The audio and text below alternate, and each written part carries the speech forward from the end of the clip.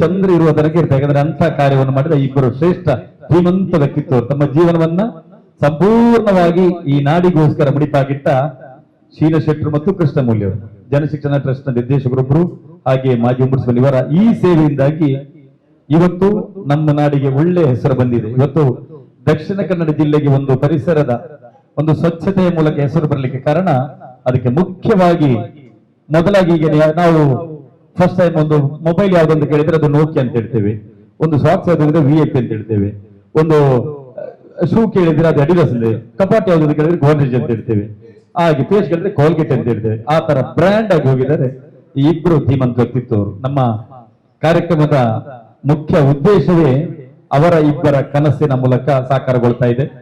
ನಮ್ಮ ಅಧ್ಯಕ್ಷರು ದಕ್ಷಿಣ ಕನ್ನಡ ಜಿಲ್ಲಾ ಪತ್ರಕರ್ತರ ಸಂಘದ ಅಧ್ಯಕ್ಷರಾದ ಪುಷ್ಪರಾಜ್ BN ಸರ್ ಇದ್ದೀರಿ, ಹಾಗೆ ನಮ್ಮ ಕಾರ್ಯನಿರತ ಪತ್ರಕರ್ತರ ಸಂಘದ ಉಳ್ಳಾಲ ತಾಲೂಕು ಘಟಕದ ಅಧ್ಯಕ್ಷರಾದ ಪೋಯತಬಲ್ ಸರ್ ಇದ್ದೀರಿ, ಹಾಗೆ ತುಳು ಸಾಹಿತಿಗಳು, ರ್ಯಾಂಕ್ ವಿಜೇತರು, MA ರ್ಯಾಂಕ್ ಪಡೆದವರು, ಹಾಗೆ ನಿವೃತ್ತ ಸರ್ಕಾರಿ ಉದ್ಯೋಗಿ ಚಂದ್ರಾಸ್ ಕಣಂತರ್ ಅವರಿದ್ದಾರೆ.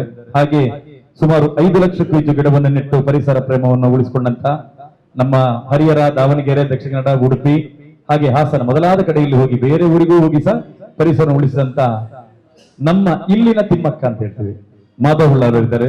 ಹಾಗೆ ಬಂದು ಸೇರು ನಮ್ಮ ಕಾರ್ಯನಿರತ ಪತ್ರಕರ್ತರ ಸಂಘದ ಮಾಜಿ ಅಧ್ಯಕ್ಷರಾದಂತಹ ವಸಂತ ಕೊಣಾಜಿ ಅವರಿದ್ದಾರೆ, ಸಿರಿಲ್ ಡಿಸೋಜ್ ಅವರಿದ್ದಾರೆ. ಹಾಗೆ ಬಂದಿರುವ ಎಲ್ಲ ಅತಿಥಿ ಗಣ್ಯರನ್ನ ನಮ್ಮ ಅಧ್ಯಕ್ಷರು ವೇದಿಕೆ ಬರಮಾಡಿಕೊಳ್ಬೇಕು ತಮ್ಮಲ್ಲಿ ಪ್ರೀತಿ ನಡೆಸಿಕೊಳ್ತಾ ಇದ್ದೇವೆ. ಶೀಲ ಶೆಟ್ಟರು ಹಾಗೆ ಪುಷ್ಪರಾಜ್ BN, ಕೃಷ್ಣಮೂಲ್ಯ, ನೀವು ಇಬ್ಬರು ಇದ್ರೆ ಚಂದ.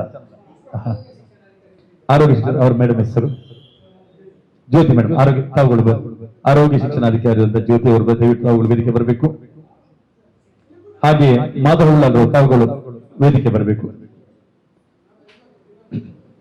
5 ಲಕ್ಷ ಗಿಡವನ್ನು ನೆಟ್ಟು ಈ ಪರಿಸರಕ್ಕೆ ದೊಡ್ಡ ಕೊಡುಗೆಯನ್ನು ಕೊಟ್ಟವರು. ನಿಮ್ಮನ್ನ ಗುರುತಿಸುವುದಲ್ಲ, ಜನ ನಿಮ್ಮನ್ನು ಗುರುತಿಸಿದ್ದಾರೆ, ಸಮಾಜ ಗುರುತಿಸಿದೆ. ಇಂದಿನ ಕಾರ್ಯಕ್ರಮದಲ್ಲಿ ತಾವುಗಳು ಮುಖ್ಯ ಅತಿಥಿಯಾಗಿ ಭಾಗವಹಿಸಬೇಕಂತ ಹೇಳಿ ತಮ್ಮಲ್ಲಿ ಪ್ರೀತಿಯಿಂದ ವಿನಂತಿಸಿಕೊಳ್ತಾ ಇದ್ದೇವೆ. ಹಾಗೆ ನಮ್ಮ ಅಧ್ಯಕ್ಷರು ಶಶಿಧರ್ ಬೈತಿ ತಾವುಗಳು ಕೂಡ ವೇದಿಕೆಯನ್ನು ಅಲಂಕರಿಸಿಕೊಳ್ಬೇಕು.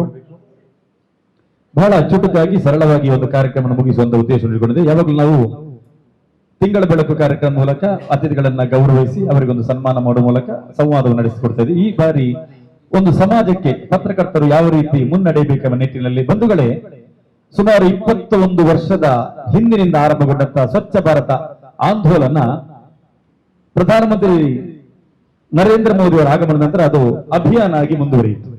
ಸ್ವಚ್ಛ ಭಾರತ್ ಅಭಿಯಾನ ಆಗಿ ಮುಂದುವರಿಯಿತು. ಕೆಲವೊಂದು ಕಡೆಯಲ್ಲಿ ಮಾತ್ರ NGOಗಳು, ಅಧಿಕಾರಿಗಳು, ಪತ್ರಕರ್ತರು, ಬೇರೆ ಬೇರೆ ಸ್ಥಳೀಯ ಸಂಘಟನೆಗಳು ಇವತ್ತು ಕೂಡ ಈ ಪರಿಸರವನ್ನು ಸ್ವಚ್ಛಗೊಳಿಸುವಂತ ಕಸಮುಕ್ತ ಒಂದು ಸಮಾಜವನ್ನು ನಿರ್ಮಿಸುವಂತ ಕಾರ್ಯದಲ್ಲಿ ನಿರಂತರವಾಗಿ ತೊಡಗಿಸಿಕೊಂಡಿದೆ. ಆದ್ರೆ ಕೆಲವರು ಹೆಸರಿಗೆ ಮಾತ್ರ ತೊಡಗಿಸಿಕೊಂಡದ್ದು ಕಾಣ್ತಾ ಇದ್ದೇವೆ. ಆದ್ರೂ ಕೂಡ ಅವರ ಸೇವೆಯನ್ನು ನಾವು ಪರಿಗಣಿಸ್ತಾ ಕೊಂಡಾಡ್ತಾ ಇದ್ದೇವೆ. ಬಂಧುಗಳೇ, ಆ ನಿಟ್ಟಿನಲ್ಲಿ ಈ ಅಧಿಕಾರಿಗಳು ಹಾಗೆ ಬೇರೆ ಬೇರೆ ವಿಭಾಗದ ಇಲಾಖೆಯ ಗಣ್ಯರು, ಸಮಾಜದ ಗಣ್ಯರು, ಪರಿಸರ ಪ್ರೇಮಿಗಳು, ನಮ್ಮ ಸಮಾಜದಲ್ಲಿ 4ನೇ ಅಂಗ ಕಾಣುವಂತಹ ಪತ್ರಕರ್ತರು ಅಂದರೆ ಪತ್ರಿಕೋದ್ಯಮ, ಈ ಮುಖ್ಯ ನೆಲೆಯಲ್ಲಿ ನಾವು ಇವತ್ತು ಪತ್ರಕರ್ತರನ್ನ ಸೇರಿಸಿಕೊಂಡು ಕಾರ್ಯನಿರತ ಪತ್ರಕರ್ತರ ಉಳ್ಳಾಲ ತಾಲೂಕು ಘಟಕದ ಆಶ್ರಯದಲ್ಲಿ ಈ ಒಂದು ಕಾರ್ಯಕ್ರಮವನ್ನು ಆಯೋಜಿಸಿದ್ದೇವೆ. ಬಂದಿರುವಂತಹ ಎಲ್ಲರನ್ನ ಬಹಳ ಪ್ರೀತಿಯಿಂದ ಸ್ವಾಗತಿಸುತ್ತದೆ. ಮೊದಲಿಗೆ ಕಾರ್ಯಕ್ರಮದಲ್ಲಿ ನಾವು ಎಲ್ಲ ಕಾರ್ಯಗಳು ನಿರ್ವಿಘ್ನವಾಗಿ ನೆರವೇರಬೇಕಾದರೆ ನಮ್ಮ ಸಂಪ್ರದಾಯ ಪ್ರಕಾರ, ನಮ್ಮ ಪದ್ಧತಿಯ ಪ್ರಕಾರ, ರೂಢಿಯ ಪ್ರಕಾರ ವಿಘ್ನ ವಿನಾಶಕನ್ನ ಪ್ರಾರ್ಥಿಸುವಂತದ್ದು. ಕರುಣಿಸು ದೇವ ಆಶೀರ್ವಾದ, ನಿನ್ನನು ನಂಬಿದ ಮನುಜಗೆ, ನಿನ್ನಯ ನುಡಿಗಳ ಮಂಜುಳನಾದ, ನಿನ್ನಯ ನುಡಿಗಳ ಮಂಜುಳನಾದ, ದಾರಿಯ ತೋರಲಿ ನಮ್ಮಯ ಬಾಳಿಗೆ, ಕರುಣಿಸು ದೇವ ಆಶೀರ್ವಾದ, ನಿನ್ನನು ನಂಬಿದ ಮನುಜಗೆ. Thank you. ಇದೀಗ ಬಂದಿರುವಂತ ಎಲ್ಲ ಅತಿಥಿ ಗಣ್ಯರನ್ನ ಬಹಳ ಪ್ರೀತಿಯಿಂದ ಆದರಪೂರ್ವಕ ಸ್ವಾಗತಿಸಿದ ನಮ್ಮ ಕಾರ್ಯನಿರತ ಪತ್ರಕರ್ತರ ಸಂಘದ ಉಳ್ಳಾಲ ತಾಲೂಕದ ಪ್ರಧಾನ ಕಾರ್ಯದರ್ಶಿಗಳು, ಹೊಸದಿಗಂಧ ಗೈಡ್ಲೈನ್ಸ್ ಕರ್ನಾಟಕದ ಮುಖ್ಯ ವರದಿಗಾರರು ನಮ್ಮ ದಿನೇಶ್ ನಾಯಕ್ ಸ್ವಾಗತವನ್ನು ಕೋರುತ್ತಾ, ಅಪ್ನಾ ದೇಶ್ ಮಾದರಿ ಗ್ರಾಮ ಅಭಿಯಾನ ಹಾಗೂ ಉಳ್ಳಾಲ ತಾಲೂಕು ಕರ್ನಾಟಕ ರಾಜ್ಯ ಕಾರ್ಯನಿರತ ಪತ್ರಕರ್ತರ ಸಂಘ ಹಾಗೂ ರಾಷ್ಟ್ರೀಯ ನಿರ್ಮಲ ಗ್ರಾಮ ಪ್ರಶಸ್ತಿ ಪುರಸ್ಕೃತ ಜನಶಿಕ್ಷಣ ಟ್ರಸ್ಟ್ ಇವರ ಸಂಯುಕ್ತ ಆಶ್ರಯದಲ್ಲಿ ಇಂದು ನಮ್ಮ ಈ ಪ್ರೆಸ್ ಕ್ಲಬ್ ಅಲ್ಲಿ ಆಯೋಜಿಸಿರುವ ಸಮುದಾಯ ಆರೋಗ್ಯ ಅರಿವು ಅಭಿಯಾನ 2026 ಕಾರ್ಯಕ್ರಮಕ್ಕೆ ಆಗಮಿಸಿರುವ ಎಲ್ಲ ಗಣ್ಯರನ್ನು ಮೊಟ್ಟ ಮೊದಲಿಗೆ ನಾನು ಹೃತ್ಪೂರ್ವಕವಾಗಿ ಸ್ವಾಗತಿಸುತ್ತಿದ್ದೇನೆ. ಈ ಕಾರ್ಯಕ್ರಮದ ಅಧ್ಯಕ್ಷತೆಯನ್ನು ವಹಿಸಲಿಕ್ಕಿದ್ದಾರೆ ನಮ್ಮ ಕಾರ್ಯನಿರತ ಪತ್ರಕರ್ತರ ಸಂಘದ ಜಿಲ್ಲಾಧ್ಯಕ್ಷರಾದಂತಹ BN ಪುಷ್ಪರಾಜ್ ಅವರು ಈ ಕಾರ್ಯಕ್ರಮಕ್ಕೆ ಬಂದಿದ್ದಾರೆ. ಅವರಿಗೆ ಈ ಕಾರ್ಯಕ್ರಮಕ್ಕೆ ಸ್ವಾಗತಿಸುತ್ತಿದ್ದೇನೆ. ನಮ್ಮ ಸಂಘದ ಪದಾಧಿಕಾರಿಯಾದ ಗಂಗಾಧರ್ ಅವರನ್ನು ಸ್ವಾಗತಿಸಬೇಕಾಗಿ ವಿನಂತಿಸಿಕೊಳ್ತಿದ್ದೇನೆ. ಕನ್ನಡರಾಜ್ ಅವರಿಗೆ ಕಾರ್ಯಕ್ರಮಕ್ಕೆ ಹೃತ್ಪೂರ್ವಕ ಸ್ವಾಗತವನ್ನು ಕೋರುತ್ತಿದ್ದೇನೆ. ಮುಖ್ಯ ಅತಿಥಿಗಳಾಗಿ ಬಂದಿದ್ದಾರೆ. ಅವರಿಗೆ ನಮ್ಮ ತಾಲೂಕು ಸಂಘದ ನಿಕಟಪೂರ್ವ ಅಧ್ಯಕ್ಷರಾದಂತಹ ವಸಂತ್ N ಕೊಣಾಜೆ ಅವರು ಸ್ವಾಗತಿಸಬೇಕಾಗಿ ವಿನಂತಿಸಿಕೊಳ್ತಿದ್ದೇನೆ. ಸ್ವಚ್ಛತೆಯಲ್ಲಿ ಅದೆಷ್ಟೋ ಅಭಿಯಾನ ಕಾರ್ಯಕ್ರಮವನ್ನು ಆಯೋಜಿಸಿಕೊಂಡಿರುವಂತಹ ಹಿರಿಯರಾದ ಶೀನಾ ಶೆಟ್ಟಿ ಅವರನ್ನು ನಮ್ಮ ವಸಂತ್ ನಿರ್ದೇಶಕರಾದಂತಹ ಕೃಷ್ಣ ಮೂಲ್ಯ ಅವರು ಕಾರ್ಯಕ್ರಮದಲ್ಲಿ ಉಪಸ್ಥಿತರಿದ್ದಾರೆ. ಅವರಿಗೆ ನಮ್ಮ ಕಾರ್ಯನಿರತ ಪತ್ರಕರ್ತರ ಸಂಘದ ಮಾಜಿ ಉಪಾಧ್ಯಕ್ಷರಾದಂತಹ ಅನ್ಸಾರ್ ಇನ್ನೋಳಿ ಅವರು ಸ್ವಾಗತಿಸಬೇಕಾಗಿ ಕೇಳಿಕೊಳ್ತಿದ್ದೇನೆ. ಜನಶಿಕ್ಷಣ ಟ್ರಸ್ಟ್ ನಿರ್ದೇಶಕರಾದಂತಹ ಕೃಷ್ಣ ಮೂಲ್ಯ ಅವರನ್ನು ಅನ್ಸಾರ್ ಇನ್ನೋಳಿ ಅವರು ಸ್ವಾಗತಿಸಿದ್ದಾರೆ. ಅವರು ಬಹಳ ಆಪ್ತರು. ಶೀನಾ ಶೆಟ್ಟಿ, ಕೃಷ್ಣಮೂಲ್ಯ ಅವರು ತುಂಬಾ ಆಪ್ತರಾಗಿದ್ದಾರೆ. ಇನ್ನೋರ್ವ ಅತಿಥಿ ಜನಪದ ವಿದ್ವಾಂಸರು, ಸಾಹಿತಿ ಚಂದ್ರಹಾಸ್ ಕಣಂತೂರ್ ಅವರು ನಮ್ಮ ಕಾರ್ಯಕ್ರಮದಲ್ಲಿ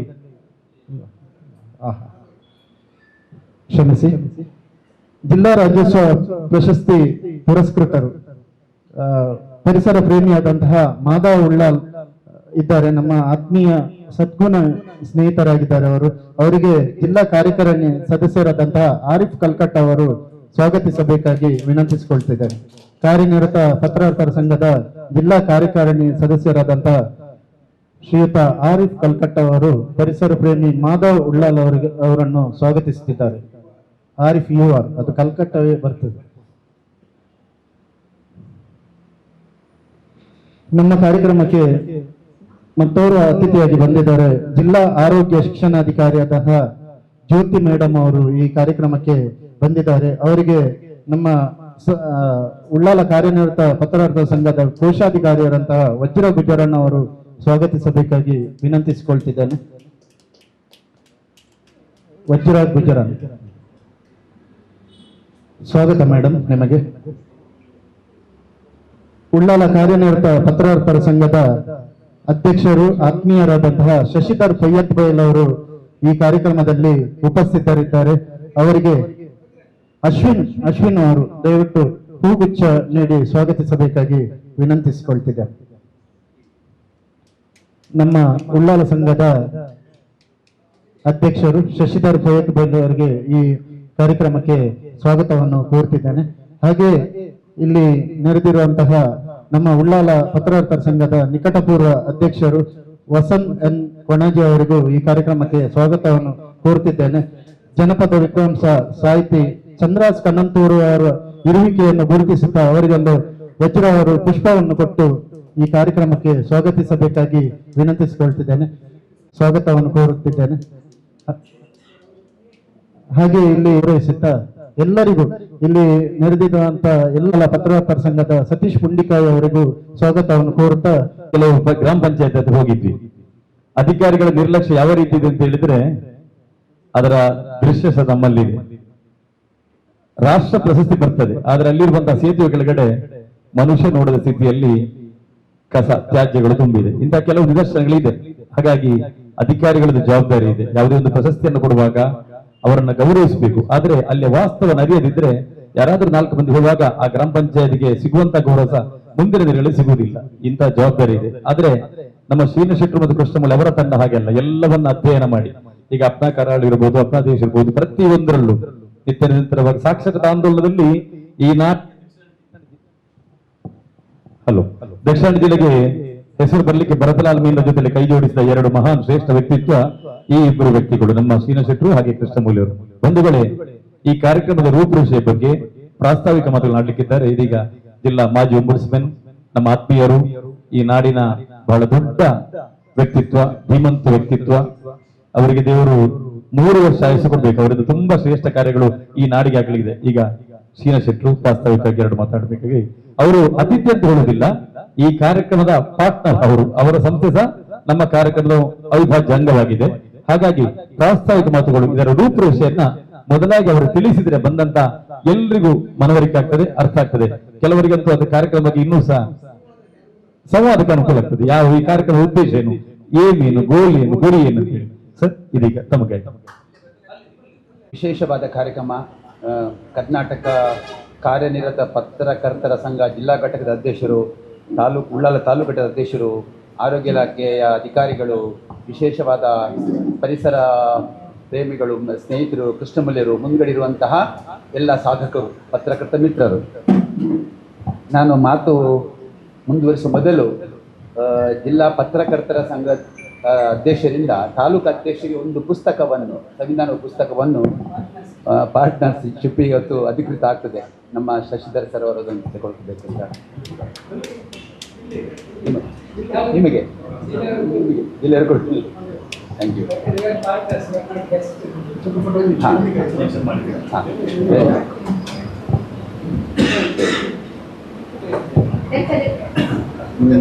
ಸ್ವಚ್ಛತೆಯೇ ಸಮೃದ್ಧಿ, ಸ್ವಾಭಿಮಾನಕ್ಕಾಗಿ ಸ್ವಚ್ಛತೆ.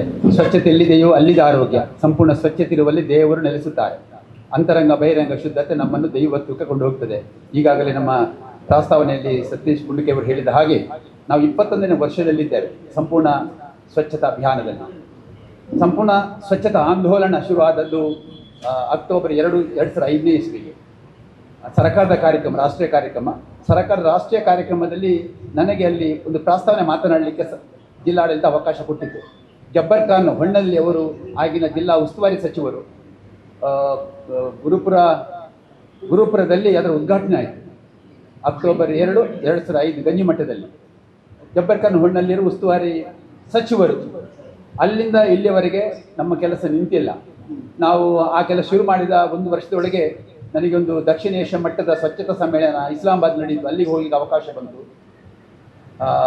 ಆಮೇಲೆ ಇಲ್ಲ ombudsman ಆಗಿ, ಈಗ ಸ್ವಚ್ಛತಾ ರಾಯಭಾರಿಯಾಗಿ ಬೇರೆ ಬೇರೆ ಕೆಲವು ಅವಕಾಶಗಳು ತನ್ನಿಂದ ನಮಗೆ ಒಂದು ಸೇವೆಗೆ ಅವಕಾಶ. ಇದು ದುಡ್ಡು ಸಂಪಾದನೆ ಉದ್ಯೋಗ ಅಲ್ಲ. ನನಗೆ ಮತ್ತು ಕೃಷ್ಣಮೂಲಿ ಅವರಿಗೆ ಈ ಸ್ವಚ್ಛತಾ ಅಭಿಯಾನದ್ದು ಸ್ವಚ್ಛತಾ ಜಾಗೃತಿ ಮಾಡುವ ಕೆಲಸ ಗ್ರಾಮ, ಜಿಲ್ಲೆ, ತಾಲೂಕು, ರಾಜ್ಯ, ದೇಶ, ಒಂದು ಅಂತಾರಾಷ್ಟ್ರೀಯ ಮಟ್ಟದಲ್ಲಿ ಸ್ವಚ್ಛತಾ ಸಂದೇಶ ಸಾರುವಂಥ ಅವಕಾಶ ನಮಗೆ ಸಿಕ್ಕಿತ್ತು. ಈಗ ನನಗೆ ಸ್ವಚ್ಛತಾ ರಾಯಭಾರಿ ಅಂತ ಒಂದು ಜಿಲ್ಲಾಡಳಿತ ಒಂದು ಸೇವೆಗೆ ಅವಕಾಶ ಕೊಟ್ಟಿದೆ. ಆದರೆ ಸ್ವಚ್ಛತಾ ರಾಯಭಾರಿ ಅಂತ ಹೇಳಿಕೊಳ್ಳಿಕ್ಕೆ ಸ್ವಲ್ಪ ನನಗೆ ಈಗ ಸಂಕೋಚ ಆಗ್ತದೆ. ಯಾಕಂದರೆ ಈ ನಮ್ಮ ಜಿಲ್ಲೆಯ ಪರಿಸ್ಥಿತಿ ನೋಡಿದರೆ ಇದು ಸಂಪೂರ್ಣ ಸ್ವಚ್ಛತಾ ಆಂದೋಲನ 2014ರಲ್ಲಿ ನಮ್ಮ ಈಗಿನ ಪ್ರಧಾನಮಂತ್ರಿಗಳು ಅಧಿಕಾರ ವಹಿಸಿಕೊಂಡಾಗ ಸ್ವಚ್ಛ ಭಾರತ್ ಅಭಿಯಾನ ಅಂತಂದು ಪರಿವರ್ತನೆ ಆಗಿ ಈಗ ಮುಂದುವರಿತಾ ಉಂಟು. ಬಯಲು ಶೌಚ ಮುಕ್ತ ಆಗಬೇಕು, ಬಯಲು ಕಸ ಮುಕ್ತ ಆಗಬೇಕು ಅಂತ. 2009ನೇ ಇಸ್ವಿಯಲ್ಲಿ ಬಯಲು ಶೌಚ ಮುಕ್ತ ಜಿಲ್ಲೆ ಆಯಿತು.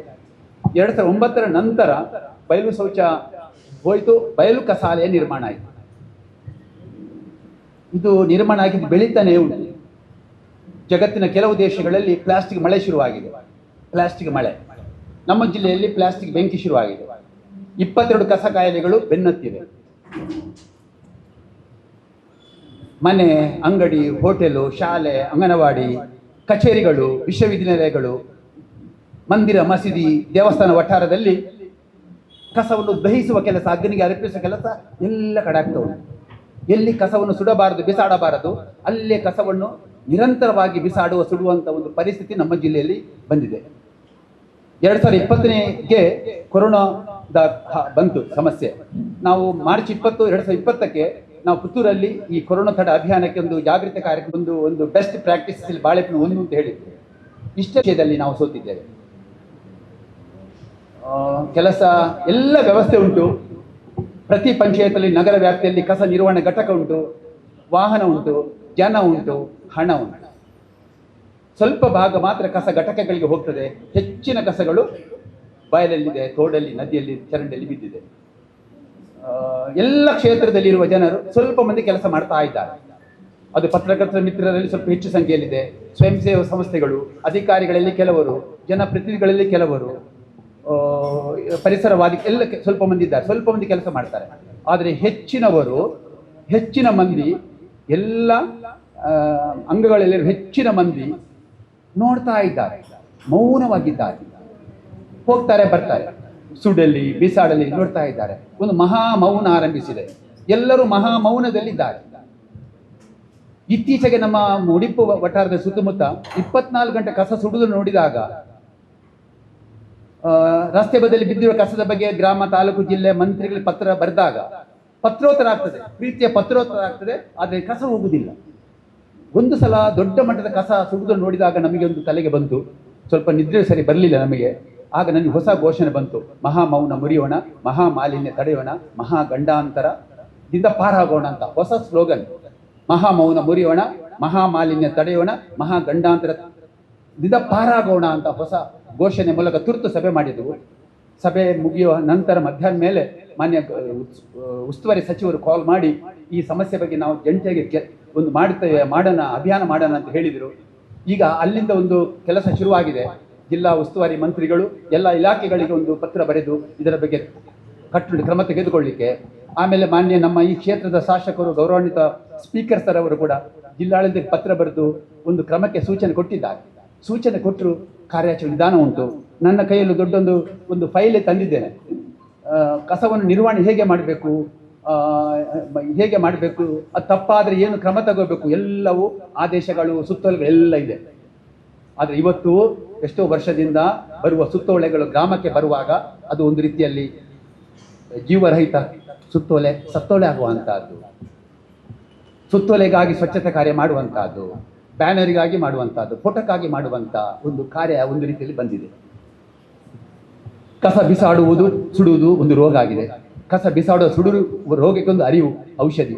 ಈ ಅರಿವಿನ ಔಷಧ ಕೊಡೋ ಕೆಲಸದಲ್ಲಿ ನಮ್ಮ ಪತ್ರಕರ್ತರ ಮಿತ್ರರು ತುಂಬ ಚೆನ್ನಾಗಿ ಕೆಲಸ ಮಾಡ್ತಾ ಇದ್ದೀರಿ. ಅದು ನಾವೊಂದು ಸಂಕಲ್ಪ ಮಾಡಿದ್ದು ಏನಂದರೆ, ಎಲ್ಲ ಕ್ಷೇತ್ರದಲ್ಲಿರುವ ಸಮಾನ ಮನಸ್ಕರ ಒಂದು ಸಂಕಲ್ಪ ಮಾಡಿದ್ದು ಏನಂದರೆ, ಈ ಕಸ ಮುಕ್ತ ಮನೆ, ಕಸ ಮುಕ್ತ ಗ್ರಾಮ ಮಾಡಲೇಬೇಕು ಅಂತ ಸಂಕಲ್ಪ ಮಾಡಿ ಈ ಕಾರ್ಯ ಮಾಡಲಿಕ್ಕೆ ಅಧಿಕಾರಿಗಳು ಸಲಹೆ ಕೊಟ್ಟರು. ಧಾರ್ಮಿಕ ಮುಖಂಡರ ಸಭೆ ಮಾಡಬೇಕು ಅಂತ ಧಾರ್ಮಿಕ ಮುಖಂಡರ ಸಭೆ ಆಯಿತು.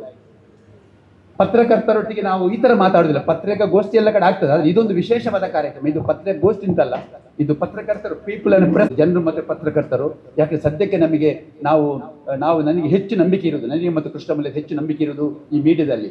ಡೆವಲಪ್ಮೆಂಟ್ ಜರ್ನಲಿಸಮ್, ಅಭಿವೃದ್ಧಿ ಪತ್ರಿಕೋದ್ಯಮದಲ್ಲಿ ನಮಗೆ ಹೆಚ್ಚು ನಂಬಿಕೆ ಇರುವುದು. ಯಾಕಂದರೆ ನಾವು ನಮ್ಮ ಜಿಲ್ಲೆಯಲ್ಲಿ ಒಂದು ಕುಗ್ರಾಮ ಗುರುತಿಸಿ ಅಂತ ಒಂದು ಉದಯವಾಣಿ ಅಭಿವೃದ್ಧಿ ಪತ್ರಿಕೋದ್ಯಮ ಶುರು ಮಾಡಿದ್ವಿ, ಈಶ್ವರ ದೈತೋಟ ಅವರು. ಆ ಪ್ರಾಜೆಕ್ಟ್ ನಾವು 2 ವರ್ಷ ಕೆಲಸ ಮಾಡಿದ್ದು, ಮತ್ತು ಕೊಳ್ಳೇಗಾಲಕ್ಕೆ ಹೋಗಿದ್ದು.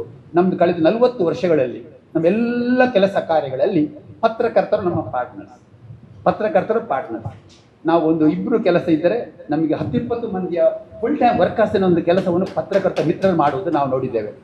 ಬಹಳ ಒಂದು ವಿಷಯ. ಮತ್ತೆ ಜಾಯಿಂಟ್ ಆಕ್ಷನ್ ನಮ್ಮದು, ಎಲ್ಲ ಕ್ಷೇತ್ರದಲ್ಲಿರುವ ಸತ್ಯವಂತ ಸಜ್ಜನರ ಒಂದು ಸಹಯೋಗದಲ್ಲಿ ಮಾಡುವ ಕೆಲಸ.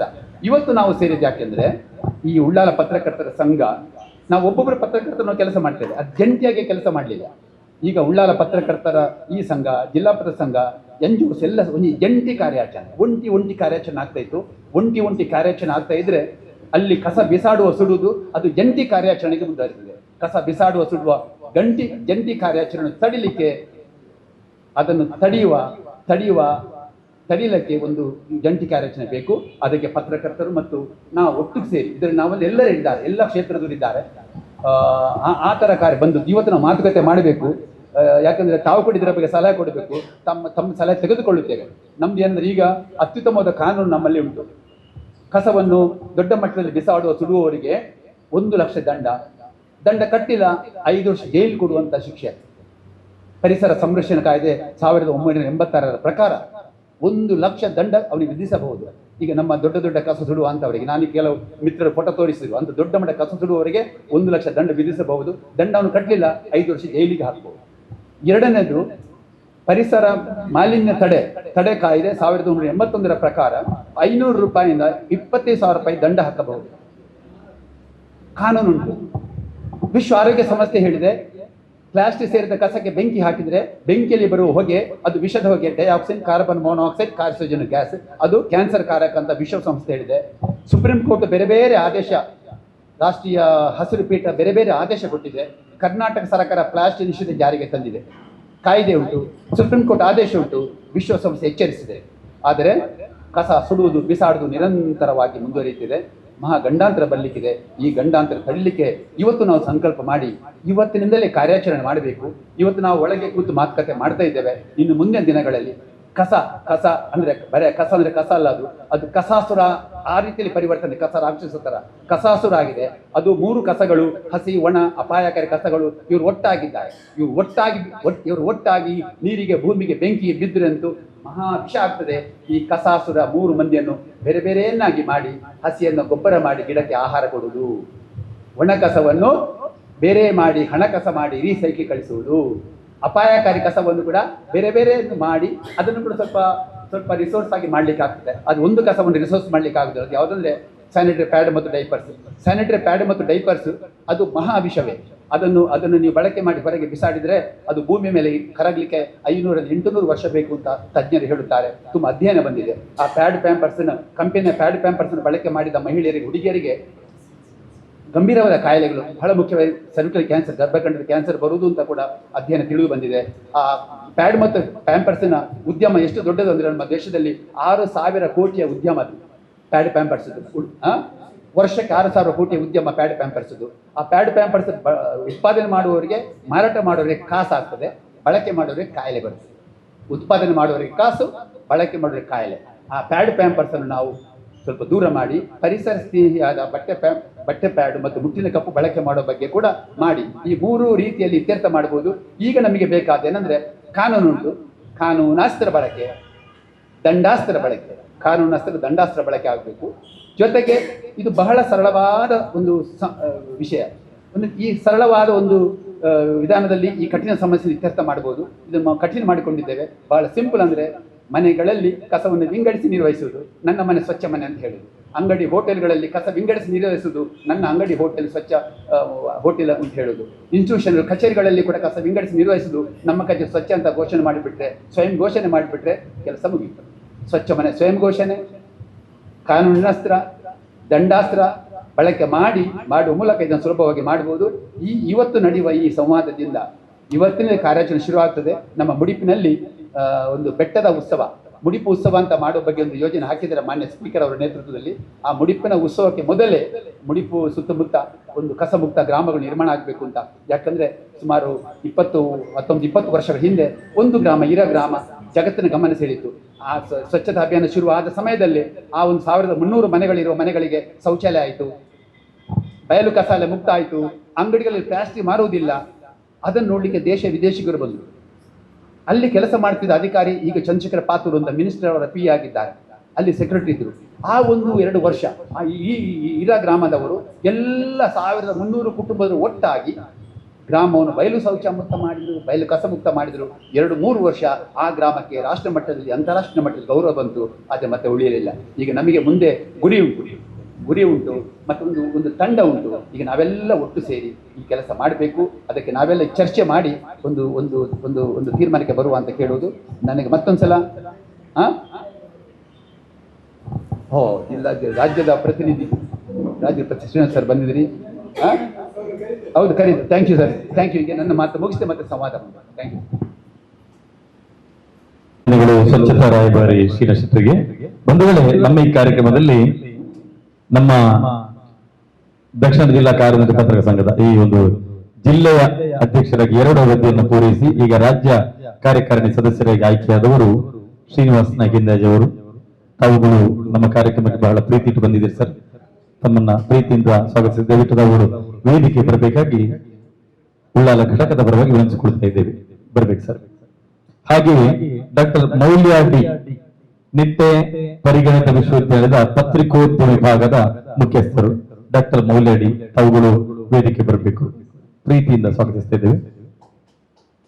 ವಜ್ರ ಅವರು ಪುಷ್ಪ ನೀಡಿ ಗೌರವಿಸಬೇಕಾಗಿ ಸಿನ್ ಅವರಿಗೆ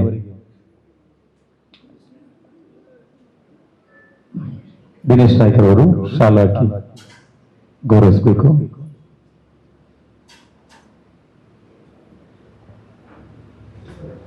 ತಿಂಗಳ ಹಿಂದೆ ಅಷ್ಟೇ ನಮ್ಮ ಪದಗ್ರಹಣ ಸಮಾರಂಭದಲ್ಲಿ ಪುಷ್ಪರಾಜ್ ಸರ್ ಮತ್ತು ಸಿನ್ನರ್ ಅವರನ್ನು ನಾವಿಲ್ಲಿ ಗೌರವಿಸಿದ್ದೇವೆ. ಅವರ ಬಗ್ಗೆ ಬಹಳಷ್ಟು ಮಾತುಗಳನ್ನು ಆಡಿದ್ದೇವೆ. ಚರ್ವಿತ ಚರ್ವಿನ ಅವರು ಬೇಡ ಅಂತೇಳಿ ಮತ್ತೆ ನಾವು ಪುನರಪಿ ಅವರನ್ನು ಉಲ್ಲೇಖಿಸುವುದಿಲ್ಲ. ಇಬ್ಬರು ಸಾಥ್ ಕೊಟ್ಟು ಬಹಳ ಸಂಭ್ರಮದಲ್ಲಿ ಪ್ರೆಸ್ ಕ್ಲಬ್ಸ್ ಆಗ್ತಾ ಇದೆ. ಇದೇ ರೀತಿ ಮುಂದುವರಿಬೇಕೆಂಬ ಆಶೆ ನಮ್ಮಲ್ಲಿದೆ. ಮಾಧವಳ್ಳವರು ಬೇರೆ ಬೇರೆ ವೃಕ್ಷಗಳನ್ನು ನೆಡುವ ಮೂಲಕ ಅವರಿಗೆ ಕೆಲವು ಕಡೆಯಲ್ಲಿ ಕಣ್ಣೀರು ಬಂದ ಉದಾಹರಣೆ ಇದೆ. ಯಾಕಂದ್ರೆ ಅವರು ರಸ್ತೆ ಬದಿಯಲ್ಲಿ ಗಿಡಗಳನ್ನು ನೆಡುವುದು, ಕೆಲವರು ಪ್ಲಾಸ್ಟಿಕ್ ಸುಡುವ ಕಾರಣದಿಂದ ಇಡೀ ಪರಿಸರವನ್ನು ಮಾತ್ರ ಹಾಳು ಮಾಡುವಂತಲ್ಲ, ಅವರ ಮಕ್ಕಳಂತೆ ಪೋಷಿಸಿದ ಗಿಡಗಳು ಸಾಯುವಾಗ ಕಣ್ಣೀರು ಹಾಕಿದ್ದುಂಟು ಅಂತ ಬೇರೆ ಬೇರೆ ಘಟನೆಗಳಿದೆ. ಇದೀಗ ಮಾಧವಳ್ಳ ಸರ್ ಅಲ್ಲ, ಮಾಧವ್ ಉಳ್ಳಾಲ್ ಅವರ ಬಗ್ಗೆ ಎಲ್ಲರಿಗೂ ಗೊತ್ತಿದೆ. ಇನ್ನೊಂದು ಸಲ ಉತ್ಪ್ರೇಕ್ಷೆಯಾಗಿಂತಲ್ಲ, ಇತ್ತೀಚೆಗೆ ನಾನೊಂದು ಆ್ಯಡ್ ಶೂಟಿಂಗಿಗಾಗಿ ಒಂದು ನಮ್ಮ ಪರಿಸರದಲ್ಲಿ ಹೋಗ್ತಾ ಇದ್ದೆ. ಆಗ ಅವರು ನೆಟ್ಟ 3 ಕದಂಬ ಮರಗಳನ್ನು ನಾನು ನೋಡುವಾಗ, ಆ ಕದಂಬ ಮರಗಳಿಗೆ ಹತ್ತಿರದ ಒಬ್ಬ ಡೆಕೋರೇಟರ್ ಅಥವಾ ಹೋಟೆಲ್ ಅವರ ಗೊತ್ತಿಲ್ಲ, ಭಾರೀ ಚಂದದಲ್ಲಿ ಒಂದು ಮಿನೇಚರ್ ವೈರ್ ಸುತ್ತಿದ್ದಾರೆ. ಅವರ ಮಿನೇಚರ್ ವೈರ್ ಆಗ ಬೆಳಗಿದೆ, 3 ತಿಂಗಳಾಯ್ತಿದ್ದು ಅವರ ಹೋಟೆಲ್ ಬೆಳಗಿದೆ, ಆದರೆ ಮಿನೇಚರ್ ವೈರನ್ನು ಮಾತ್ರ ತೆಗೀಲಿಲ್ಲ. ಮಿನೇಚರ್ ವೈರ್ನ ಕನೆಕ್ಷನ್ ತಪ್ಪಿದೆ, ಆದರೆ ಒಟ್ಟು 1 ವರ್ಷದ ಅವಧಿಯಲ್ಲಿ ಇವರು ನೆಟ್ಟ ಕದಂಬ ಮರದ ಮುಕ್ಕಾಲಂಶವನ್ನು ಅದು ತಿಂದಿದೆ. 3 ಮರದ್ದು ಕೂಡ ಆ ಮಿನೇಚರ್ ವೈರ್ ತಿಂದು ತಿಂದು ತಿಂದು ನನ್ನ ಹೊಟ್ಟೆಗೆ ಹೀಗೆ ಹೊಟ್ಟೆ ಬಂದಿದೆ, ವೈರೆಲ್ಲ ಒಳಗುಂಟು. ನಾನು ಜಸ್ಟ್ ಅದರದ್ದು ವಿಡಿಯೋ ಮಾಡಿ ಇವರಿಗೆ ಕಳಿಸಿದಾಗ ಅವರಿಗೆ ಮಾತೇ ಬರಲಿಲ್ಲ. ಅವರು ಮಮ್ಮಲ ಮರುಗಿದರು. ನಿನ್ನೆ ಹೋದ್ರು, ಅದನ್ನು ನೋಡಿದ್ರು, ಮತ್ತು ಅದರಲ್ಲಿ ಇರುವಂಥ ಅದರ ಉದಲೇನುಂಟು ಅದೆಲ್ಲ ತೆಗೆದು ವೈರನ್ನೀಗ ತೆಗಿಲಿಕ್ಕೆ ಹೋಗಲಿಲ್ಲ ಅಂತ ಅವರಿಗೆ ಬುದ್ಧಿ ಹೇಳಿ ಬಂದಿದ್ದಾರಂತೆ. ಯಾಕೆ ಹೇಳಿದರೆ ಅದಕ್ಕಿಂತ ದೊಡ್ಡ ದುರಂತ ಒಂದಾಗ್ಲಿಕ್ಕೆ ಉಂಟಂತೆ. ಇನ್ನೊಂದು 6 ತಿಂಗಳೊಳಗೆ ಅಲ್ಲಿ ಸರ್ವಿಸ್ ರೋಡ್ ಬಂದ ಎಲ್ಲ 8 ಮರಗಳು ಕೂಡ ಹೋಗ್ತದಂತೆ. ಇದಕ್ಕೆಲ್ಲ ಅವರು ಏನು ದೊಡ್ಡ ಪ್ರತಿಕ್ರಿಯೆಯನ್ನು ಮಾಡೋದಿಲ್ಲ, ಒಂದು 4 ಹನಿ ಅವರ ಕಣ್ಣಲ್ಲಿ ಉದುರ್ತದೆ. ಇಂಥದ್ದೆಲ್ಲ ತುಂಬ ವಿಚಾರಗಳು ಮಾಧವಣ್ಣನ ಬಗ್ಗೆ ಇದೆ. ಈಗ ಮಾಧವಣ್ಣನ ಬಹಳ ದೊಡ್ಡ ಒಂದು ಯೋಜನೆಯ ಬಗ್ಗೆ ಅವರು 1-2 ಮಾತುಗಳನ್ನು ಆಡ್ತಾರೆ. ಪಾಠವನ್ನು ಹೇಳಿದ ನಮ್ಮ ಶೀನಣ್ಣನಿಗೆ ತಲೆಭಕ್ತ. ಇವತ್ತಿನ ಕಾರ್ಯಕ್ರಮ 2 ಸಂಸ್ಥೆಯ ಜೊತೆಗೂಡಿ, ಉಳ್ಳಾಳ ತಾಲೂಕು ಮತ್ತು ಜಿಲ್ಲೆಯ ಜೊತೆಗೂಡಿ ಮತ್ತು ಶೀನಣ್ಣನವರ ಜನಶಿಕ್ಷಣ ಇಲಾಖೆಯ ಜೊತೆಗೂಡಿ ಈ ಕಾರ್ಯಕ್ರಮ ಆಗ್ತಾ ಇರುವಂಥದ್ದು. ವೇದಿಕೆಯಲ್ಲಿರ್ತಕ್ಕಂಥ ಎಲ್ಲ ನನ್ನ ಪತ್ರಕರ್ತ ಮಿತ್ರರಿಗೆ ಮತ್ತು ಬಂಧುಗಳಿಗೆ ವಂದಿಸ್ತೇನೆ. ಮುಂಭಾಗದಲ್ಲಿರ್ತಕ್ಕಂಥ ಎಲ್ಲ ಪತ್ರಕರ್ತರಿಗೆ ನಾನು ವಂದಿಸ್ತೇನೆ. ಒಂದು ಗಿಡ ನೆಡುವುದು ಮುಖ್ಯ ಅಲ್ಲ.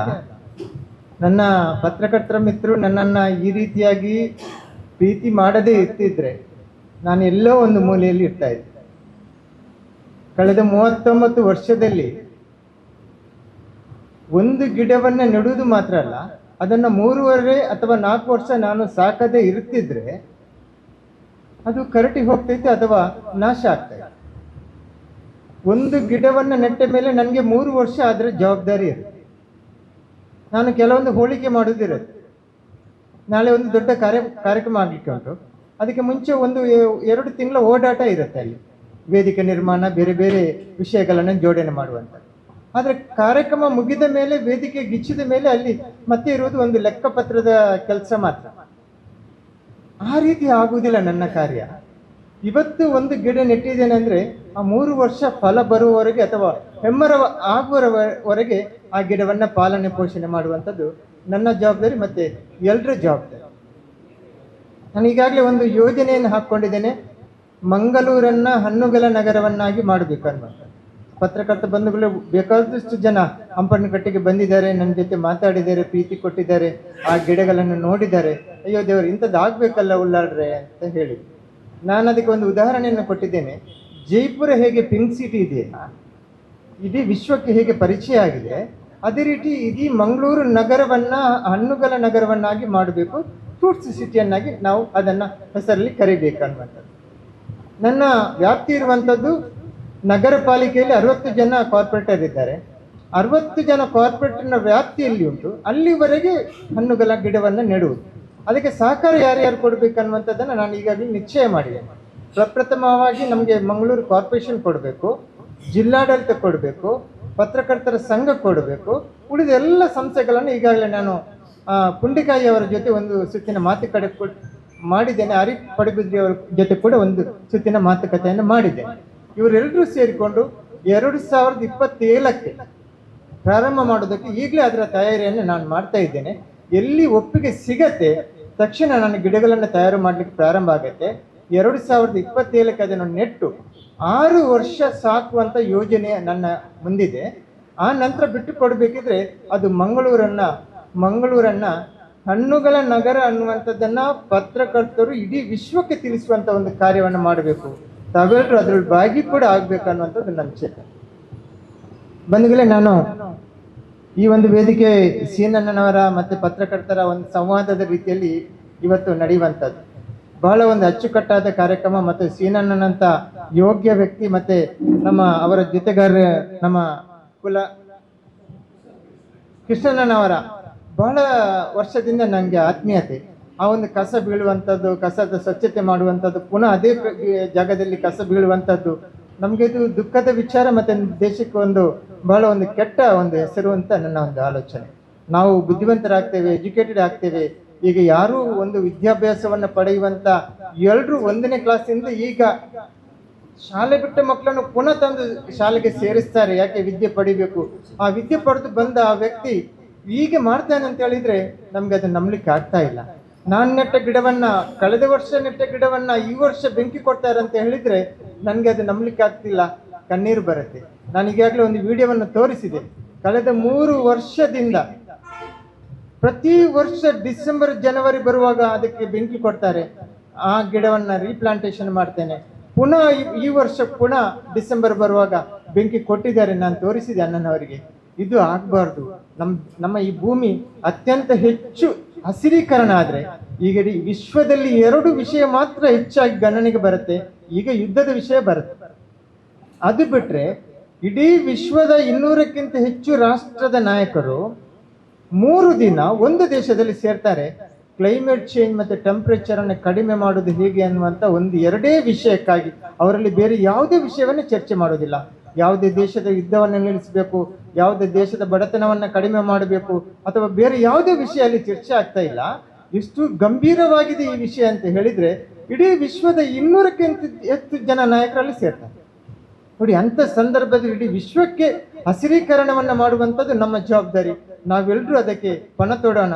ಈಗಲೇ ಆ ಕಾರ್ಯಕ್ಕೆ ನಾವು ಶ್ರಮಿಸೋಣ ಅನ್ನುವಂತ ಮಾತನ್ನ ಆಡ್ತಾ ಈ ವೇದಿಕೆಯಲ್ಲಿ ನನಗೆ ಮಾತನಾಡೋಕ್ಕೆ ಕಮಲಪದದಲ್ಲಿ ಒಂದು RTOದ ಒಂದು ಸೆಂಟರ್ ಆಗಿದೆ. ಅಲ್ಲಿ ಒಂದು 300 ಗಿಡವನ್ನ ನಾವು ಈ ಬಾರಿ ನೆಟ್ಟಿದ್ದೇವೆ. ಬಹಳ ಟಫ್ ಏರಿಯಾ ಅದು, ಅಂದ್ರೆ ಲ್ಯಾಟ್ರೇಟ್ ಇರತಕ್ಕಂಥ ಒಂದು ಏರಿಯಾ. ಮಣ್ಣು ಗಟ್ಟಿ, ನಮಗೆ ಹೊಂಡ ತೆಗಿಲಿಕ್ಕೆ ತುಂಬಾ ಕಷ್ಟ ಆಗಿತ್ತು. ಆದ್ರೂ 300 ಗಿಡ ಇಲ್ಲಿ ಬದುಕ್ತಾ ಉಂಟು. 3 ವರ್ಷದಲ್ಲಿ ಲೋಕಾರ್ಪಣೆ ಮಾಡ್ತೇವೆ. ಧನ್ಯವಾದ. ಒಂದಕ್ಕೆ ಕಾರ್ಯಕ್ರಮದಲ್ಲಿ ಆರೋಗ್ಯ ಜಿಲ್ಲಾ ಆರೋಗ್ಯ ಶಿಕ್ಷಣಾಧಿಕಾರಿ ಜ್ಯೋತಿ ಮೇಡಮ್, ಎಲ್ಲ ಗಣ್ಯರೇ, ಎಲ್ಲ ಪತ್ರಕರ್ತ ಮಿತ್ರರೇ, ಈ ಒಂದು ಸಂದರ್ಭದಲ್ಲಿ ನಮಗೆ ಇವತ್ತು ತುಂಬ ಖುಷಿ ಆಗ್ತದೆ.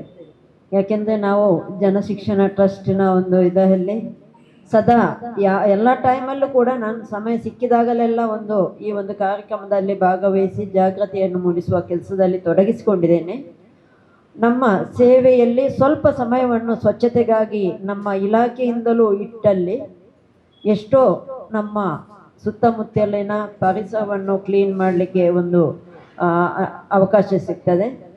ಆ ಒಂದು ಮನಸ್ಥಿತಿ ಎಲ್ಲರಲ್ಲಿ ಬಂದರೆ ಖುಷಿಯಾಗುತ್ತೆ. ನಮ್ಮ ತ್ಯಾಜ್ಯ ಮುಕ್ತ, ಕಸ ಮುಕ್ತ ಜಿಲ್ಲೆಯನ್ನಾಗಿ ಮಾಡಲಿಕ್ಕೆ ಸಾಧ್ಯತೆ ಇದೆ. ಬಹುಶಃ ನಾನು 2003ರಲ್ಲಿ ಉಳ್ಳಾಲ ಪ್ರಾಥಮಿಕ ಆರೋಗ್ಯ ಕೇಂದ್ರ ಇದ್ದಾಗ ಅಲ್ಲಿ ಜಾಯಿನ್ ಆಗಿದೆ, ಕ್ಷೇತ್ರ ಆರೋಗ್ಯ ಶಿಕ್ಷಣಾಧಿಕಾರಿಯಾಗಿ. ಅಲ್ಲಿಂದ ನನಗೆ ನೇರವಾಗಿ 2005ರಲ್ಲಿ ಸ್ವಚ್ಛತಾ ಆಂದೋಲನ ಕಾರ್ಯಕ್ರಮ ಬಂದಾಗ ಜಿಲ್ಲಾ ಪಂಚಾಯತಿಗೆ ನನ್ನನ್ನು ಅಲ್ಲಿ ಡೆಪ್ಯೂಟ್ ಮಾಡಿದ್ದು. ನಾವು ಸರ್ನವ ಜೊತೆಯಲ್ಲೇ ಇಡೀ ಜಿಲ್ಲೆಯಾದ್ಯಂತ ಸ್ವಚ್ಛತಾ ಕಾರ್ಯದಲ್ಲಿ ತೊಡಗಿಸಿಕೊಂಡು ಈಗಲೂ ಕೂಡ ನನಗೆ ಸಮಯ ಸಿಕ್ಕಿದಾಗ, ನನ್ನ ಕೆಲಸದ ಒಟ್ಟಿಗೆ ಸಮಯ ಸಿಕ್ಕಿದಾಗಲೆಲ್ಲ ಈ ಒಂದು ಇದನ್ನು ಸ್ವಚ್ಛತೆ ಇದರಲ್ಲಿ ತೊಡಗಿಸಿಕೊಳ್ಳಲಿಕ್ಕೆ ನನಗೆ ಖುಷಿ ಆಗ್ತಾಯಿದೆ. ಇಲ್ಲಿ ಕೇವಲ ನಮ್ಮ ಉಳ್ಳಾಲ ಪಂಚಾಯತಿ ಮಾತ್ರ ಅಲ್ಲ, ಉಳ್ಳಾಲ ತಾಲೂಕು ಮಾತ್ರ ಅಲ್ಲ, ನಾನು ಕೆಲವೊಂದು ಪ್ಲೇಸ್ ಮುಖ್ಯವಾಗಿ ಮೊನ್ನೆ ತಾನೇ ಒಂದು ಬಜ್ಪೆ ಪರಿಸರದಲ್ಲಿ ಕೂಡ ತುಂಬ ಅಲ್ಲಿ ಒಬ್ಬ ವಾಲಂಟಿಯರ್ ಆಗಿ ತಾನೇ ಹಣ ಹಾಕಿ ಎಲ್ಲ ಸ್ವಚ್ಛತೆ ಕೆಲಸವನ್ನು ಮಾಡ್ತಾ ಇದ್ದಾರೆ. ಇನ್ನೊಂದು ನಾವು ಲಾಸ್ಟ್ ಟೈಮ್ ಒಂದು ಬಳ್ಕುಂಜೆ ಪಂಚಾಯತಿ ವ್ಯಾಪ್ತಿಯಲ್ಲಿ ಅಲ್ಲಿ ಸಭೆಯನ್ನು ನಮ್ಮ ಗ್ರಾಮ ನೈರ್ಮಲ್ಯ ಸಮಿತಿಯ ಮೂಲಕ ಸಭೆಯನ್ನು ನಡೆಸಿ ಮುಂದೆ ಒಂದು ಸ್ವಚ್ಛತಾ ಇದನ್ನು ಕಾರ್ಯವನ್ನು ಮಾಡುವ ಅಂತೇಳಿ ಅಧ್ಯಕ್ಷರು ಕಾರ್ಯದರ್ಶಿ ಎಲ್ಲರಲ್ಲಿ ವಿನಂತಿ ಮಾಡಿಕೊಟ್ಟು ಬಂದಿದೆ. ಬಟ್ ಅಲ್ಲಿ ಇನ್ನೂ ಆ ಒಂದು ಕನಸು ಹಾಗೇನೇ ಇದೆ. ಅಲ್ಲಿ ಇಲ್ಲಿ ತ್ಯಾಜ್ಯಗಳ ರಾಶಿ ಇದೆ. ಇನ್ನೊಂದು ನಾನು ಕಂಡ ಹಾಗೆ ನಮ್ಮ ಹಳೆಂಗಡಿ ಪಂಚಾಯತಿಯ ಇದರಲ್ಲಿ ವ್ಯಾಪ್ತಿಯಲ್ಲಿ ತುಂಬ ತ್ಯಾಜ್ಯವನ್ನು ಇದು ಮಾಡಿಕೊಂಡಂಥ ಒಂದು ಜಾಗವನ್ನು ಕೂಡ ನಾನು ಇದು ಮಾಡಿದ್ದೇನೆ. ಸಾಧ್ಯವಾದಷ್ಟು ನಾನು ಹೋದಾಗ ಅಲ್ಲಿ ಅದು ಇದ್ದಲ್ಲಿ ಅಥವಾ ಅಲ್ಲಿ ಏನೋ ಮಾಹಿತಿ ಕೊಡಲಿಕ್ಕೆ ಸಿಕ್ಕಿದಾಗ ನಾನು ಈ ಬಗ್ಗೆ ಜಾಗೃತಿಯನ್ನು ಮೂಡಿಸ್ತೇನೆ. ಆದರೆ ಎಲ್ಲ ಕಡೆ ನನಗೆ ಸ್ವಲ್ಪ ಕಷ್ಟ ಸಾಧ್ಯವಾಗ್ತಿದೆ. ನಮ್ಮ ಈ ಒಂದು ಇದರಲ್ಲಿ ನೋಡುವಾಗ ಈಗ ತಾನೇ ನಮ್ಮ ಗಾಡಿಯಲ್ಲಿ ಬರುವಾಗ ನಮ್ಮ ಡ್ರೈವರ್ ಹೇಳಿದ್ರು, KS ಹೆಗ್ಡೆಯ ಮುಂದುಗಡೆ ಮೇಡಮ್ ರಿಕ್ಷಾ ಪಾರ್ಕ್ನ ಸೈಡಲ್ಲೇ ದೊಡ್ಡ ಗುಂಡಿಯಾಗೆ ಇದೆ.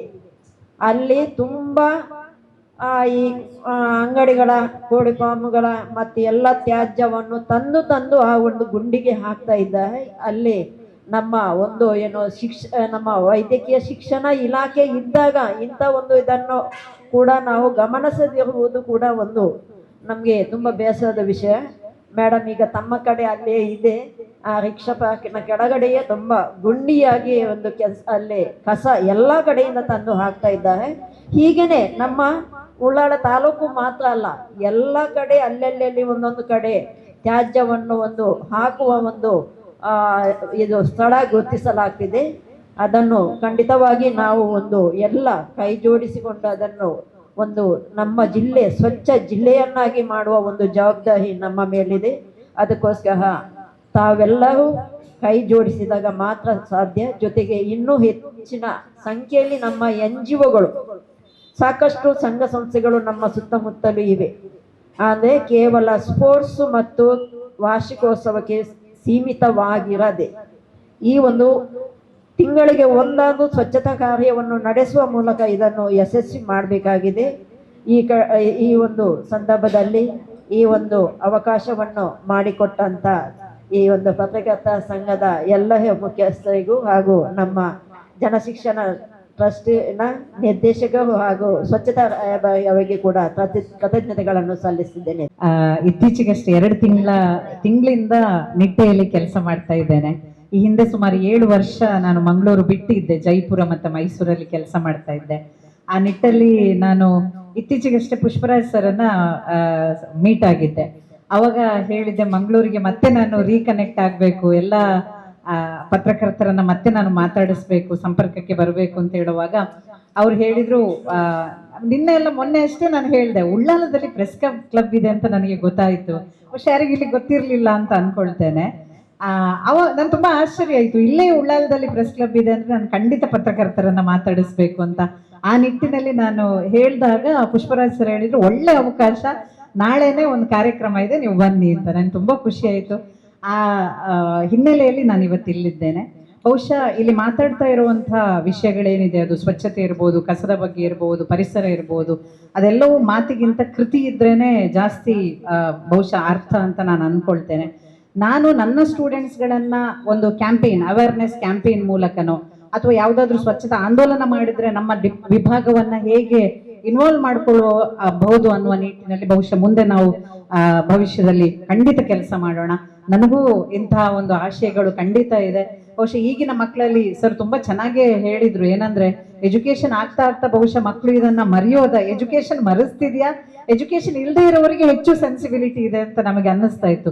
ಎಜುಕೇಶನ್ ಜಾಸ್ತಿ ಆದಾಗೆ ಕ್ರೈಮ್ಗಳು ಜಾಸ್ತಿ ಆಗ್ತಾ ಇದೆ, ಸಮಸ್ಯೆಗಳು ಜಾಸ್ತಿ ಆಗ್ತಾ ಇದೆ, ಏನು ಅಂತ ಅರ್ಥ ಆಗ್ತಾ ಇಲ್ಲ. ಬಹುಶಃ ವಿದ್ಯಾರ್ಥಿಗಳಿಗೆ ಈ ಸೂಕ್ಷ್ಮತೆಗಳನ್ನು ತಿಳಿಸ್ಕೊಳ್ಳೋದು ತುಂಬಾ ಅವಶ್ಯಕತೆ ಇದೆ ಅಂತ ನಾನು ಅನ್ಕೊಳ್ತೇನೆ. ಅದು ಕ್ಲಾಸ್ ರೂಮ್ ನಲ್ಲಿ ಆಗುದಿಲ್ಲ. ಹೀಗೆ ಅವರು ಕೂಡ ಇಂಥ ಒಂದು ಸಂದರ್ಭದಲ್ಲಿ ಡಿಸ್ಕಷನ್ಗಳಿಗೆ ಬಂದ್ರೆ, ಕೆಲಸ ಮಾಡಿದ್ರೆ ಮಾತ್ರ ಅದು ಅರ್ಥ ಆಗುದು ಅಂತ ನನಗೆ ಅನ್ನಿಸ್ತದೆ. ಆ ನಿಟ್ಟಿನಲ್ಲಿ ಏನೇ ಸಹಕಾರ ಇದ್ರೂ ಕೂಡ ಇಲ್ಲಿರುವ ಯಾರೇ ಸಂಘ ಸಂಸ್ಥೆಗಳಿರ್ಬೋದು, ಪತ್ರಕರ್ತರಿರ್ಬೋದು, ನಾವೇನಾದ್ರೂ ಕೊಲಾಬರೇಷನ್ ಅಲ್ಲಿ ಸಹಕಾರದೊಂದಿಗೆ ಸಹಭಾಗಿತ್ವದಲ್ಲಿ ಏನಾದ್ರೂ ಮಾಡೋದಿದ್ರೆ ನಾನು ಖಂಡಿತ ಇದ್ದೇನೆ ನನ್ನ ವಿದ್ಯಾರ್ಥಿಗಳ ಜೊತೆ ಅಂತ ಹೇಳ್ತಾ ಶುಭ ಹಾರೈಸ್ತಾ ಮಾತನ್ನು ಮುಗಿಸ್ತೇನೆ. ವಂದನೆಗಳು ಸೇರಿಸಿಕೊಳ್ಳುವ ಭರವಸೆಯೊಂದಿಗೆ ಬಂಧುಗಳೇ, ನಿಟ್ಟ ವಿಶ್ವವಿದ್ಯಾಲಯ ಪರಿಸರ ಸ್ವಚ್ಛತೆಯಲ್ಲಿ ರಾಮಕೃಷ್ಣ ಮಠದ ಜೊತೆಯಲ್ಲಿ ಸದಾ ನಿತ್ಯ ನಿರಂತರವಾಗಿ ಸ್ವಚ್ಛತಾ ಆಂದೋಲನದಲ್ಲಿ ಕಾರ್ಯನಿರ್ವಹಿಸುತ್ತಾ ಬಂದಿದೆ. ಪತ್ರಿಕೋದ್ಯಮ ವಿಶೇಷವಾಗಿ ನಮ್ಮ ಜೊತೆ ಕಾರ್ಯನಿರ್ವಹಿಸಬೇಕಂತ ಹೇಳಿ ನಮ್ಮ ಆಶಯ ಇದೆ. ಅದಕ್ಕೆ ಸಂಘದ ಅಧ್ಯಕ್ಷರು ಮುಂದಿನ ದಿನಗಳಲ್ಲಿ ಕಾರ್ಯಚಟುವಟಿಕೆಗಳನ್ನು ರೂಪಿಸಲಿದ್ದಾರೆ. ಮುಂದಕ್ಕೆ ಕಾಶ್ಮೀರ ಇಲ್ಲದ ಭಾರತವನ್ನು ನಾವು ಕಲ್ಪಿಸಲಿಕ್ಕೆ ಸಾಧ್ಯ ಇಲ್ಲ. ಹಾಗೆ ಕೃಷ್ಣಮೂಲ್ಯರು ಇಲ್ಲದಂತಹ ಈ ಒಂದು ಸ್ವಚ್ಛತಾ ಕಾರ್ಯಕ್ರಮ ಕಲ್ಪಿಸಲಿಕ್ಕೆ ಸಾಧ್ಯ ಇಲ್ಲ. ಇದೀಗ ಕೃಷ್ಣಮೂಲ್ಯರ 2 ಮಾತು ಪದ ಬಳಸಿದ್ರು, ಕನೆಕ್ಟಿಂಗ್. ನಾವು ಈ ಕಸ ನಿರ್ವಹಣೆ ಬಗ್ಗೆ ಕನೆಕ್ಟ್ ಆಗ್ತಾ ಇಲ್ಲ. ಅದು ಜನರು ನಮ್ಮ ಸ್ಥಳೀಯ ಆಡಳಿತಕ್ಕೆ ಕನೆಕ್ಟ್ ಆಗ್ತಾ ಇಲ್ಲ, ನಮ್ಮ ಸ್ಥಳೀಯ ಆಡಳಿತ, ಜಿಲ್ಲಾಡಳಿತ ಜನರಲ್ಲಿ ಕನೆಕ್ಟ್ ಆಗ್ತಾ ಇಲ್ಲ, ಮಾಧ್ಯಮದವರು ಇದು 3 ಸೇರಿ ಕನೆಕ್ಟ್ ಆಗ್ತಾ ಇಲ್ಲ. ಸೊ ಈ connecting is very very important. That's what I feel. ಈಗ ಸದ್ಯಕ್ಕೆ ಪ್ರಾಬ್ಲಮ್ ಇರೋದು ಇದು. ಎಲ್ಲ ವಿಚಾರದಲ್ಲಿ ಕನೆಕ್ಟ್ ಆಗ್ತೇವೆ, ಕಸ ನಿರ್ವಹಣೆಯಲ್ಲಿ ಕನೆಕ್ಟ್ ಆಗಲ್ಲ. ಇದು ಒಂದು ಸಮಸ್ಯೆ ಇದೆ. ಆದರೆ ಈ ಸಮಸ್ಯೆ ಎಲ್ಲಿವರೆಗೆ ಸಮಸ್ಯೆ ತಂದಿದೆ ಅಂದರೆ ಬಹುಶಃ ಹೇಳ್ಬೇಕಾಗಿಲ್ಲ, ಎಲ್ಲ ಅನುಭವ ಇರುವವರೇ ನಾವೆಲ್ಲರೂ ಏನೋ ಒಂದು ಪ್ರಯತ್ನ ಮಾಡ್ತಾ ಇದ್ದೇವೆ ಬದುಕು ಕಟ್ಟಲಿಕ್ಕೆ. ಈ ಬದುಕು ಕಟ್ಟುವುದರ ಜೊತೆಗೆ ಮುಂದಿನ ನಮ್ಮ ಬದುಕು ಕಟ್ಟುವುದು ಯಾರಿಗೆ? ನಮ್ಮ ಫ್ಯೂಚರ್ಗೆ ಅಂತ. ಆದರೆ ಮುಂದಿನ ನಮ್ಮ ಮಾನವ ಸಂತತಿ ಇದರ ಪ್ರಯೋಜನ ಪಡ್ಕೊಳ್ಳಿಕ್ಕೆ ಆಗ್ಲಿಕ್ಕಿಲ್ಲ ಅಂತ ಹೇಳೋ ಕಲ್ಪನೆ ಇಲ್ಲ. ನಮಗೆ ಪರಿಸರ ಯಾರಿಗೆ ನಾನು ಹೇಳಬೇಕಾ? ಇಲ್ಲಿವರೆಲ್ಲ ತಿಳಿದವರು. ಈಗ ಡೆಲ್ಲಿಗೆ ಹೋಗ್ಲಿಕ್ಕೆ ಭಯ ಆಗ್ತದೆ ಎಲ್ಲರಿಗೆ. ಏರ್ ಕ್ವಾಲಿಟಿ 460, ಬ್ಯಾಂಗ್ಳೂರಿನಲ್ಲಿ 300, ಮಂಗಳೂರಿನಲ್ಲಿ 200ಕ್ಕೆ ಬಂದಿದೆ ಮೊನ್ನೆ ಏರ್ ಕ್ವಾಲಿಟಿ ಇಂಡೆಕ್ಸ್. 50 ಬೇಕಾಗಿರೋದು. ಇಮ್ಯಾಜಿನ್ ಮಾಡಿ ನಮ್ಮ ಮುಂದೆ ಫ್ಯೂಚರ್ ಎಲ್ಲಿ ಉಂಟು? ಇದೆಲ್ಲ ಮಾಡ್ತಾರೆ. ಇದಕ್ಕೆ ನನಗೆ ಅನಿಸುದು, ಅದಕ್ಕೆ ನಾನು ಇವತ್ತು ಬಹಳ ಆಸಕ್ತಿಯಿಂದ ಇಲ್ಲಿ ಬಂದದ್ದು, ಇದನ್ನು ಕನೆಕ್ಟ್ ಮಾಡಲಿಕ್ಕೆ ಪತ್ರಕರ್ತರಿಗೆ ಮಾತ್ರ ಸಾಧ್ಯ ಈ ಕನೆಕ್ಟಿಂಗ್. ಯಾಕೆಂದರೆ ಇದೊಂದು ಇಚ್ಛಾ ಕೊರತೆ ಸಮಸ್ಯೆ. ಇವತ್ತು ಯಾರು ಕೇಳಿ ನಮ್ಮ ಜಿಲ್ಲಾಡಳಿತ ಕೇಳಿದರೆ ನಮ್ಮಲ್ಲಿ ಫಸ್ಟ್ ಕ್ಲಾಸ್ ಇದೆ ಅಂತಾರೆ. ಗೌರ್ಮೆಂಟಲ್ಲಿ ರಿಪೋರ್ಟ್, ನಮ್ಮ ಜಿಲ್ಲೆಯಲ್ಲಿ ಉತ್ತಮ ಕಸ ನಿರ್ವಹಣೆ ವ್ಯವಸ್ಥೆ ಇದೆ ಅಂತ ರಿಪೋರ್ಟ್ ಇದೆ ಗೌರ್ಮೆಂಟಲ್ಲಿ. ಮಿನಿಸ್ಟ್ರು ಹತ್ರ ಮಿನಿಸ್ಟ್ರು ಹೇಳಿದ್ದಾರೆ ಪರಿಸ್ಥಿತಿ ಹೇಗಿದೆ, ರಿಯಾಲಿಟಿ ಇಸ್ ಡಿಫರೆಂಟ್. ಸೊ ಇದನ್ನು ಏನಾದರೂ ಮಾಡೋದಿದ್ದರೆ ಬೇರೆ ದಾರಿ ಇಲ್ಲ. ಅದಕ್ಕಾಗಿ ಇದಕ್ಕೆ ಏನಾದರೂ ಮಾಡಬೇಕು ನಾವು. ಇದನ್ನು ಹೇಗೆ ಕನೆಕ್ಟ್ ಮಾಡೋದು? ಈಗ ನಾವು ಉತ್ತರ ಕೊಡಬೇಕಂದ್ರೆ ಉತ್ತರ ತಗೊಳ್ಬೇಕು ನಾವು. ಉತ್ತರ ಯಾರು ಕೊಡ್ಲಿಕ್ಕೆ ಆಗ್ಲಿಕ್ಕಿಲ್ಲ. ಹೇಗೆ ಮಾಡೋಣ? ಇವತ್ತು ಈ ಪರಿಸ್ಥಿತಿಯಲ್ಲಿ ನಾವು ಬಂದಿದ್ದೇವೆ. ಕಸ ಅಂದ್ರೆ ಏನು ತೊಂದರೆನೇ ಇಲ್ಲ. ಈಗ ಸಿನಶೆಟ್ಟಿ ಕೆಲವೆಲ್ಲ ಬಿಟ್ಟರು. ಆಗ ತಾಯಿಯ ಎದೆ ಹಾಲಿನಲ್ಲಿ ಮೈಕ್ರೋ ಪ್ಲಾಸ್ಟಿಕ್ ಇದೆ ಅಂತ ಒರಿಸ್ಸಾದಲ್ಲಿ ರಿಪೋರ್ಟ್ ಆಗಿದೆ, ಬಿಹಾರಲ್ಲಿ, ಸಾರಿ, ಆ ಮಟ್ಟದಲ್ಲಿ ಬಂದುಬಿಟ್ಟಿದ್ದೇವೆ ನಾವು. Cancer rate is increasing like anything. ಮೊನ್ನೆ ನಮ್ಮ ಆರೋಗ್ಯ ಇಲಾಖೆಯವರ ಒಂದು ಎಂತ ಹೇಳ್ತಾರೆ, ಅದು NCD ಸಮೀಕ್ಷೆ ಪ್ರಕಾರ 1 ವರ್ಷದಲ್ಲಿ 400 ಜನರಿಗೆ ಕ್ಯಾನ್ಸರ್ ರಿಪೋರ್ಟ್ ಆಗಿದೆ ನಮ್ಮಲ್ಲಿ. ಹೆಚ್ಚಾಗ್ತಾ ಉಂಟು. ಇವೆಲ್ಲ ಇದ್ರೂ ಈ ವಿಚಾರಕ್ಕೆ ಬರುವಾಗ ಪ್ರಿಯಾರಿಟಿ ಇಲ್ಲ. ಇದಕ್ಕೆ ಏನು ಮಾಡೋಣ? ನಾವು ಜಾಯಿಂಟ್ ಆಗಿ ಒಂದು ಆಲೋಚನೆ ಮಾಡಲೇಬೇಕು. ಅದಕ್ಕೆ ನಾವು ಇವತ್ತು ಕೂತಿದ್ದು ಚರ್ಚೆ ಮಾಡಬೇಕು. ನಾವು ಹೇಗೆ ಕನೆಕ್ಟ್ ಮಾಡೋಣ? ನಮಗೆ ಅರ್ಥ ಆಗೋದು ಇದು. ಜಿಲ್ಲಾಡಳಿತ ಹೇಳಿದರೆ ಈಗ ನೋಡಿ ಬೆಂಕಿ ಉರಿತಾ ಉಂಟು. ಅವರು ಹೇಳಿದರು ಎಲ್ಲ ಗಿಡ ನಾಡ್ತೇವೆ, ಗಿಡ ಸುಡ್ತಾ ಉಂಟು. ಅಲ್ಲಿ ಅವರು ಅಟ್ಲಾಂಟಾದಲ್ಲಿ ಪ್ಲಾಸ್ಟಿಕ್ ಮಳೆ ಬರ್ತದೆ, ನಮ್ಮಲ್ಲಿ ದಕ್ಷಿಣ ಕನ್ನಡದಲ್ಲಿ ಪ್ಲಾಸ್ಟಿಕ್ ಬೆಂಕಿ ಬರ್ತಾ ಉಂಟು. ಯಾರಾದ್ರೂ ಇದಕ್ಕೆ ಏನು ಆಕ್ಷನ್ ತೆಗೆಯುತ್ತಾ ಇಲ್ಲ. ಇದನ್ನು ನಿಲ್ಲಿಸಲಿಕ್ಕೆ ಸಾಧ್ಯ ಇಲ್ವಾ? ಪ್ಲಾಸ್ಟಿಕ್ ಮಳೆ ಅಂದ್ರೆ ಏನು? ಕರೆಕ್ಟ್. ಪ್ಲಾಸ್ಟಿಕ್ ಮಳೆ ಅಂದ್ರೆ ನಿಮಗೆಲ್ಲ ಗೊತ್ತಿರಬಹುದು ಬಹುಶಃ. ಪ್ಲಾಸ್ಟಿಕ್ ನಾವೆಲ್ಲ ಭೂಮಿಗೆ ಬಿಡ್ತೇವೆ, ಅದು ಬಿಸಿಲಿಗೆ ಎವಾಪರೇಟ್ ಆಗ್ತದೆ. It's A chemical. ಅದು ಪಾಲಿಥಿನ್ ಇದರಿಂದ ಆಗಿರೋದು. ಅದು ಮಳೆ ಇದಾಗಿ ಆವಿಯಾಗಿ ಮೇಲೆ ಹೋಗಿರ್ತದೆ, ಸುಡ್ತೇವೆ, ಹೊಗೆಯಾಗಿ ಹೋಗಿರ್ತದೆ. ಅದೆಲ್ಲ ಲೇಯರಲ್ಲಿ ಇರ್ತದೆ. ಮಳೆ ಬರುವಾಗ ಅದರ ಮೈಕ್ರೋ ಪ್ಲಾಸ್ಟಿಕ್ ಬೀಳ್ತದೆ. ಜಾಸ್ತಿ ಅಟ್ಲಾಂಟದಲ್ಲಿ ಅತಿ ಹೆಚ್ಚು ಅದು ಬರ್ತಾ ಉಂಟು. ಅದು ಇಲ್ಲಿಯೂ ನಾಳೆ ಬರ್ತದೆ. ಈಗ ಇಲ್ಲಿಯ ಪರಿಸ್ಥಿತಿ ಕೂಡ ಹಾಗೆ ಆಗ್ತದೆ. ನಮ್ಮ ಯಾವ ವಾಟರ್ ಬಾಡೀಸ್ನೆಲ್ಲ ತೋಡುಗಳಲ್ಲಿ ಇದು ತುಂಬಿದೆ, ಪ್ಯಾಂಪರ್ಸ್ ಎಲ್ಲ. ಈಗ ಕುಡಿತ ನೀರು ವಿಷಯ ಇದೆ ನಮ್ಮದು. ನಮ್ಮ ಮಾತಾಡ್ತಾರೆ ಏನೋ ಆರೋಗ್ಯ ಸ್ವಲ್ಪ ಇಮ್ಯುನಿಟಿ ಇದೆ, ಯಾವಾಗ ಯಾರಿಗೆ ಏನಾಗಲಿ ಹೇಳಿಕೆ ಆಗೋದಿಲ್ಲ. ಈಗ ನಮ್ಮನ್ನು ಟೆಸ್ಟ್ ಮಾಡಿದರೆ ಪ್ರತಿಯೊಬ್ಬರ ಹತ್ರ ಮೈಕ್ರೋ ಪ್ಲಾಸ್ಟಿಕ್ ಉಂಟು. ಮೈಕ್ರೋ ಪ್ಲಾಸ್ಟಿಕ್ ಅಂದರೆ ಪ್ಲಾಸ್ಟಿಕ್ ನಿಮ್ಗೆ ಗೊತ್ತು. ನಾನು ಸೈಂಟಿಸ್ಟ್ ಅಲ್ಲ, ಆದರೆ ಸೈಂಟಿಸ್ಟ್ ಪ್ರಕಾರ ಒಮ್ಮೆ ನಾವು ಪ್ಲಾಸ್ಟಿಕ್ ಪ್ರೊಡ್ಯೂಸ್ ಮಾಡಿದರೆ ಆ ಪ್ಲಾಸ್ಟಿಕನ್ನು ಭೂಮಿಯಿಂದ ಕಳಿಸಲಿಕ್ಕೆ ಆಗೋದೇ ಇಲ್ಲ. Once you produce the plastic ಅದನ್ನು ಮಾಡಿದರೆ ಅದು ಹೋಗುವುದಿಲ್ಲ. ಮೈಕ್ರೋ ಫಾರ್ಮಲ್ಲಿ ಇದ್ದೇ ಇರ್ತದೆ ಭೂಮಿಯಲ್ಲಿ. ಅದಕ್ಕೆ ನಮಗೆ ಆಲೋಚನೆ ಬರಬೇಕಾದ್ದು ನಮ್ಮೆಲ್ಲ ಪ್ಲಾನರ್ಸಿಗೆಲ್ಲ ಇದು. ಪ್ಲಾಸ್ಟಿಕ್ ತಪ್ಪಲ್ಲ, ಪ್ಲಾಸ್ಟಿಕ್ ನಿರ್ವಹಣೆ ತಪ್ಪು. ಪ್ಲಾಸ್ಟಿಕ್ಕನ್ನು ಒಮ್ಮೆ ಪ್ರೊಡ್ಯೂಸ್ ಮಾಡುವಾಗಲೇ ಕಡಿಮೆ ಮಾಡುವಾಗೆ ನೋಡಬೇಕು. ಒಮ್ಮೆ ಪ್ಲಾಸ್ಟಿಕ್ನ ಒಂದು ಪ್ರೊಡ್ಯೂಸ್ ಮಾಡಿದರೆ ಈ ಜಸ್ಟ್ ಕೆನಾಟ್ ಅದನ್ನು ಡಿಸ್ಪೋಸ್ ಮಾಡಲಿಕ್ಕೆ ಆಗೋದಿಲ್ಲ. ಅದು ಭೂಮಿಯಲ್ಲಿ ಇದ್ದೇ ಇರ್ತದೆ, ಅದು ಭೂಮಿಗೆ ಮಾರಾಟ. ದಿಸ್ ಇಸ್ ದ ಪರಿಸ್ಥಿತಿ. ಹೀಗಿರುವಾಗ ಈಗ ನಾವು ಹೇಗೆ ಇದನ್ನು ಮುಂದೆ ಕೊಂಡು ಹೇಗೆ ಗೊತ್ತಾಗೋದು? ಈಗ ಜಿಲ್ಲಾಡಳಿತಕ್ಕೆ ಮನಸ್ಸು ಮಾಡಿದರೆ ಮಾಡ್ಬೋದು. ನಮ್ಮ ಇತ್ತೀಚೆಗೆ ಕೇಳಿದ್ರು ನಮ್ಮ ಪೊಲೀಸ್ ಇಲಾಖೆ, ನಮ್ಮ ಸುಧೀರ್ ಮತ್ತೆ ಅವರಿಬ್ಬರು ಬಂದ ನಂತರ ನಮ್ಮ ಜಿಲ್ಲೆಯಲ್ಲಿ ಹೇಗೆ ಸ್ವಲ್ಪ ಲಾ ಆ್ಯಂಡ್ ಆರ್ಡರ್ ಕಂಟ್ರೋಲ್ ಮಾಡಿದರು. ಈಗ ಅದೇ ರೀತಿ ನಮಗೆ ಕಸವನ್ನು ಯಾಕೆ ಕಂಟ್ರೋಲ್ ಮಾಡಲಿಕ್ಕೆ ಸಾಧ್ಯ ಇಲ್ಲ? ಈಗ ಕಸದ ವಿಚಾರದಲ್ಲಿ ಮಾತ್ರ ಇನ್ನೂ ನಮಗೆ ಕಾನೂನಿನಿಂದ ಆಗುವುದಿಲ್ಲ. ಕಾನೂನಿದೆ, ಸರ್ ಹೇಳಿದರು, ಶ್ರೀನಿವಾಸ್ ಸರ್ ಈಗಾಗಲೇ ಹೇಳಿದ್ದಾರೆ. ಕಾನೂನನ್ನು ಎನ್ಫೋರ್ಸ್ ಮಾಡಬೇಕು. ಈಗ ನನಗೆ ಕಾಣೋದು ಯಾವುದೆಲ್ಲ ಹೇಳಿದ್ರು ಜಾಗೃತಿ ಇಲ್ಲ. ದಕ್ಷಿಣ ಕನ್ನಡ ಜಿಲ್ಲೆ ಜನರಿಗೆ ಜಾಗೃತಿ ಎಲ್ಲ ಮತ್ತೆಲ್ಲಿ ಇರ್ತದೆ. ಹಾಗೆ ಜಾಗೃತಿ ಬರಬೇಕಾದ್ರೆ ಈಗ ನನಗೆ ಅನಿಸೋದು ಪೆನಾಲ್ಟಿ, ಈ ದಂಡ ಹಾಕುವಂಥದ್ದು ಮಾಡಿದರೆ ಒಂದು 75% ಕಂಟ್ರೋಲ್ ಮಾಡ್ಬೋದು ನಮ್ಮಲ್ಲಿ ಪ್ರತಿಯೊಂದು ಕಡೆಯಲ್ಲಿ. ಎಲ್ಲ ನಮ್ಮ ಏನು ಇದಿದ್ದಾರೆ ನಮ್ಮ ವ್ಯಾಪಾರಸ್ಥರೆಲ್ಲ ಸುಟ್ಟೇ ಡಿಸ್ಪೋಸ್ ಮಾಡೋದು ಪ್ಲಾಸ್ಟಿಕ್ ಅನ್ನು. ಎಲ್ಲಿ ನೋಡಿ ನಮ್ಮ ಮುಡಿಪೇಟೆಯಲ್ಲಿ ಬನ್ನಿ, ಎಲ್ಲ ಅಂಗಡಿ ಮುಂದೆ ಒಂದು ಇದು ಉಂಟು. ನಮ್ಮ ವೆಸ್ಟರ್ನ್ ಕಂಟ್ರಿಯಲ್ಲೆಲ್ಲ ಬಿಸಿ ಆಗ್ಲಿಕ್ಕೆ ಇದಿರ್ತಲ್ಲ, ಕಿಲ್ಮೆ ಇರ್ತಲ್ಲ, ಅದೇ ತರ ಎಲ್ಲ ಅಂಗಡಿ ಮುಂದೆ ಸುಟ್ಟದುಂಟು. ಯಾರು ಮಾತಾಡ್ತಾರೆ? ಅವ್ರು ಯಾರು ಫೈನ್ ಮಾಡ್ತಾರೆ? ಇದು ಫೈನ್ ಮಾಡುವಾಗೆ ಮಾಡುವಂತ ಜವಾಬ್ದಾರಿ ನಮ್ಮ ಜಿಲ್ಲಾ ತಗೋಬೇಕು. ಸೊ ಈ ದಿಸೆಯಲ್ಲಿ ಬಹುಶಃ ನಾನು ಮಾತಾಡ್ಲಿಕ್ಕೆ ಮುಂದೆ ಚರ್ಚೆಗೆ ಇದನ್ನು ಹೇಗೆ ನಾವು ಕೊಂಡೋಗ, ಹೇಗೆ ಕನೆಕ್ಟ್ ಮಾಡೋಣ, ಹೇಗೆ ಜಿಲ್ಲಾಡಳಿತವನ್ನು ಎಬ್ಬಿಸೋಣ, ನಾವೇಗೆ ಹೇಳೋಣ. ಪ್ರತಿಯೊಬ್ಬರು ಹೇಳೋದಿದ್ರೆ ಇದು ಪರಿಸ್ಥಿತಿ ನಮ್ದು ನಾಳೆ ನಮಗೆ ಕೊಡಲ್ಲ. ಈಗ ಪ್ಲಾಸ್ಟಿಕ್ ಸುಡುವಾಗ ನಾವು ಯಾರು ಮಾತಾಡ್ತಾ ಇಲ್ಲ. ಯಾಕೆ ಮಾತಾಡಲ್ಲ? ನಮಗೊಂದೇನೋ ಅಬ್ಲಿಗೇಷನ್, ಆದರೆ ನಾಳೆ ನಾವೇ ಸಾಯುವಂಥ ಪರಿಸ್ಥಿತಿ. ಇದು ಜನರಿಗೂ ಅರಿವಾಗಬೇಕು. ಇದನ್ನು ಹೇಗೆ ಮಾಡಬೇಕು, ಈ ದಿಸೆಯಲ್ಲಿ ನಮ್ಮ ಮುಂದಕ್ಕೆ ಸಂವಾದ ಹೋಗ್ಬೇಕು ಅಂತ ಕೇಳ್ಕೊಳ್ತೇನೆ. ನನಗೆ ಬಹಳ ನಿರೀಕ್ಷೆ ಅಂದರೆ ಈಗ ಪತ್ರಕರ್ತರು, ಜಿಲ್ಲಾ ಅಧ್ಯಕ್ಷರಿದ್ದಾರೆ, ರಾಜ್ಯ ಸಮಿತಿಯವರಿದ್ದಾರೆ, ಉಳ್ಳಾಲ ತಂಡ ಇದೆ. ಉಳ್ಳಾಲ ಪತ್ರಕರ್ತರ ಸಂಘ ಕೂಡ, ನಾನು ಪತ್ರಿಕೆ ಶ್ರೀನಿವಾಸ್ ಶೆಟ್ಟಿ ಮತ್ತು ನಾವು 81ರಿಂದ ಪತ್ರಿಕೆ ಜೊತೆ ಕೆಲಸ ಮಾಡಿಕೊಂಡು ಬಂದವರು. 81ನೇ ಇಸವಿನಿಂದ ನಮ್ಮ ಎಲ್ಲ ಕೆಲಸ ಪತ್ರಕರ್ತರ ಒಂದು ಸಹಭಾಗಿತ್ವದಲ್ಲಿ. ರಾಜಶೇಖರ್ ಕೋಟಿ ಅವರು ಆಂದೋಲನ ಪತ್ರಿಕೆಯವರು, ಅವರ ಜೊತೆಗೆ ಅವರು ಹೇಗೆ ಒಂದು ಪತ್ರಿಕೆಯನ್ನು ಬೆಳೆಸಿದ್ರು, ಬರೀ ಒಂದು ಬರ್ತಾರೆ ಆ ರೀತಿಯಲ್ಲಿ ಈ ಉಳ್ಳಾಲ ಪತ್ರಕರ್ತರ ಸಂಘ ನನಗೆ ನೋಡಿದಾಗ ಈ ಒಂದು ಕಾಳಜಿ, ಇದನ್ನು ಯಾರು ತುಂಬ ಜನ ಮಾಡ್ತಾರೆ, ಆದರೆ ಇಂಥ ಒಂದು ಕಾಳಜಿ ಬಗ್ಗೆ ತಗೊಂಡು ನೀವು ಮಾಡಿದ್ದೀವಿ. ನಾವು ಇದನ್ನು ಮುಂದೆ ಕೊಂಡು ಹೋಗ್ಬೇಕು. ಅದೇ ದಿಸೆಯಲ್ಲಿ ನಾವು ಮುಂದಕ್ಕೆ ಚರ್ಚೆ ಮಾಡಬೇಕು ಅಂತ ಕೇಳಿಕೊಳ್ತೇನೆ. ಸಿಟಿ 2017ರಿಂದ 2025ವರೆಗೆ ಸತತ 8 ಬಾರಿ ಈ ದೇಶದ ಅತ್ಯಂತ ಸುಂದರ ಮತ್ತು ಸ್ವಚ್ಛ ನಗರ ಎಂಬ ಪ್ರಶಸ್ತಿಯನ್ನು ಪಡೆಯಲಿಕ್ಕೆ ಸಾಧ್ಯವಾದ್ರೆ ಅಲ್ಲಿ ಇಚ್ಛಾಶಕ್ತಿ, ನಮ್ಮಲ್ಲಿ ಇಚ್ಛಾಶಕ್ತಿ ಇದೆ. ಎಲ್ಲೋ ಒಂದು ಕಡೆ ಯಾವುದೋ ಒಂದು ಎಡವಟ್ಟು ಆಗ್ತಾ ಇದೆ, ಅಧಿಕಾರಿಗಳಿಂದ ಸ್ವಲ್ಪ ನಿರ್ಲಕ್ಷ್ಯ ಅಂತ ಅನಿಸ್ತದೆ. ಬಾಕಿ NGO ಅಧಿಕಾರಿಗಳು, ಕೆಲವು ಸಂಸ್ಥೆಗಳು, ಪತ್ರಕರ್ತರು ಇವರೆಲ್ಲ ಹೆಚ್ಚಿನ ಕಾಳಜಿ ವಹಿಸಿದ್ದಾರೆ. ಜನರಿಗೂ ಪರಿಸರ ಸ್ವಚ್ಛ ಬೇಕೆಂಬ ಆಸೆ ಇದೆ. ಆದ್ರೆ ಕೆಲವೊಂದು ಕಡೆಯಲ್ಲಿ ಮಹಾನಗರದ ಅದೊಂದು ಸಮಸ್ಯೆಗಳೇ ಮುಂದುವರಿತಾ ಉಂಟು. ಈಗ ಸಂವಾದದ ದೃಷ್ಟಿಯಿಂದ ನಮ್ಮ ಅಧ್ಯಕ್ಷರ ಭಾಷಣವನ್ನ ಅಂತಿಮವಾಗಿ ಮಾತನಾಡುವುದು ಅಥವಾ ಅದಕ್ಕಿಂತ ಮುಂಚೆ ಸಂವಾದ ಬಳಿಕ ಇದೀಗ ನಮ್ಮ ಚೈತನ್ಯ ಸರ್ ಸಂವಾದವು ನೇರ ಒಂದು ಸ್ವಚ್ಛ ಪರಿಸರ ಉಳಿಸಿಕೊಳ್ಳುವ ನಿಟ್ಟಿನಲ್ಲಿ ಸಂವಾದ ಕಾರ್ಯಕ್ರಮ ಮುಂದುವರಿತಿದೆ. ಈಗ ಚೈತನ್ಯ ಅವರ ಪ್ರಶ್ನೆ, ಕೊಳ್ಳೇಗಾಲ ಅಂದ್ರೆ ಗೊತ್ತು ಯಾಕೆ ಅಷ್ಟು ಫೇಮಸ್ ಅಂತ ಹೇಳಿ. ಆದ್ರೆ ಈ ಇಬ್ರು, ಒಬ್ಬರು ಸ್ವಚ್ಛತಾ ರಾಯಭಾರಿ, ಒಬ್ಬರು ಜನಶಿಕ್ಷಣ ನಿರ್ದೇಶಕರು, ಇವರು ಕೊಳ್ಳೇಗಾಲಕ್ಕೆ ಯಾಕೆ ಹೋದ್ರು ಎಂಬ ಪ್ರಶ್ನೆ. ಅದಕ್ಕಿಂತ ಮುಂಚಿತವಾಗಿ ಬಂಧುಗಳೇ ಒಂದು ಮಾತನಾಡಬೇಕು. ಇಲ್ಲಿ ಕಾರ್ಯಕ್ರಮದಲ್ಲಿ ಕಾರ್ತಿಕ, ಶ್ವೇತಾ, ಲತಾ ಜನಶಿಕ್ಷಣ ಸೇವಾ ಟ್ರಸ್ಟ್ ನಲ್ಲಿ ಕೋಆರ್ಡಿನೇಟರ್, ಫೀಲ್ಡ್ ಕೋಆರ್ಡಿನೇಟರ್ ಹಾಗೂ ಅಕೌಂಟೆಂಟ್ ಆಗಿರುವವರು ತಾವು ತಮ್ಮ ಜೊತೆ ಇದ್ದೀರಿ. ತಮ್ಮ ಉಪಸ್ಥಿತಿಯನ್ನು ಗೌರವಿಸ್ತಾ ಇದ್ದೇವೆ. ಈಗ ಈ ಪ್ರಶ್ನೆಗೆ ತಮ್ಮ ಬಾಯಿಂದ ಉತ್ತರ. ಆದ ಕೂಡಲೇ TAPI ಮ್ಯಾನೇಜ್ಮೆಂಟ್ ಇನ್ಸ್ಟಿಟ್ಯೂಟ್ ಮಣಿಪಾಲದಲ್ಲಿ ರಿಸರ್ಚ್ ಅಸಿಸ್ಟೆಂಟ್ ಆಗಿ ಒಂದೆರಡು ಕೆಲಸ ಮಾಡಿದ್ವು.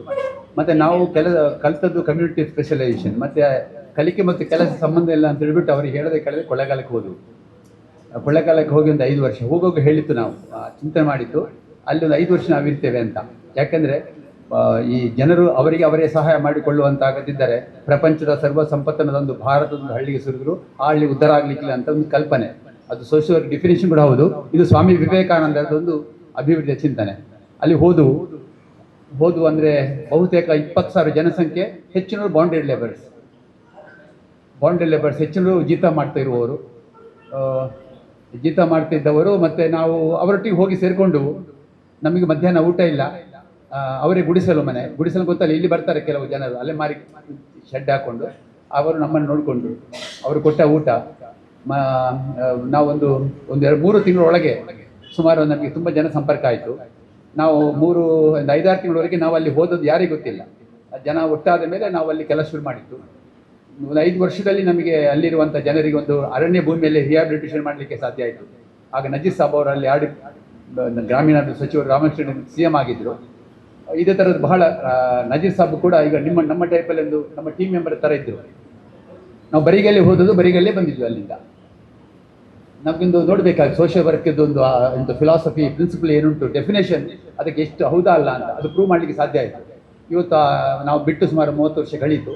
ಈಗ ಆ ಸೋಲಾರಿದ ಸೋಲಿಗರು ಅಂತ ನಾವು ಕೆಲಸ ಮಾಡಿದ 3 ವರ್ಷದಲ್ಲಿ ಆ ಕೆಲಸದ ಒಂದು ಸ್ಟೋರಿ ಜರ್ಮನ್ ಮ್ಯಾಗಝಿನಲ್ಲಿ ಬಂತು. ಆದಿವಾಸಿ ಪವರ್ ಎ ಸಕ್ಸಸ್ ಸ್ಟೋರಿ ಅಂತ ಸ್ಟೋರಿ ಬಂತು. ಅಲ್ಲಿ ನಮಗೆ ಕಾಡು ಪ್ರಾಣಿಗಳು ಬಹಳ ಇತ್ತು. ಕಾಡು ಪ್ರಾಣಿಗಳ ಅಪಾಯಕ್ಕಿಂತ ಪ್ರಾಣಿ ಜನರಿಂದ ತುಂಬಾ ಅಪಾಯ ನಮಗೆ ಎದುರಾಯಿತು. ವೀರಪ್ಪನ ಸಮಸ್ಯೆ ವೀರಪ್ಪನ ಕೂಡ ಇದ್ದರು. ವೀರಪ್ಪನ ಅಂದ್ರೆ ನಮ್ಮ ಆದಿವಾಸಿ ಸೋಲಿಗರು ಕೂಡ ಅವರ ಜೊತೆಗಿದ್ದವರು. ಅದು ನಮ್ಮ ಕೆಲಸ ನೋಡಿ ವೀರಪ್ಪನಿಗೂ ಸಮಾಧಾನ ಆಗಿತ್ತು ಕಾಣ್ತದೆ. ನಮಗೆ ಡಿಸ್ಟರ್ಬ್ ಮಾಡ್ತಾ ಇರಲಿಲ್ಲ ಅವರ ಏರಿಯಾಕ್ಕೆ ಹೋಗುವಾಗ. ಅವರ ಸಂಘದವರು ಅಂತ ನಮ್ಮನ್ನು ಸಂಘದವರು ಅಂತ ನೋಡು ಒಂದು ಆ ಥರ ಮಾಡ್ತಾ ಇದ್ರು. ಆದರೆ ತುಂಬ ಬೆದರಿಕೆಗಳು, ಯಾಕಂದ್ರೆ ಅಲ್ಲಿ ನಾವು ಕೆಲಸ ಮಾಡ್ತಾ ಇರುವಾಗ ಬೌಂಡರಿ ಬರ್ಸ್ ಬಿಡುಗಡೆ ಮಾಡುವಾಗ, ಮತ್ತೆ ಈ ಸೋಲಿಗರ ಹೆಸರಿನಲ್ಲಿ ದೊಡ್ಡ ದೊಡ್ಡ ಶ್ರೀಮಂತರು ಸಾಲವನ್ನು ಮಾಡಿ ರಿಕವರಿಗೆ ಅವರ ಹೆಸರಲ್ಲಿ ಮಾಡುವುದು, ಆ ಸೋಲಿಗರನ್ನು ಅರೆಸ್ಟ್ ಮಾಡುವುದು, ಪೆಟ್ಟು ಕೊಡುವುದು ಎಲ್ಲ ಮಾಡ್ತಾ ಇದ್ರು. ಅವರಿಗೆ ಕೂಲಿ ಸರಿ ಕೊಡ್ತಾ ಇರಲಿಲ್ಲ. ಇದೆಲ್ಲ ನಾವು ಜನಶಕ್ತಿಯಿಂದಲೇ ಪ್ರೊಟೆಸ್ಟ್ ಮೂಲಕ ಅದು ಇತ್ಯರ್ಥ ಮಾಡಲಿಕ್ಕೆ ಹೋಯಿತು. 1, 2, 3 ಆನೆಗಳ ನಮ್ಮನ್ನು ಓಡಿಸಿ ಬಂದು ಅದರಲ್ಲಿ ಪಾರಾದದ್ದು ಬಹಳ ವಿಶೇಷ. ನಾವು ಎಲ್ಲ ಜನರೊಟ್ಟಿಗಿದ್ದದ್ದು, ನಾವು ಇಲ್ಲಿ ಇರಲಿಲ್ಲ, ಅವರ ಕಾಲೋನಿಯಲ್ಲಿ ಇರೋದು, ಕಾಡ ಒಳಗೆ ಇರೋದು. ಬೆಳಿಗ್ಗೆ ಎದ್ದು ಬರುವಾಗ ಆನೆಗಳು ನಮ್ಮನ್ನು ಬೆಳಿಗ್ಗೆ ಅರ್ಲಿ ಮಾರ್ನಿಂಗ್ ಮನೆ ಅಲ್ಲಿ ಸೋಲಿಗರ ಊರಿಂದ ಬರುವಾಗ ಆನೆ ಓಡಿಸ್ತಾ ಬರುವಾಗ ನಮಗೆ ಅಂದಾಜಿತ್ತು ನಾವು ಈ ಕಡೆ ಬಂದು ಇವರು ಸ್ಟೇಟ್ ಓಡಿದ್ವಿ, ಆನೆ ಈರುಳ್ಳಿ ಓಡಿಸ್ಕೊಂಡು ಹೋಯ್ತು. ಅಲ್ಲಿಂದ ಪಾರಾದದ್ದು ಬಹಳ ವಿಶೇಷ. ಮತ್ತೆ ಈ ಕಡೆ ಬಂದು ಪಾರಾಯಿತು. ಇನ್ನೊಂದು, ನಾವು ಮಹದೇಶ್ವರ ಬೆಟ್ಟದಿಂದ ಕೆಳಗೆ ಬರುವಾಗ ಒಂದು ರಾತ್ರಿ ಒಂದು ದಿವಸ ನಾವು ಬೆಟ್ಟದ ಬರುವಾಗ ಮೋಟ್ರ್ ವೆಹಿಕಲ್ ಬರ್ತಾ ಇದ್ದಾಗ ಅಲ್ಲಿ ಅನಿರೀಕ್ಷಿತ ಆನೆಗಳು ಕ್ರಾಸ್ ಆಗೋದು. ನಾವು ಆನೆಗೆ ಬಂದು ಹಿಟ್ಟಾಗಬೇಕಾಗಿತ್ತು. ನಾವು ಸೈಡಿಗೆ ತಗೊಂಡು ನಾವು ಗುಂಡಿ ಬಿದ್ದಾಗ ಇವರು ಹಿಂದೆ ಬಂದರು. ನಾನು ಡ್ರೈವ್ ಮಾಡ್ತಿದ್ದೆ. ನಾನು ಆನೆ ಮುಂದೆ ಹೋಗೋದು, ಪುಣ್ಯಕ್ಕೆ ಆನೆಗಳು ಏನು ಮಾಡಲಿಲ್ಲ. ನಮಗೆಲ್ಲ ವಸ್ತುಗಳಲ್ಲಿ ಬಿದ್ದಿತ್ತು. ಮತ್ತು ಪಕ್ಕದವ್ರನ್ನ ಕರೆಸಿ ಮೋಟ್ರ್ ವೆಹಿಕಲ್ ತೆಗೆದು ವಾಹನ ಹಾಕಿ ಬಂದಿತ್ತು. ಮತ್ತು ಬೇರೆ ಬೇರೆ ಬೆದರಿಕೆಗಳು ಅಲ್ಲಿ MLAಗಳದೆಲ್ಲ, ನೀವು ಮಂಗಳೂರಿಗೆ ಬಂದಿದ್ರಿ, ಇಲ್ಲಿ ಜೀವಂತ ಹೋಗುವುದಿಲ್ಲ ಅಂತ ಆ ಥರ ಬೆದರಿಕೆಗಳೆಲ್ಲ ಇತ್ತು. ಆದರೆ ನಾವು ಜನಶಕ್ತಿಯನ್ನು ಮುಂದಿಟ್ಟುಕೊಂಡು ಸತ್ಯದ ಮತ್ತು ಸೇವೆಯ ಶಕ್ತಿಯನ್ನು ಮುಂದಿಟ್ಟು ಕೆಲಸ ಮಾಡಿದೆವು. 5 ವರ್ಷದಲ್ಲಿ ಆ ಊರನ್ನು ನಮಗೆ ಬಿಟ್ಟು ಆ ಜನರು ಅವರ ಕಾಲವನ್ನು ನಿಂತ್ಕೊಂಡು ಕೆಲಸ ಮಾಡಲಿಕ್ಕೆ ಸಾಧ್ಯ ಆಯಿತು. ಈಗಲೂ ತಾವು ಹೋಗ್ಬೋದು, ನೋಡ್ಬೋದು. ಅದು ಈಗ ನನಗೆ ಇದಕ್ಕೆ ಸಂಬಂಧಪಟ್ಟ ಸರ್ ಪ್ರಶ್ನೆಗೆಲ್ಲ ಕನೆಕ್ಟ್ ಆಗೋ ಬಗ್ಗೆ ಹೇಳಿದರು. ಇವತ್ತು ಕನೆಕ್ಟ್ ಆಯಿತು. ಇವತ್ತೇ ನಾವು ನಿರೀಕ್ಷೆ ಮಾಡಿಲ್ಲ. ತಾಲೂಕು ಅಧ್ಯಕ್ಷರು, ತಾಲೂಕು ತಂಡ, ಜಿಲ್ಲಾ ಅಧ್ಯಕ್ಷರು, ರಾಜ್ಯದ ತಂಡ, ಜಿಲ್ಲಾ ಆರೋಗ್ಯ ಇಲಾಖೆ, ಈ ಮೇಡಮ್ ಬಂದು ನಾವು ರೆಡಿ ಇದ್ದೇವೆ ಹೇಳಿದ್ದು. ಚಂದ್ರಾಸನ್ ಅವರು ಬಂದು ಅವರು ಹಸಿರು ಮನೆ ಕಲ್ಪನೆ ಉಂಟು. ಮಾಧವಣ್ಣ ಇವತ್ತು ಕನೆಕ್ಟ್ ಆಯಿತು. ಕೃಷ್ಣಮೂಲ್ಯರ ಪ್ರಶ್ನೆಗೆ ಇಲ್ಲಿ ಕಣ್ಣ ಮುಂದೆ ಉತ್ತರ ಉಂಟು, ಕನೆಕ್ಟ್ ಆಗುವಂಥದ್ದು. ಯಾಕೆಂದರೆ ಇದು ಒಂದು ವಿಶೇಷವಾದ ತಂಡ. ಈ ಮಾಧ್ಯಮ ನಮ್ಮ ಜಿಲ್ಲೆ ಅಥವಾ ಇಲ್ಲಿರುವ ನಮ್ಮ ಜಿಲ್ಲೆಯ ಪ್ರತಿನಿಧಿ ಸಾಮಾನ್ಯರಲ್ಲ. ಪುಷ್ಪರಾಜ್ ಇರಲಿ, ಶ್ರೀನಿವಾಸ್ ಇರಲಿ, ಇರಲಿ ಅಥವಾ ಸ್ಥಾಪಕ ಅಧ್ಯಕ್ಷರಿರಲಿ, ಅವರು ಶ್ರೀನಿವಾಸನಂತೂ ಭಾಳ ಪವರ್ಫುಲ್.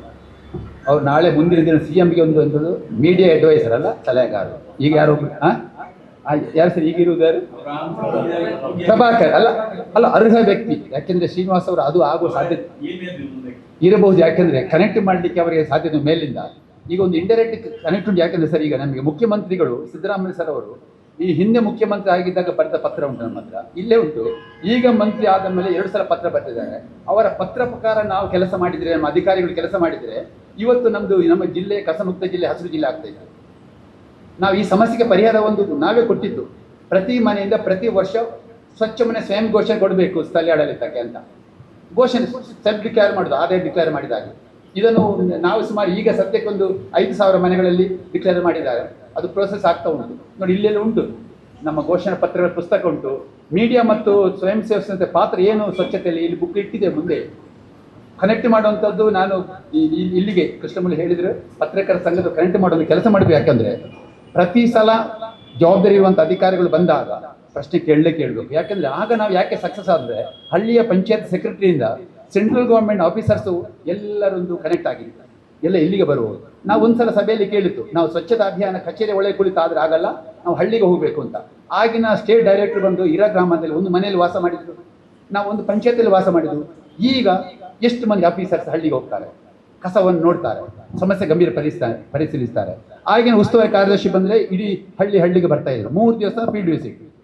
ಈಗ ಮೀಟಿಂಗ್ ಮಾಡಿ ಹೋಗೋದು ಹೇಗೆ ಗೊತ್ತಾಗ್ತದೆ ರಿಯಲ್. ನಾನು ಇದನ್ನು ನಮ್ಮ ಶ್ರೀನಿವಾಸರು, ಪುಷ್ಪರಾಜರು ಅವರೆಲ್ಲ ನಿಮಗೆ ಮೇಲ್ಮಟ್ಟದ ಉಂಟು, ಬರಲಿ ಮುಖ್ಯಮಂತ್ರಿಗಳು ಅಥವಾ ಉಸ್ತುವಾರಿ ಸಚಿವರು ಬರಲಿ, ಹಳ್ಳಿಗೆ ಹೋಗುವ ತಪ್ಪು ನೋಡುವ ಅಂತ. ನಮ್ದಿರೋದು ಕನೆಕ್ಟ್ ಮಾಡೋ ಕೆಲಸ ನಿಮ್ಮಿಂದವ್ರದ್ದು. ಸೋಷಲ್ ಆಡಿಟ್ ಆಗಬೇಕು. ಇನ್ನೊಂದು ಸೋಷಲ್ ಆಡಿಟ್ ಆಗಲಿ ಹೇಗೆ ಅಂತ ಈಗ ಈ ಮೇಡಮ್ ಬಂದಿದ್ದಾರೆ. ಅವರ ವಿಭಾಗದ ಮೂಲಕನೇ ಒಂದಷ್ಟು ಏರಿಯಾ ನಾವು ಅಧ್ಯಯನ ಮಾಡುವ, ಒಂದು ರಿಪೋರ್ಟ್ ಕೊಡುವ, ಹೇಗುಂಟು ರಿಯಾಲಿಟಿ ಕೊಡುವ. ಯಾಕೆಂದ್ರೆ ಸಂಪೂರ್ಣ ಸತ್ಯತೆ ಇರುವಲ್ಲಿ ಸಂಪೂರ್ಣ ಸ್ವಚ್ಛತೆ ಇದೆ. ಸಂಪೂರ್ಣ ಸತ್ಯತೆ ಮಾತ್ರ ಈಗ ಇಲ್ಲ, ಅದಕ್ಕೆ ಸಂಪೂರ್ಣ ಸ್ವಚ್ಛತೆ ಬೇಕು. ಈಗ ಈ ಎಲ್ಲ ಸಮಸ್ಯೆ ಕಾರಣ ಯಾರು? ಕೆಲವು ಮಂದಿ ಅಲ್ಲ, ನಾವೆಲ್ಲರೂ ಯಾರಂದ್ರೆ ಬೇರೆ ಬೇರೆ ಕ್ಷೇತ್ರದಲ್ಲಿ ಕೆಲಸ ಮಾಡುವವರನ್ನು ಬಿಟ್ಟು ಉಳಿದವರು ಯಾರಿದ್ದಾರೆ, ಅದು ಜನರಲ್ಲಿ ಜನಪ್ರತಿನಿಧಿಗಳು, ಅಧಿಕಾರಿಗಳು, ತಜ್ಞರು, ಮಾಲಿನ್ಯದವರು, ವಿಸಿಗಳು ಎಲ್ಲರೂ ಮೌನವಾಗಿದ್ದಾರೆ. ಕಸ ಬಿಸಾಡುವ ಸುಡುವರ ತಪ್ಪಲ್ಲ, ಕಸ ಬಿಸಾಡುವ ಸುಡುವವರನ್ನು ಏನೂ ಮಾತನಾಡದೆ ಏನೂ ಬರೆಯದೇ ಇರುವಂತಹ ಪತ್ರಕರ್ತರಿರ್ಬೋದು, ಸಾಹಿತಿಗಳಿರ್ಬೋದು, ಮಾಲಿನ್ಯ ತಜ್ಞರಿರ್ಬೋದು, ವಕೀಲರಿರ್ಬೋದು, ಜಡ್ಜ್ ಇರ್ಬೋದು, ಡಾಕ್ಟರ್ ಇರ್ಬೋದು. ಕಾರಣ ಈ ಸಮಸ್ಯೆ ಬೆಳೀಲಿಕ್ಕೆ ಕಾರಣ ಕಸ ಬಿಸಾಡುವ ಸುಡುವವರಲ್ಲ, ಅದನ್ನು ಮೌನವಾಗಿ ನೋಡುತ್ತಾ ಸ್ಪಂದಿಸಿರುವಂಥ ಬಹುಸಂಖ್ಯಾತ ಜನರಿಂದಾಗಿ ಈ ಸ್ಥಿತಿ ನಿರ್ಮಾಣ ಆಗಿದೆ ಅಂತ ನನ್ನ ಭಾವನೆ. ಇದರ ಬಗ್ಗೆ ಏನಾದರೂ ಪ್ರತಿಕ್ರಿಯೆ ಚರ್ಚೆ? ಈಗ ಮಾಹಿತಿ ಕೊಟ್ಟವರದೇ ಹೆಸರನ್ನ ಕೆಲವು ಆಫೀಸರ್ಗಳು ತಿಳಿಸ್ತಾರೆ ವಾಪಸ್ ಠಾಣೆಗೆ, ನಮ್ಮ ಆತ್ಮೀಯರ ಹೆಸರಲ್ಲಿ ಕೊಡ್ತೇವೆ, ಅವರು ಕೆಲವು ಕೊಡ್ತಾರೆ. 10 ನಿಮಿಷ ಆಗುವಾಗ ಅವ್ರ ಮನೆಗೆ ಕಾಲ್ ಹೋಗ್ತದೆ, ನಿಮ್ಮ ಗ್ರಾಮದಿಂದ ಇಂತಹ ವ್ಯಕ್ತಿ ನಿಮ್ಮ ಬಗ್ಗೆ ದೂರು ಸಲ್ಲಿಸಿದ್ದಾನೆ, ಆಕ್ಷೇಪ ವ್ಯಕ್ತಪಡಿಸಿದ್ದಾನೆ. ಆಗ ಅಲ್ಲಿ ಉಳ್ಳಾಲದಲ್ಲಿ ಒಬ್ಬರು ಡ್ರಗ್ಸ್ ಸೇರಿದ ಬಗ್ಗೆ ಮತ್ತೆ ಗಾಂಜಾ ಹಾವಳಿ ಬಗ್ಗೆ ಒಬ್ಬರು ಪ್ರಮುಖ ನಾಯಕರು ದೂರು ಕೊಟ್ಟ ಮರುದಿವಸ ಅವರ ಕಾರ್ ಮೇಲೆ ಕಲ್ಲು ಬಿಸಾಡಿದ್ದಾರೆ. ಈ ತರ ಘಟನೆಗಳು ಇದೆ. ಅದಕ್ಕೆ ಏನ್ ಮಾಡುದು? ಡ್ರಗ್ ಮುಕ್ತ ಜಿಲ್ಲೆ ಮಾಡಲಿಕ್ಕೆ ಒಂದು ಬಹಳ ಉತ್ತಮವಾದ ಕಾರ್ಯಾಚರಣೆ ಆಗ್ತಾ ಉಂಟು. ಸಕ್ಸಸ್ ಆಗದಿರ್ಬೋದು. ಡ್ರಗ್ ಮುಕ್ತ ಜಿಲ್ಲೆ ಹೇಗೆ ಒಂದು ಕಾರ್ಯಾಚರಣೆ ಶುರುವಾಗಿದೆಯೋ ಅದೇ ತರ ಕಸಮುಕ್ತ ಜಿಲ್ಲೆಗೆ ಅಂತ ಕಾರ್ಯಾಚರಣೆ ಶುರು ಆಗಬೇಕು. ಅವರ ಕಾರ್ಯಾಚರಣೆ ತಳಮಟ್ಟದಲ್ಲಿ ಕೆಲವು ಇತಿಮಿತಿಗಳಿರ್ಬೋದು, ಮೇಲ್ಮಟ್ಟದಲ್ಲಿರುವಂಥ ತಂಡ ಉಂಟು ಏನುಂಟು ಬಹಳ ಕಟ್ಟುನಿಟ್ಟು. ಅವರು ಓಪನ್ ಆಗಿ ಹೇಳ್ತಾರೆ, ನಾವು ಇಲ್ಲಿವರೆಗೆ ಇಂಥ ಕೆಲಸ ಮಾಡ್ತಾ ಇತ್ತು, ನಾವು ಮಾಡುವ ಕೆಲಸ ಏನೂ ಇಂಪ್ಯಾಕ್ಟ್ ಇಲ್ಲ, ಹಾಗಾಗಿ ನಾವು ಮಾಡುವ ಕೆಲಸ ಸರಿ ಇಲ್ಲ ಅಂತಲ್ಲ, ನಾವು ಬದಲಾಯಿಸ್ಕೊಳ್ಬೇಕು. ಟೌನ್ ಹಾಲಲ್ಲಿ ಮೀಟಿಂಗ್ ಕರೆದ್ರು ಪೊಲೀಸಿನವರು, ಕಮಿಷನ್, ಅಲ್ಲಿ ಅಭ್ಯಾಸಕ್ಕೆ ಒಳಗಾದವರು, ಡಿ ಎಡಿಕ್ಟ್ ಆದವರು ಬಂದು ಕತೆ ಹೇಳಿದ್ರು, ಮುಕ್ತ ಚರ್ಚೆಗಳು ಅಂತ ಒಂದು ಹೈಯರ್ ಲೆವೆಲ್ ಆಫೀಸರ್ಸು ಆ ರೀತಿಯಲ್ಲಿ ಕಮಿಟೆಡ್ ಆಗಿ ಕಟ್ಟುನಿಟ್ಟಾಗಿ ಕಾನೂನು ಪ್ರಕಾರ ಒಂದು ಧೈರ್ಯದಲ್ಲಿ ಕೆಲಸ ಮಾಡಲಿ ಅಂತೆ. ಇದಕ್ಕೆ ಬೇಕಾದ ಇಚ್ಛಾಶಕ್ತಿ. ಈಗ ನಮ್ಮ ಹತ್ರ ಇಚ್ಛಾಶಕ್ತಿಯ ಕೊರತೆ ಇದೆ, ಜ್ಞಾನ ಪೂರ್ಣ ಇಲ್ಲ. ಇದಕ್ಕೆ ಬೇಕಾದ ಇಚ್ಛಾಶಕ್ತಿ, ಜ್ಞಾನಶಕ್ತಿ, ಕ್ರಿಯಾಶಕ್ತಿ, ಜನಶಕ್ತಿ, ಧನಶಕ್ತಿ, 5 ಶಕ್ತಿ ಯಾವುದೇ ಕೆಲಸಕ್ಕೆ ಬೇಕಾದ್ರೆ. ಈಗ ಧನಶಕ್ತಿ ತುಂಬ ಉಂಟು, ಆದರೆ ಇಚ್ಛಾಶಕ್ತಿ ಇಲ್ಲ. ಜ್ಞಾನಶಕ್ತಿ ಕೊರತೆ, ಕ್ರಿಯಾಶಕ್ತಿ ಕೊರತೆ. ಈ ಕೊರತೆ ನೀಗಬೇಕಾಗ್ತದೆ. ನಾವೀಗ ಬಹುಸಂಖ್ಯಾತರು, ಒಳ್ಳೆಯ ಜನರು, ಕಸ ಕರೆಕ್ಟಾಗಿ ಕೊಡುವವರು, ಒಳ್ಳೆಯ ಜನರು, ಕಸ ಸುಡುವುದನ್ನು ನೋಡೋ ಒಳ್ಳೆಯ ಜನರು ಯಾರಿದ್ದಾರೆ ಅವರನ್ನು ಸೆನ್ಸಿಟೈಸ್ ಮಾಡುವ ಕೆಲಸ ಆಗಬೇಕು. ಅದಕ್ಕೆ ನಮಗೆ ಸಾಧ್ಯ. ನಮ್ಮ ತಂಡದವರು ನಿರಂತರವಾಗಿ ಬರೆಯುವುದು, ಪ್ರಶ್ನೆ ಕೇಳುವುದು, ಹೇಳುವುದು. ಈಗ ಯಾರೇ ಬರಲಿ, ಪ್ರೆಸ್ ಕಾನ್ಫರೆನ್ಸ್ ಆಗುವಾಗ ಇದರ ಬಗ್ಗೆ ಪ್ರಶ್ನೆ ಪತ್ರಕರ್ತರು ಹೆಚ್ಚಾಗಿ ಕೇಳುವುದು ಕಡಿಮೆ. ಕರೆಕ್ಟಾ? ಗೊತ್ತಿಲ್ಲ ನನಗೆ. ಪ್ರಶ್ನೆ ಕೇಳುವುದು, ಯಾಕೆ ಹೀಗೆ ಇದೆ ನಮ್ಮ ಕಸದ್ದು? ಬನ್ನಿ, ಏನಾದ್ರು ಒಂದು ಸಂಶಯವಿಲ್ಲ ನಿಮಗೆ? ಬನ್ನಿ. ಸ್ವಾಗತ. ಈ ದಿನ ಕರ್ನಾಟಕ ಕಾರ್ಯನಿರತ ಪತ್ರಕರ್ತರ ಸಂಘ ಹಾಗೂ ಜನಶಿಕ್ಷಣ ಟ್ರಸ್ಟ್ ಈ 2 ಸಂಸ್ಥೆಯ ಜಂಟಿ ಸಹಯೋಗದಲ್ಲಿ ಬಹಳ ಒಳ್ಳೆಯ ಒಂದು ಸಂವಾದ ಕಾರ್ಯಕ್ರಮವನ್ನು ಇಟ್ಟುಕೊಂಡಿದ್ದೀರಿ ಸ್ವಚ್ಛತೆಯ ಬಗ್ಗೆ. ಮೊದಲಾಗಿ ನಾವು ತಿಳ್ಕೊಳ್ಬೇಕಾದ್ದು ಸ್ವಚ್ಛತೆ ಅಂದರೆ ಏನು ಅಂತ. ನಮಗೆಲ್ಲ ಗೊತ್ತು, ಸ್ವಚ್ಛತೆ ಅಂದರೆ ಪರಿಸರವನ್ನು ಸ್ವಚ್ಛವಾಗಿ ಇಟ್ಟುಕೊಳ್ಳು. ಆದರೆ ಇದು ಎಲ್ಲಿಂದ ಆರಂಭ ಆಗಬೇಕು? ಸ್ವಚ್ಛತೆ ಆರಂಭವಾಗಬೇಕಾದ್ದು ನಮ್ಮ ಮನಸ್ಸಿನಿಂದ. ಮೊದಲು ನಮ್ಮ ಮನಸ್ಸಿನ ಕೊಳೆಯನ್ನು ನಾವು ಹೋಗಲಾಡಿಸಬೇಕು, ಮನಸ್ಸಿನ ಕಸವನ್ನು ನಾವು ಹೋಗಲಾಡಿಸಬೇಕು. ಅಲ್ಲಿಂದ ಆರಂಭ ಆದರೆ ಆಮೇಲೆ ನಮ್ಮ ದೈಹಿಕ ಸ್ವಚ್ಛತೆ, ಮನೆಯ ಸ್ವಚ್ಛತೆ, ಪರಿಸರದ ಸ್ವಚ್ಛತೆ ಮತ್ತು ದೇಶದ ಸ್ವಚ್ಛತೆ. ಹಾಗಾಗಿ ದೇಶದ ಸ್ವಚ್ಛತೆಗೂ ನಮ್ಮ ಮನಸ್ಸಿನ ಸ್ವಚ್ಛತೆಗೂ ನೇರ ಸಂಬಂಧ ಇದೆ. ಸ್ವಾತಂತ್ರ್ಯ ಪೂರ್ವದಲ್ಲಿ ಗಾಂಧೀಜಿಯವರು ಕನಸು ಕಂಡಿದ್ದರು, ನಮ್ಮ ಭಾರತವನ್ನು ಸ್ವಚ್ಛ ಭಾರತ ಮಾಡಬೇಕು ಅಂತ. ಅದನ್ನು ಈಗಿನ ಪ್ರಧಾನಮಂತ್ರಿಗಳು ನರೇಂದ್ರ ಮೋದಿಯವರು 2014ರಲ್ಲಿ ನವೆಂಬರ್ 2ರಂದು ಸ್ವಚ್ಛತಾ ಅಭಿಯಾನವನ್ನು, ಸ್ವಚ್ಛ ಭಾರತ ಅಭಿಯಾನವನ್ನು ಆರಂಭಿಸಿದರು. ಆ ಮೂಲಕ ಗಾಂಧೀಜಿಯವರ ಕನಸನ್ನು ನನಸು ಮಾಡುವುದಕ್ಕೆ ಒಂದು ಹೆಜ್ಜೆ ಮುಂದಿಟ್ಟಿದ್ದಾರೆ. ಈಗ ನಾನು ಹೇಳ್ತಾ ಇರುವುದು, ಈಗ ಮುಖ್ಯವಾಗಿ ನಮ್ಮ ಸ್ವಚ್ಛತೆಗೆ ಬಹಳ ಒಂದು ನಮಗೆ ಆತಂಕ ಇರುವುದು ಪ್ಲಾಸ್ಟಿಕ್ ಬಗ್ಗೆ, ಪ್ಲಾಸ್ಟಿಕ್ ಮಾರಿಯ ಬಗ್ಗೆ. ನೀವು 70, 80, 60, 70, 80ನೇ ದಶಕಕ್ಕೆ ಹೋದರೆ, ನಾನು 10, 15ನೇ ವರ್ಷ ಪ್ರಾಯದಲ್ಲಿ ಒಂದೇ ಒಂದು ಅಂಗಡಿಯಲ್ಲಿ ಅಲ್ಲಿ ಪ್ಲಾಸ್ಟಿಕ್ ತೊಟ್ಟೆಗಳನ್ನು ಇಡ್ತಾ ಇರಲಿಲ್ಲ. ಒಂದೇ ಒಂದು ಅಂಗಡಿಯಲ್ಲಿ ಪ್ಲಾಸ್ಟಿಕ್ ತೊಟ್ಟೆಗಳಿರಲಿಲ್ಲ. ಅಲ್ಲಿ ಆ ಪತ್ರಿಕೆಗಳನ್ನು ಅದರಲ್ಲೇ ಕಟ್ಟಿ, ಆ ಪತ್ರಿಕೆಗಳು ಭಾಳ ಚಂದದ ಒಂದು ತೊಟ್ಟೆ ಮಾಡಿ ಅದರಲ್ಲಿ ಸಾಮಾನು ಕಟ್ಟಿ ಕೊಡ್ತಾ ಇದ್ರು. ಇವುಗಳು ಗೊತ್ತಿರ್ಬೋದು ಆ ದಶಕದಲ್ಲಿದ್ದವರಿಗೆ. ಆಮೇಲೆ ಪ್ಲಾಸ್ಟಿಕ್ ಬಂತು. ಈಗ ಒಂದೇ ಒಂದು ಪತ್ರಿಕೆಗಳಿಗೆ ಸಾಮಾನು ಬರ್ತಾ ಇಲ್ಲ. ನಾವು ಮೊದಲಾಗಿ ಮಾಡಬೇಕಾದ್ರೆ ಇದರಿಂದ ಒಂದು 50% ಪರಿಸರ ಉಳಿಬಹುದು ಅಂತ ನಾನು ಯೋಚಿಸ್ತೇನೆ. ಹೇಗೆಂದರೆ ಅಂಗಡಿಗಳಲ್ಲಿ ಪ್ಲಾಸ್ಟಿಕ್ ತೊಟ್ಟೆಯಲ್ಲಿ ಸಾಮಾನು ಕಟ್ಟಿಕೊಡುವುದನ್ನು ನಾವು ನಿಷೇಧಿಸಬೇಕು ಮೊದಲು. ಇದರಿಂದ ಖಂಡಿತ ಒಂದು 50% ಸಮಸ್ಯೆಗೆ ಪರಿಹಾರ ಸಿಗ್ತದೆ. ಯಾಕೆ ಹಿಂದೆ ಕಟ್ಟಿಕೊಡ್ತಾ ಇರಲಿಲ್ವ ಪತ್ರಿಕೆಗಳಲ್ಲಿ? ಅಲ್ಲಿ ಒಂದು ತೊಟ್ಟೆ ಬರ್ತಾ ಇತ್ತು, ಕಾಕಿ ತೊಟ್ಟೆ ಒಂದು ಬರ್ತಾ ಇತ್ತು, ಬೇರೆ ಬೇರೆ 1 kg, 2 kg, ಅರ್ಧ kg ಇದೆಲ್ಲ. ಅದನ್ನು ಮತ್ತೆ ಬಳಕೆ ಮಾಡೋದಕ್ಕೆ ಸಾಧ್ಯ ಇಲ್ವಾ? ಏನು ಮಾಲ್ಗೆ ಹೋದರೆ ಒಂದೇ ಒಂದು ಪ್ಲಾಸ್ಟಿಕಲ್ಲಿ ಕೊಡುವುದಿಲ್ಲ ನಮಗೆ, ಒಂದೇ ಒಂದು ಪ್ಲಾಸ್ಟಿಕ್ ಕೊಡೋದಿಲ್ಲ. ಎಲ್ಲ ಬಿಳಿ ತೊಟ್ಟೆ ಒಂದು ಅಲ್ಲಿ ಇಟ್ಟಿರ್ತಾರೆ. ನಾವು ಬೇಕಿದ್ರೆ ಅದರಲ್ಲಿ ತುಂಬಿಸಿ ನಾವು ತರಬೇಕು. ಅದು ಇಲ್ಲ, ಅದಕ್ಕೆ ಹಣ ಇಲ್ಲ, ಅದು ಫ್ರೀ. ಅಲ್ಲಿ ಅವರು ಇಟ್ಟಿರ್ತಾರೆ. ಅದು ನಾವು ಕೊಡಬೇಕು. ಯಾವುದಕ್ಕೆ ಅಂದರೆ ನಾವು ತುಂಬ ಸಾಮಾನಿದ್ರೆ ಅದನ್ನು ಇಟ್ಟುಕೊಳ್ಳೋದಕ್ಕೆ ಒಂದು ಕ್ಯಾರಿ ಬ್ಯಾಗ್ ಕೊಡ್ತಾರೆ, ಅದಕ್ಕೆ ನಾವು ಹಣ ಕೊಡಬೇಕು. ಅದು ಕೂಡ ಬಟ್ಟೆ ಅಷ್ಟೇ. ಹಾಗಾಗಿ ಅಂಥ ದೊಡ್ಡ ದೊಡ್ಡ ಮಾಲ್ಗಳಲ್ಲೇ ಪ್ಲಾಸ್ಟಿಕ್ ಬಳಸುವುದಿಲ್ಲ ಅಂದರೆ ಈ ಸಣ್ಣ ಸಣ್ಣ ಅಂಗಡಿಗಳಲ್ಲಿ ಯಾಕೆ ಸಾಧ್ಯ ಇಲ್ಲ? ನಾವು ಮೊದಲು ಅದನ್ನು ನಿಷೇಧ ಮಾಡಿದರೆ ಖಂಡಿತ ಒಂದು 50% ಸಮಸ್ಯೆ, ನಮಗೆ ಪ್ಲಾಸ್ಟಿಕ್ ಸಮಸ್ಯೆ ಪರಿಹಾರ ಆಗ್ಬಹುದು ಎಂಬುದಾಗಿ ನನ್ನ ಅಭಿಪ್ರಾಯ. ನಾನು ದಿನ ನೋಡ್ತಾ ಇರ್ತೇನೆ, ಆ ಹಾಲನ್ನು ಕೊಂಡೋಗ್ಲಿಕ್ಕೆ ಇರುವುದು 15-20 ಮೀಟರ್ ದೂರ ಮನೆ, ಅದನ್ನು ಕೊಂಡೋಗ್ಲಿಕ್ಕೆ ಇನ್ನೊಂದು ಚೀಲ, ಅದನ್ನು ಕೊಂಡೋಗ್ಲಿಕ್ಕೆ ಒಂದು ತೊಟ್ಟೆಯನ್ನು ಕೊಂಡೋಗ್ಲಿಕ್ಕೆ ಇನ್ನೊಂದು ಚೀಲ ಅಗತ್ಯ ಇದೆಯಾ? ಅಂಥದ್ದನ್ನೆಲ್ಲ ನಾವು ಅವಾಯ್ಡ್ ಮಾಡ್ಬೋದು. ಹಾಗಾಗಿ ಈ ಬಗ್ಗೆ ನಮ್ಮ ಜಿಲ್ಲಾಡಳಿತಗಳು ಮನಸ್ಸು ಮಾಡಬೇಕು.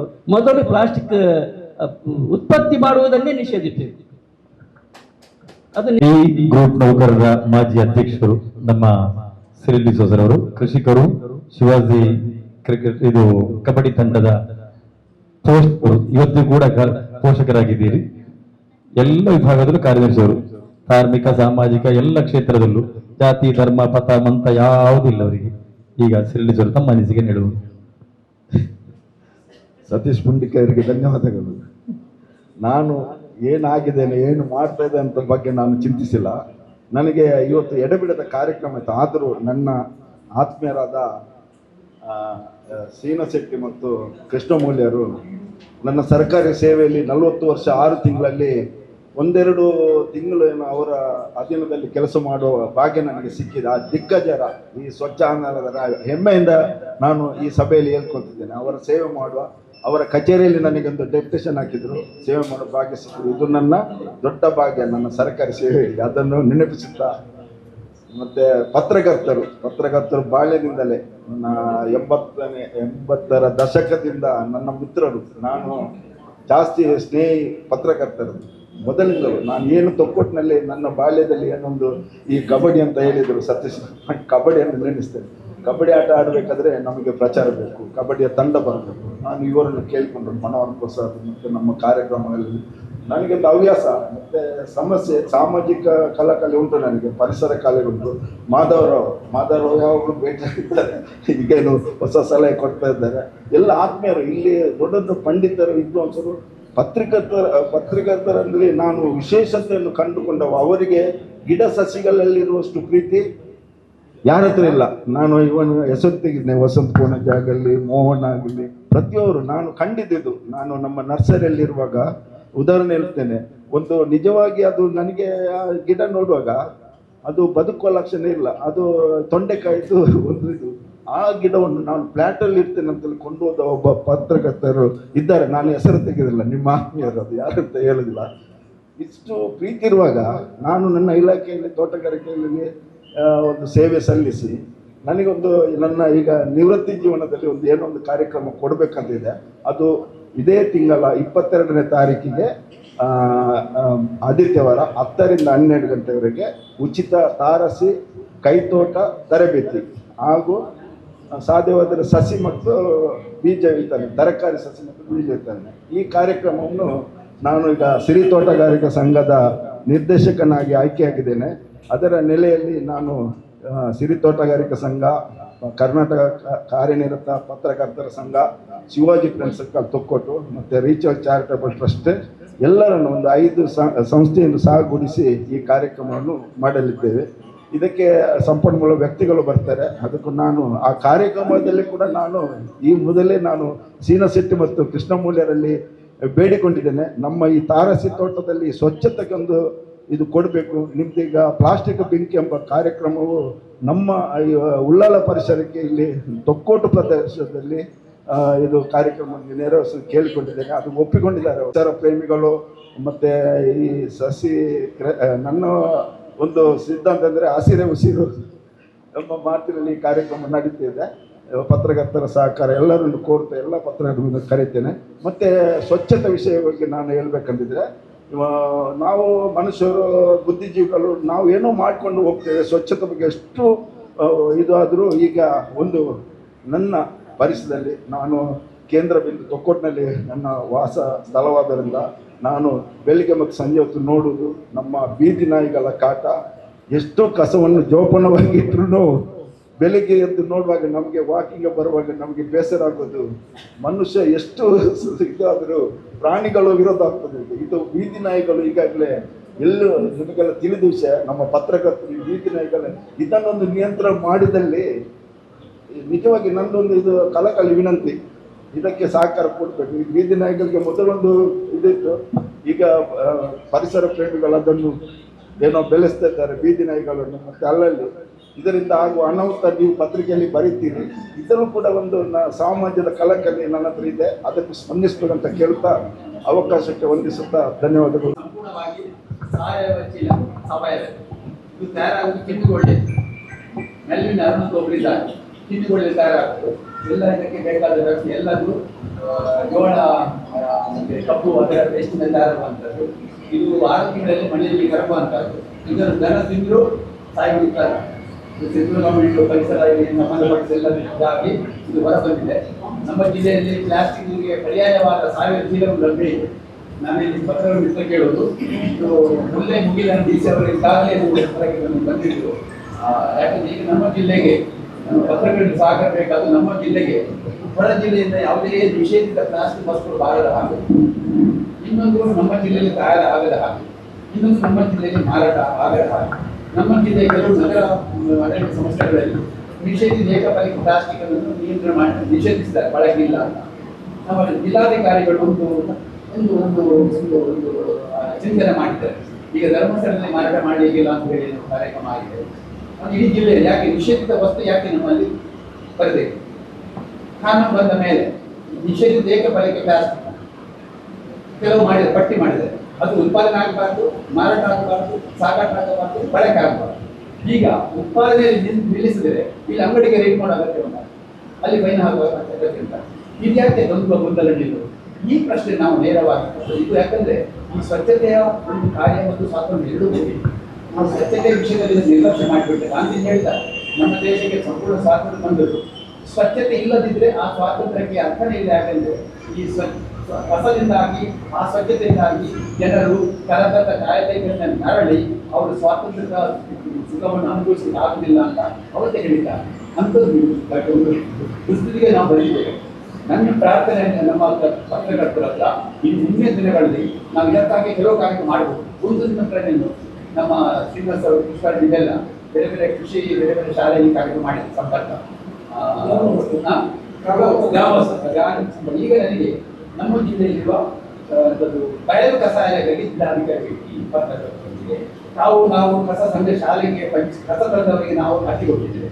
ಈಗ ಕಸ ದರ್ಶನ ಕಾರ್ಯಕ್ರಮ ಪತ್ರಕರ್ತರ ಜಿಲ್ಲಾಧಿಕಾರಿ ನಾವು ಕಸ ದರ್ಶನ ಮೊದಲು ಉಳ್ಳಾಲದ ಬಯಲು ಕಸಾಯ ದರ್ಶನ ಮಾಡಬಹುದಾ? ಕಸ ದರ್ಶನ ಕಾರ್ಯಕ್ರಮ. ಎರಡನೆಯದು ಒಂದು ಕಸ ಮುಕ್ತ ಮನೆ, ಸ್ವಚ್ಛ ಮನೆ, ಹಸಿರು ಮನೆಗೆ ಒಂದು ಪ್ರಶಸ್ತಿ ಕೊಡಬಹುದಾ? ಮೂರನೇದು ಈ ಬಯಲು ಕಸಾಯ ಬಗ್ಗೆ ಸೋಷಿಯಲ್ ಆಡಿಟ್ ಒಂದು ದಿನ ಶುರು ಮಾಡಿದೆ. ಎಲ್ಲ ಪತ್ರಿಕೆಗಳಿಗೆ ತಿಂಗಳಿಗೆ ಒಂದು ವಾರಕ್ಕೆ ಒಂದು ದಿವಸ ಎಲ್ಲ ಪತ್ರಿಕೆಗಳಿಗೆ ಅದರ ವಿಷಯ ಬರವಾಗಿ ಮಾಡಬಹುದಾ?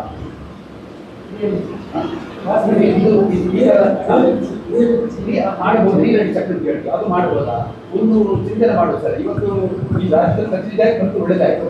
ನಮ್ದು ಈ ತನಕ ಒಂದು ರೀತಿ ಕಾರ್ಯಕ್ರಮ ಒಂದು ಇಂಪ್ಯಾಕ್ಟ್ ಆಗಿದೆ. ಅದು ಸ್ಥಿರವಾದ ಇಂಪ್ಯಾಕ್ಟ್ ಆಗಬೇಕು ಅಂದ್ರೆ ನಾವು ಇನ್ನೂ ಸ್ವಲ್ಪ ಆಗಬೇಕು, ಒಟ್ಟಾಗಿ ಹೋಗ. ಈ ಸ್ವಚ್ಛತೆ ವಿಷಯ ನಮಗೆ ಯಾವ ದಾಕ್ಷಿಣ್ಯ ಮಾಡಲಿಕ್ಕೆ ಹೋಗ, ದಾಕ್ಷಿಣ್ಯ ಮಾಡಲಿಕ್ಕೆ ಹೋಗಿ ಸ್ವಚ್ಛತೆ ವಿಷಯ, ಕಸದ ವಿಷಯ ಇದು ನೋಡಿ. ಜಿಲ್ಲಾ ಪಂಚಾಯತ್ ನಾವು ಮುಂದೆ ಹೋಗುವಾಗ ಅದರ ಭಾರತದಲ್ಲಿ ಬಲಭಾಗದಲ್ಲಿ ಒಂದು ಎರೆಗೊಬ್ಬರ ತೊಟ್ಟಿ ಕಟ್ಟಿಸ್ತಾರೆ. ಎರೆಗೊಬ್ಬರ ತೊಟ್ಟಿ ಎರೆಗೊಬ್ಬರ ಹಸಿ ಗೊತ್ತು ಕಸ ಅಲ್ಲಿ ಒಣ ಕಸ ಹಾಕಿ ಅದನ್ನು ದಹನಕ್ಕೆ ಸಿದ್ಧಾಗಿ ನಾನೇನು ಮಾಡಿದೆ, ನೀನು ಕಳಿಸಿ ಈಗ ಹೇಗೆ ಗೊತ್ತಿಲ್ಲ. ಈಗ ಆಕ್ಷನ್ ಹಾಗೆ ನಾನು ನಮ್ಮ ವಿಚಾರ ಮಾಡಿ ಕೆಲಸ ಇನ್ನಾಗಬೇಕು. ಈ ಮೇಡಮ್ ಆರೋಗ್ಯ ಆಗಿರ್ಬೋದು, ಈ ಮೇಡಮ್ ಕೂಡ ತುಂಬ ಸ್ವಲ್ಪ ನೋಡ್ತಾನೆ ಇದ್ದಾರೆ. ಈ ಮೇಡಮ್ ಸುಮ್ಮನೆ ಆಗಿರ್ಬೋದು ಹಾಗೆ ಉಂಟಾ ನೋಡಿ. ನಾನು ಯಾಕೆಂದ್ರೆ ನಾವು ಮೊನ್ನೆ ನೋಡಿದ ಮೇಲೆ ಅಲ್ಲಿ ಕೇಳಿದೆ, ಇಲ್ಲ ಸರ್ ಅದು ಸುತ್ತಾ ಇತ್ತು ಅಂತ ಹೇಳ್ತಾರೆ. ಆಗ ಅದನ್ನೆಲ್ಲ ನೋಡಿ ಐದು ಆಫೀಸರ್ ಎಲ್ಲ ಮಹಿಳಾ ಆಯೋಗದ ಅಧ್ಯಕ್ಷರು ಎಲ್ಲ ಬರ್ತಾ ಇದ್ರು. ಕಸ, ಹಸಿ ಕಸ, ಒಣ ಕಸ, ಪ್ಲಾಸ್ಟಿಕ್ ಜೊತೆಗೆ ಸುಟ್ರೆ ಅದು ಬಹಳ ವಿಷ ಆಗ್ತದೆ. ಮತ್ತೆ ನೀವು ಒಣ ಕಸ ಕೂಡ ತರಗೆಲೆ ಅಥವಾ ಕೃಷಿದು ವೇಸ್ಟ್ ಒಣದು ಅದಕ್ಕೆ ಬೆಂಕಿ ಕೊಟ್ಟರು ಕೂಡ ಹಿಂದಿನ ಕಾಲಕ್ಕೆ ಆಗ್ತಾ ಇತ್ತು. ಈಗ ಅದಕ್ಕೂ ಕೊಟ್ಟರು ಕೂಡ ನಮ್ಮ ಹಸಿರೀಕರಣ ಕಡಿಮೆ ಇರುವುದರಿಂದ ಅದರಿಂದ ಕೂಡ ಸ್ವಲ್ಪ ಮಟ್ಟಿನ ವಿಷ ಉಂಟು. ಸ್ವಲ್ಪ ವಿಷ ಉಂಟು. ಆದರೆ ಯಾವುದೇ ಕಸವನ್ನು ಸುಡದೆ ಅದನ್ನು ಕೊಳೆಯಿಸಿ ಗೊಬ್ಬರ ಕೊಟ್ಟರೆ ಪರಿಸರಕ್ಕೆ ಏನು ತೊಂದರೆ ಇಲ್ಲ. ಸುಡುವುದು ಎಲ್ಲ ನಿಲ್ಲಿಸಬೇಕು ಅಂತ. ಒಣ ಕಸ, ಪೇಪರು ಅಥವಾ ನಿಮ್ಮ ಎಲೆ ಅದೆಲ್ಲ ಅದು ಕೂಡ ಸುಡುಮಣ್ಣು ಹಿಂದೆ ಮಾಡ್ತಾ ಇದ್ರು. ಆ ಸುಡುಮಣ್ಣು ಕೂಡ ಮಾಡುವುದಕ್ಕೆ ಈಗ ಹೋಗಬಾರದು. ಅದು ನಿಧಾನ ಸುಡುವುದರಿಂದ ಹೆಚ್ಚಿನ ವಿಷ ಬರುತ್ತೆ. ಸುಡುವುದು ಸಂಪೂರ್ಣ ನಿಷೇಧ ಆಗುತ್ತೆ. ಯಾವುದೇ ಕಸದು ನಿಷೇಧ ಸಾಧ್ಯ ಆಗಿದೆ ಅಂತ ಒಬ್ಬ ಅಧಿಕಾರಿ ತೋರಿಸ್ಬೋದು. ಈಗ ಹೆದರಿಕೆನೇ ಇಲ್ಲ, ಚುನಾವಣಾ ಆಯೋಗ ಇದೆ ಅಂತ ಮತ್ತೆ ಅವರು ಹೋದ ನಂತರ ವಾಪಸ್ ಹಾಗೇನೇ ಬಂದೆ. ಹಾಗೆ ಇರಾದಲ್ಲಿ ಒಂದು ಮಾದರಿ ಆಯಿತು ಇಡೀ ವಿಶ್ವಕ್ಕೆ. ಆ ನಂತರ ಏನಾಯಿತು ಅನ್ನುವಂಥದ್ದು ಜನ ಅದನ್ನು ಉಳಿಸಿಕೊಳ್ಳಿಲ್ಲ. ಜೊತೆಗೆ ಅದರ ಇಚ್ಛಾಶಕ್ತಿ ಬಹಳ ಮುಖ್ಯ ಆಗ್ತದೆ. ನಾವು ಕೆಲವು ಪರ್ಯಾಯ ಮಾರ್ಗಗಳನ್ನು ಹುಡುಕೊಳ್ಬೇಕಾಗ್ತದೆ. ಈಗ ಮನೆಗೊಂದು ಕೈ ತೋಟ ಅಂತ ಶೇಷರು ಭಾಳ ಹಿಂದಿನಿಂದ ಅದನ್ನು ಹೇಳ್ತಾ ಇದ್ರು, ಮಾಡ್ತಾ ಇದ್ರು. ಭಾಳ ಕಡೆದಿದೆ. ಈ ಬಸಳೆ ಇದೆ, ಬಸಳೆ ಸೊಪ್ಪು ಅಂತ, ಅದಕ್ಕೆ ಮಾರ್ಕೆಟಲ್ಲಿ ಯಾವ ರೇಟ್ ಇದೆ ನಿಮ್ಗೆ ಗೊತ್ತಿದೆ. ಅದು ಎಲ್ಲಿ ಬೆಳೀತದೆ? ನಮ್ಮ ಮನೆಯಲ್ಲಿರುವಂಥ ತ್ಯಾಜ್ಯ ನೀರಿನಿಂದ ಅದು ಭಾಳ ಚೆನ್ನಾಗಿ ಬೆಳೀತದೆ ಅಂತ ಒಂದು ಸಸ್ಯ ಅದು. ಆದರೆ ಅತ್ಯಂತ ಪೌಷ್ಟಿಕಾಂಶ ಇರುವಂಥ ಒಂದು ಸೊಪ್ಪು ಅದು. ನಾವು ಮಾರುಕಟ್ಟೆಯಲ್ಲಿರುವಂಥ ಕೀಟನಾಶಕ ಆಡ್ದಂಥ ಒಳ್ಳೆ ಸೊಪ್ಪು ಕಾಣ್ತದೆ ನೋಡಲಿಕ್ಕೆ, ಅದಕ್ಕೆ ಭಾಳಷ್ಟು ಕೀಟನಾಶಕವನ್ನು ಸಿಂಪಡಣೆ ಮಾಡಿರ್ತಾರೆ. ಮುನ್ನೊಬ್ಬರು ದ್ರಾಕ್ಷಿಯ ಗೊಂಚಲನ್ನು ತೋರಿಸಿದ್ರು, ಅತ್ಯಂತ ಹೆಚ್ಚು ಕೀಟನಾಶಕ ಸಿಂಪಡಣೆ ಆಗ್ತಾ ಇರುವಂಥದ್ದು. ಇಲ್ಲಾಂದರೆ ಅದು ಅವರಿಗೆ ಅಷ್ಟು ಚೆನ್ನಾಗಿ ಬರಲಿಕ್ಕೆ ಸಾಧ್ಯನೇ ಇಲ್ಲ. ಹಾಗೆ ಶೇಷನ್ನ ಒಂದು ಉದಾಹರಣೆ ನಿಮಗೆ ಹೇಳ್ತೇನೆ, ಯಾಕೆ ಇಚ್ಛಾಶಕ್ತಿ ಬೇಕು ಅಂತೇಳಿ. ಅವರು ಉತ್ತರ ಭಾರತದಲ್ಲಿ ಒಂದು ಪ್ರವಾಸ ಮಾಡ್ತಾ ಇದ್ರು, ಗಂಡ ಹೆಂಡತಿ. ಆಗ ಒಂದು ಮರದಲ್ಲಿ ಗೀಜಗನ ಗೂಡು ನೇತಾಡ್ತಾ ಇತ್ತು. ತುಂಬ ಗೀಜಗನ ಗೂಡು ನೋಡ್ಲಿಕ್ಕೆ ಚಂದ ಇದೆ. ನಿಮಗೆ ಇಲ್ಲಿ ನಮಗೆ ಅಂತ ಗೀಜಗನ ಗೂಡು ನೋಡ್ಲಿಕ್ಕೆ ಸಿಗೋದಿಲ್ಲ. ಅದು ಬಹಳ ಒಂದು ನೇಯ್ಗೆಯಲ್ಲಿ ಪರಿಣತವಾದಂಥ ಒಂದು ಹಕ್ಕಿ. ಅದು ಗೀಜ ಸಣ್ಣ ಹಕ್ಕಿ. ಅದು ಚಂದದ ಗೂಡು ಕಟ್ತದೆ.